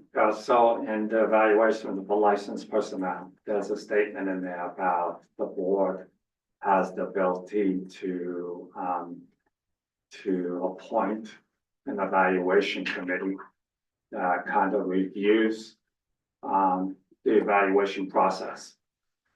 I don't have it in front of me. I can't find the language exactly. I just created it. Right, so. AAOC and policy. So I wanna have a discussion, put on the agenda about this board appointing a licensed staff or committee that can review the policy that we currently have in place and make recommendations to this board. So I would argue that that is exactly what we're trying to do here. So I would encourage you to look at this, because it's gotta fall under the administrative oversight or academic achievement and outcome. I will have to work through that so that it can be looked at under one of those committees. That's why I did this with the help of Todd and Matt and others. But, so I'm asking that it go onto the agenda for us to discuss more detail about a committee. So we can discuss it with this, 'cause Right, that's here. that's Yeah, fine. that's already on the agenda. Okay, Or great, thank you.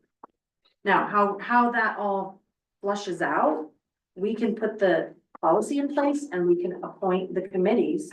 And we can say who we want on the committees, which, by the way, they're staff members from each building. But the execution of the DAC and the committees and all of that part and process is what we then empower our superintendent and our leadership teams to go out and do. Because this, and actually, It's the There's a- accountability committee. it's DAC, so there's actually a board member seat as well on these subcommittees of DAC. So say it again, that's why we need more people to climb in and participate, because it's there. The framework is there. Whether or not we can get this passed and then do it, that's the question. Because we can ask for it, but you gotta have people to do it. Okay? And not at the 11th hour, the whole year. And the following year, and like, we need people that will climb in and be a part of the process all the way through. That's important. It cannot be at the last, right? All right, do I have, I'm gonna ask my questions. Sorry, it's like ridiculously late. Okay. Did we learn anything new tonight? I think all of us can say we learned a lot. I'm gonna be brief. Anybody say they didn't learn anything tonight? Everybody's laughing. One lie. Were you surprised by or unprepared for anything during this meeting?